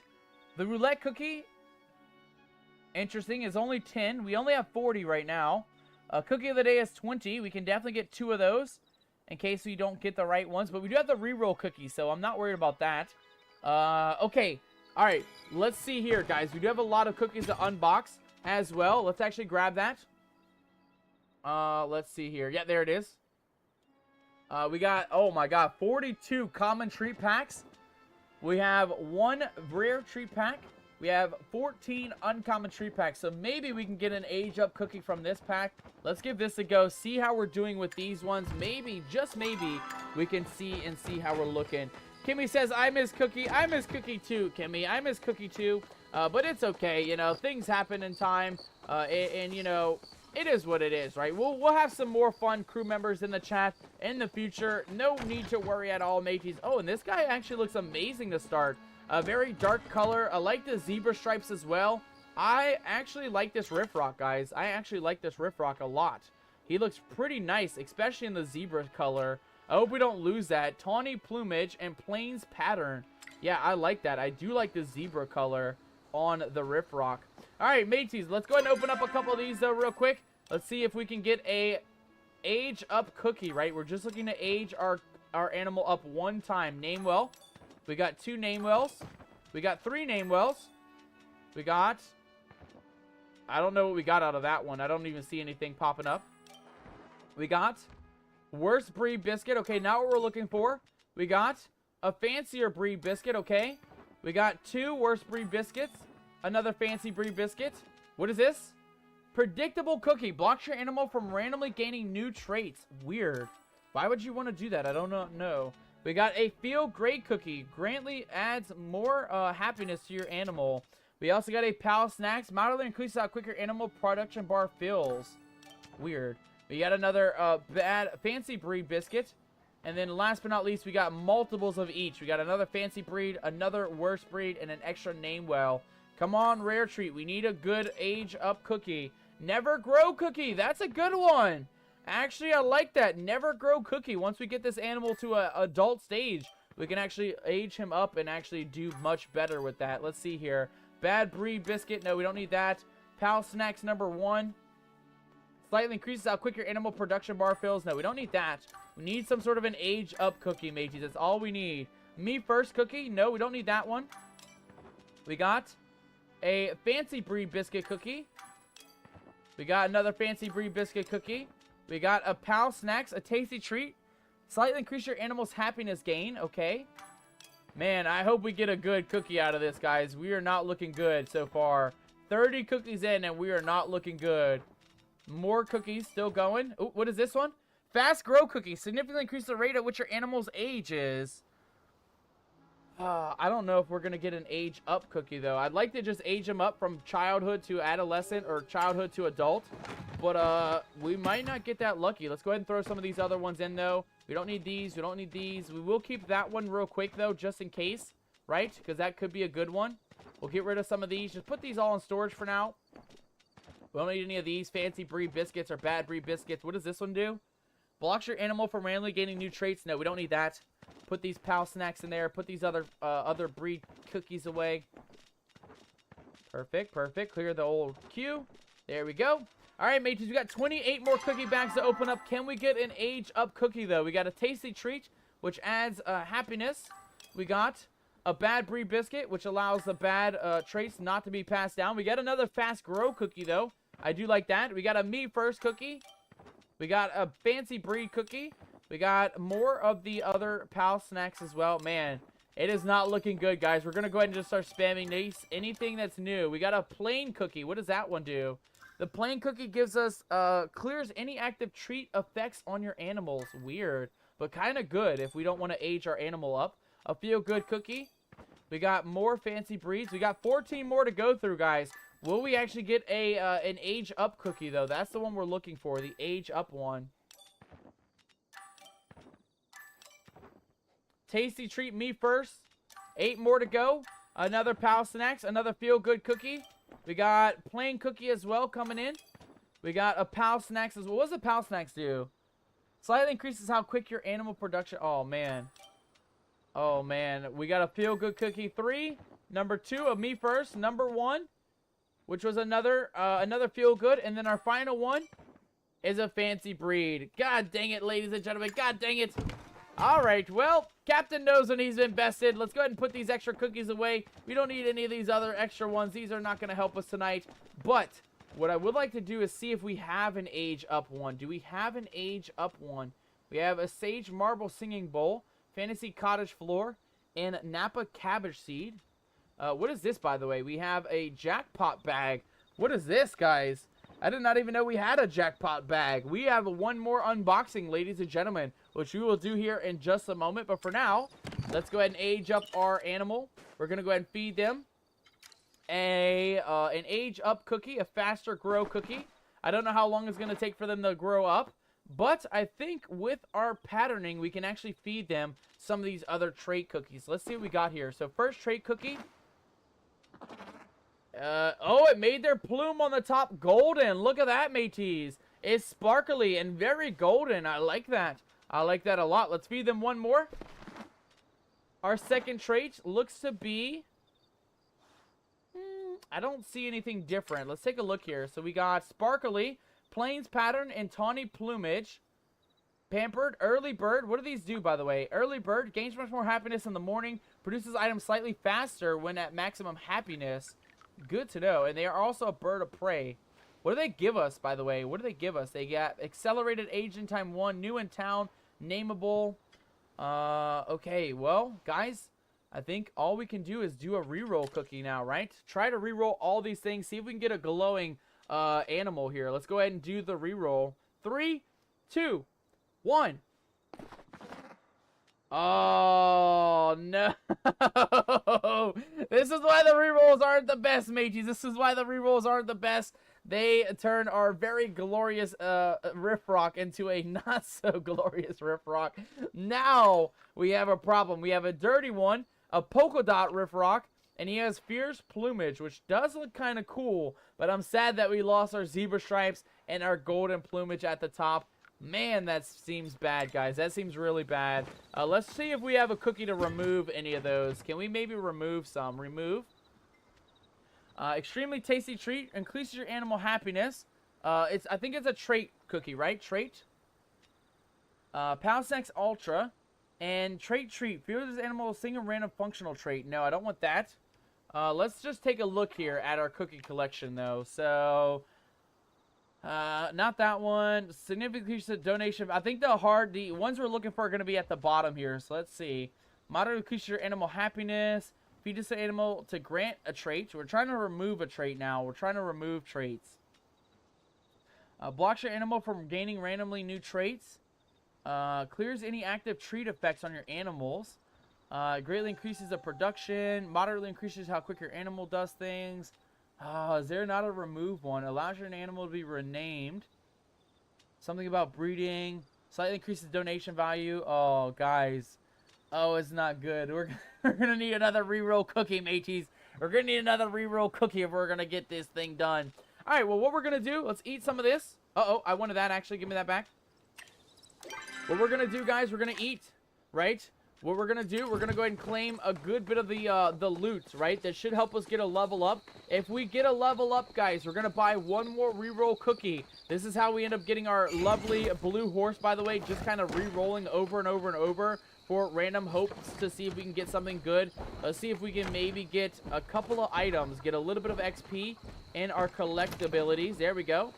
And hopefully we will get enough levels up here to actually get a little bit of some cookies, right? We only need I think 10, right? 10 more. Let's actually see how close we are, though. Ranching, we are only, oh god, we're only like halfway through the ranching, mateys. It is not looking good. It is not looking good. Our Riffrock was so cool with the zebra stripes, too. I'm sad we lost our zebra stripes, but I'm not giving up, guys. We got 2 more ranches to deal with. These guys here in the back, these guys aren't ready. That guy's not ready.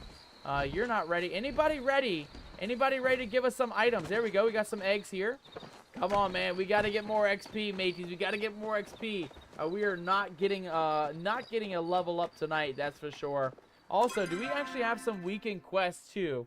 I'm just curious about that, because we may be able to get some. Yeah, 40 just for dinner serve. Feed or give a treat to an animal 20 times. Bundle of joy. Breed animals 3 times.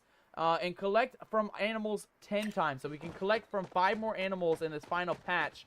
We may be able to get lucky and get the final pieces here. Let's see here. Horse doesn't have anything. Bumblebee doesn't have anything. Kitty Bee doesn't have anything. Come on, man. We need 3 more animals to claim items from. Here we go. Horse has some things. Goobillies doesn't have anything. And our Rolly does have something. Not bad. Alright. Okay. This is not good, guys. This is not good. We are 3 collections low, but we can feed our animal at least 11 times. So let's grab a little bit of food here. We're going to grab something that's going to feed them very slowly. Something very minimally in the food department, which is going to be these elder clam mushrooms. We'll take some of those with us. Let's go feed that Riffrock. We'll see if maybe we can get 10 more coins for the Riffrock. And maybe, just maybe, we can get a reroll and get a better roll on the Riffrock. Because I'm sad, guys. It's dirty, and it is polka dot, but you can't see the polka dot because of the dirtiness. Let's go ahead and feed this guy a little bit here. Little baby Riffrock, how you doing, buddy? Are you looking to eat a little bit of, not the cheese, a little bit of these mushies? Do you like mushies? Nice, he does like them. There we go, guys. We got our coinages. Let's go back to the main gate at the front. Let's get another reroll cookie, guys. It's very expensive at 50 coins per, but again, it may help us. It may help us. Sarah says there's no reverse. No, there's not. That's the thing, right? So you can get 2 really good cookies here, guys. The cookie of the day, this one. This gives you a random cosmetic trait specifically, right? And so that's what we were feeding our animal. We were feeding him a couple of these cookies of the day. But if you don't get the traits that you like, if you don't like the color of your animal, you cannot keep feeding them more of these. You cannot give them any more once they reach the max level. So the only way to change it is to buy a reroll cookie. At 50 coins per, they are very, very expensive, but that is what we're going to do, guys. I want to feed this animal. I want to see if maybe we can get a fancy glowing one, some sort of sparkly, some sort of good color one. I don't necessarily care for the color schemes, but I want something that shows that it is an exotic creature, right? This doesn't scream exotic creature. This screams normal animal. We want the OG cookie, says Kimmy. I know. I want an OG cookie myself, honestly. I want an OG cookie myself. But let's do it, guys and gals. Let's get our Riffrock in the screen. And let's give it one more chance here. Reroll. Come on. Give us something good. Hey! There we go, mateys! Look at that! Ladies and gentlemen, look at the new Riffrock that we got in our collection. Look at this beautiful, and I mean beautiful, Riffrock. Ladies and gentlemen, it has a solid golden plumage on the head. It has this very shiny pinkish kind of color. Sarah's happy. I'm happy too, Sarah. I'm so happy. I'm so happy, guys. Oh my god, we actually got it. We got a legendary Riffrock. Guys, look at this thing. It's blue and pink polka dots. It's like a cotton candy Riffrock. It is absolutely beautiful. It's shiny. It has this kind of shiny pinkish kind of glow here. All of its body shiny. You guys can even see down at the hooves, even like here, there's a bit of some shininess.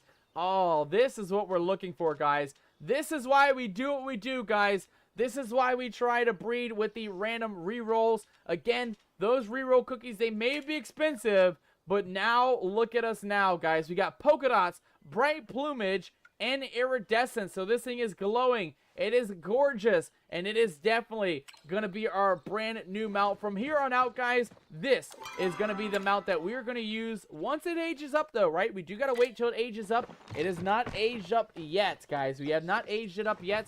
We got to come back in next week's episode, and then we'll get to really showcase this thing off. But again, look at this thing. Look how beautiful this thing is. It is a glorious, and I mean glorious mount, guys. Those reroll cookies, definitely worth it when you get a good one. When you get a bad one, it's kind of shite. But when you get a good one, it can definitely work out for the better, in my opinion. It can definitely work out so much better when you get a good roll on those reroll cookies. And that's for every trait. All 3 traits get randomly rolled. So we kind of got lucky getting the polka dot a second time. And I'm kind of happy that we managed to get such a cool color scheme. It is definitely a unique one, to say the least. I don't know why I'm throwing the fertilizer into the storage. I'm just kind of making some space real quick, guys. I do want the Never Grow Up cookie, though, because we're going to keep that one for sure. Once it is an adult, of course. And then the rest of these cookies can kind of just go. The Good Value Biscuit, that can go as well. And then everything else is going to go back into the sell bin once we get over back to our house. Guys and gals, we got about 10 minutes left to stream. The final 10 minutes we are going to use with our final unboxing. And I will go ahead and show off a little bit about what we built. Some of you guys might have missed our house tour earlier. I built a lot of things outside of the stream over the week. So there is a couple things to show off as well. So let's keep the Never Grow cookie here. Put the cheese in an old storage bin. We'll keep our little horse ticket right there.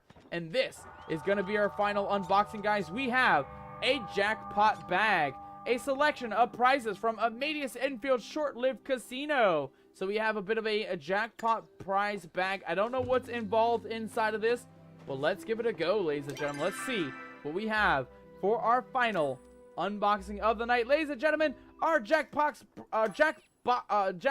prize bag, that's hard. Try saying that 5 times. Jackpot prize bag is going to have some cheese, mateys. We got some more cheese! Hell yeah! We got more cheese, ladies and gentlemen. Look at that. We got a little bit more cheese. We probably should have opened that up long ago, though. It's been sitting in our backpack for who knows how long. I can't believe we actually got a bunch of that cheese, though. Look at that, mateys. We have a total of 5 cheeses, 6, one extra one that we can actually eat. And these ones are actually just for show. They're not edible. They are meant to be sold. But we're not going to sell that cheese, guys. We're going to hold on to our glorious cheese. We also got something new to take a look at next week as well, guys. We got a voucher for a Quindu Thoroughbred voucher, which is a different type of horse. It is not the Dawnspur horse. It is an Quindu Thoroughbred. So we're going to have a brand new horse to take a look at next week. In next week's episode, we're going to go ahead and breed up a Quindu Thoroughbred and see what that has in store for us as well. So we're going to have multiple horses. Not just our Crimson, our Pegasus, and our zigzaggy chocolate vanilla guy. We're going to have the Riff Rock to take a look at next week. And we're also going to have to take a look at that Thoroughbred next week as well. For now, though, guys and gals, for the final 10 minutes of stream, let's take a look through our house. We have a lot of things to take a look at, guys. A lot of new things to take a look at for our housing plot. Let's go ahead and grab a little bit of that. Grab some tomatoes while we're here. Grab those carrots while we're here. Take good care of our crops. Get those weeds out. Boom, boom, boom, and boom. Kimmy coming in with a suggestion for the raid tonight. Alex Tria. Alex Tria is a glorious suggestion. Kimmy, thank you so much for that suggestion. I do not believe that is somebody we raid into tonight. So So I'm excited to raid into somebody new. See if we can maybe meet a new friend here in the world of Palia, guys. Again, we will be raiding out in about 10 or less minutes, guys. About 7 to 10 minutes we will be raiding out here.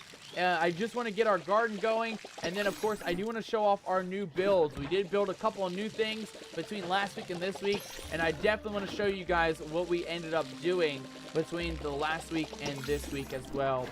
Real quick, we'll just finish watering our crops since it is the morning. It's 7 o'clock. We're missing the Crab Wars, mateys. I forgot about the Crab Wars. That's fine. We're never going to catch it. We're going to be already late to the Crab Wars, guys, but that's fine. We will make our way to the Crab Wars next week, right? We'll do another run next week of the Crab Wars, but for now, let's take good care of our carrots. Get a couple of these in our bag. Throw our tomatoes back into the old storage. Throw the carrots into the old storage. And we're actually going to go ahead and pickle up those peppers, believe it or not, because we actually can pickle up a couple of peppers now. There we go. Pickle up those spicy peppers, Captain. Get those old carrots into the old ground. Give them a bit of some love. Give them a bit of some water. And perfect.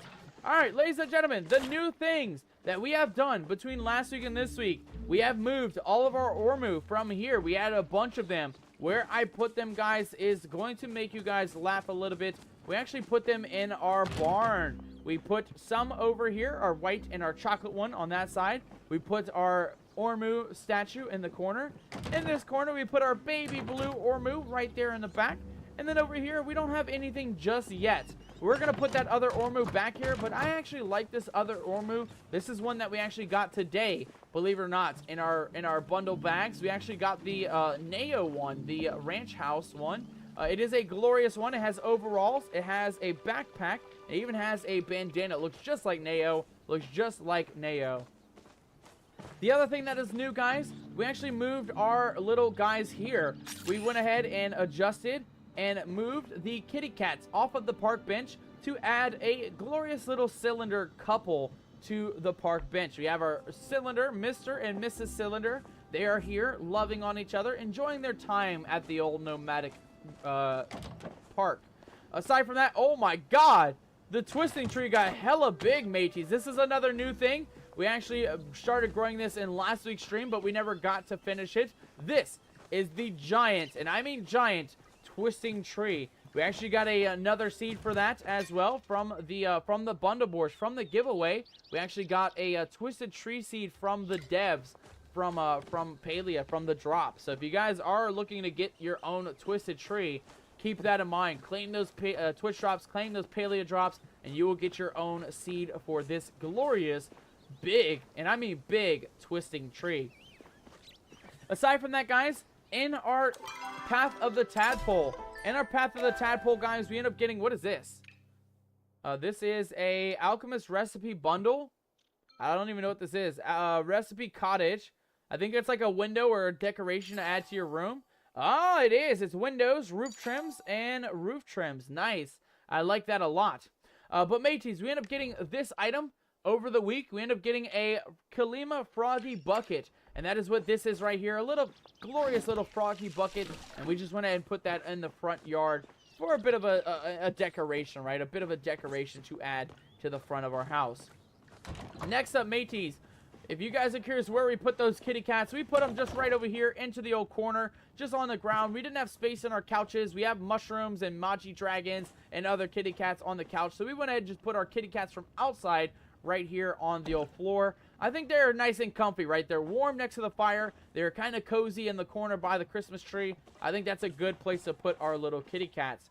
Next up, our next newest thing, guys, is we actually redid all of our collection of pods. We end up getting rid of the shelf from our fancy pods, and we actually put them over here. These are going to be our fancy pods. Victor, George, Darcy, and Danvers. We have multiple fancy pods from our new fancy pod collection.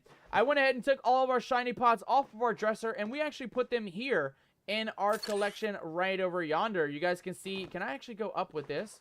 I don't think I can go up with it, but you guys can see we have all 9 of our shiny pods all taking a good gander on the old desk there. So they're all kind of just hanging out, enjoying their time, and we got the full collection of all of our shinies right here on the table.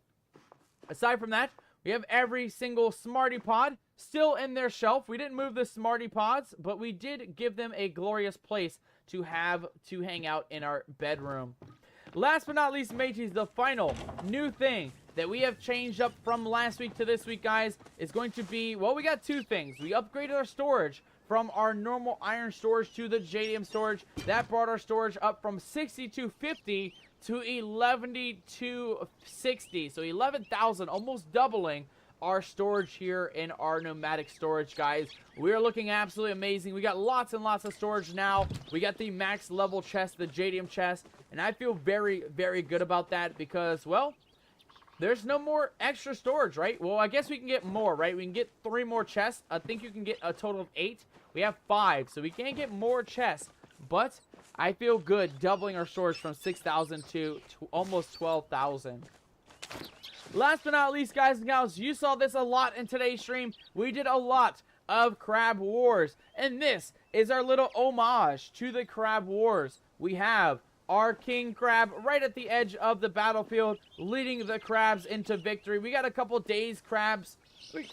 We got a couple days rock hoppers. And the only thing that we're missing is a non-days crab to go somewhere over on this side. That way we have an even battlefield, right? We got 2 days crab, 2 days frogs, and 1 non-days frog, 1, hopefully in the future, non-days crab. It is a battle, though, between the crabs and the rock hoppers. But not only is that a battle between them, it's also a battle between our pods.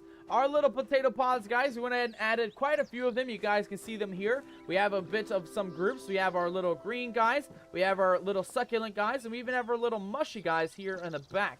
And then it's kind of the same way here on this side. We have our oceanic pods. And we have our rocker pods in the back. 2 different divisions of potato pods there for our war. The only thing, guys, that we are missing for our Crab War homage little area here is the King Hoppington. The King Hoppington is going to go right here on the side, and I actually figured out how to get it, guys. We can actually get a scooter from our fishing mini game. Congratulations, Kimmy, on getting a glorious scooter. You can keep that since it is part of the daily rations, but please do not eat the scooter, Kimmy. Please do not eat the scooter because that is not going to be edible, matey. That is not going to be something that I recommend you eat. However, Sarah got a 1-star rare Arapima. That is definitely a very edible fish, so enjoy your Arapima there, Sarah. Guys and gals, we are looking to hopefully within this week and next week get 1, 2, 3, 4, and 5 levels. If we can get 5 more levels, ladies and gentlemen, we will get the King Hoppington replica, the King Frog on the gold pile, where we will absolutely be able to finish our war scene, our battle scene for the King of the Crab Wars. That will be our final addition, guys. We want to add 1 more crab and our replica of the King Hoppington on the far end to match our homage, right, to the Crab Wars. But for now, ladies and gentlemen, that is going to be all of the new things that we have for our world, for our housing plot, and our adventures in tonight's stream. So, without further ado, ladies and gentlemen, I am going to give you a wave goodbye. I am going to say thank you guys so very much for joining us in tonight's stream. Can I actually put this away? There we go. And I'm also going to go ahead and give you guys some love hearts to say thank you guys so very much for joining us here in our nomadic streams this Wednesday. Guys and gals, thank you so very much for all the fun tonight. Thank you for joining us. Thank you for the conversations. We had fun conversations about cheese. We got fun conversations about what was the other thing? It was cheese and as well as some recipes. Pickles. We talked a little about pickles. Again, I will work on that tonight, guys, getting our store page up. That way we can start working on getting the pickles going. But for now, ladies and gentlemen, thank you all so very, very much for joining us here on our nomadic stream tonight. Guys and gals, I absolutely appreciate every single one of you guys, and to show my love and appreciation, I'm going to thank all of you guys personally, every single one of you guys who are here at the end of the stream. Anybody say hello in the chat right now, I will go ahead and give you guys a hello, give you guys a goodbye, and say thank you so very much. So thank you so much, Kimmy. Guys and gals, Kimmy's already getting the raid calls going, so if you are part of the follower division, or if you are a subby wubby, that second nomadic raid call is going to be for our subby wubbies. The first one's going to be for our followers. And of course, ladies and gentlemen, copy and paste whichever one pertains to you. For our nomadic stream tonight, guys and gals, we are going to raid out to somebody new, somebody who goes by the name of, where was that? Alextria. Alextria is also playing Palia, guys. So if you do want to give some nomadic support to Alextria, make sure to copy and paste whichever nomadic call pertains to you. And let's go ahead and find Alexia here in the world of Twitch. Aside from that, guys and gals, for all of you, the rest of you guys on YouTube, we're not raiding out on YouTube. We're not raiding out on Kick, but stick around because we're going to say goodbye all together as a great big pirate crew.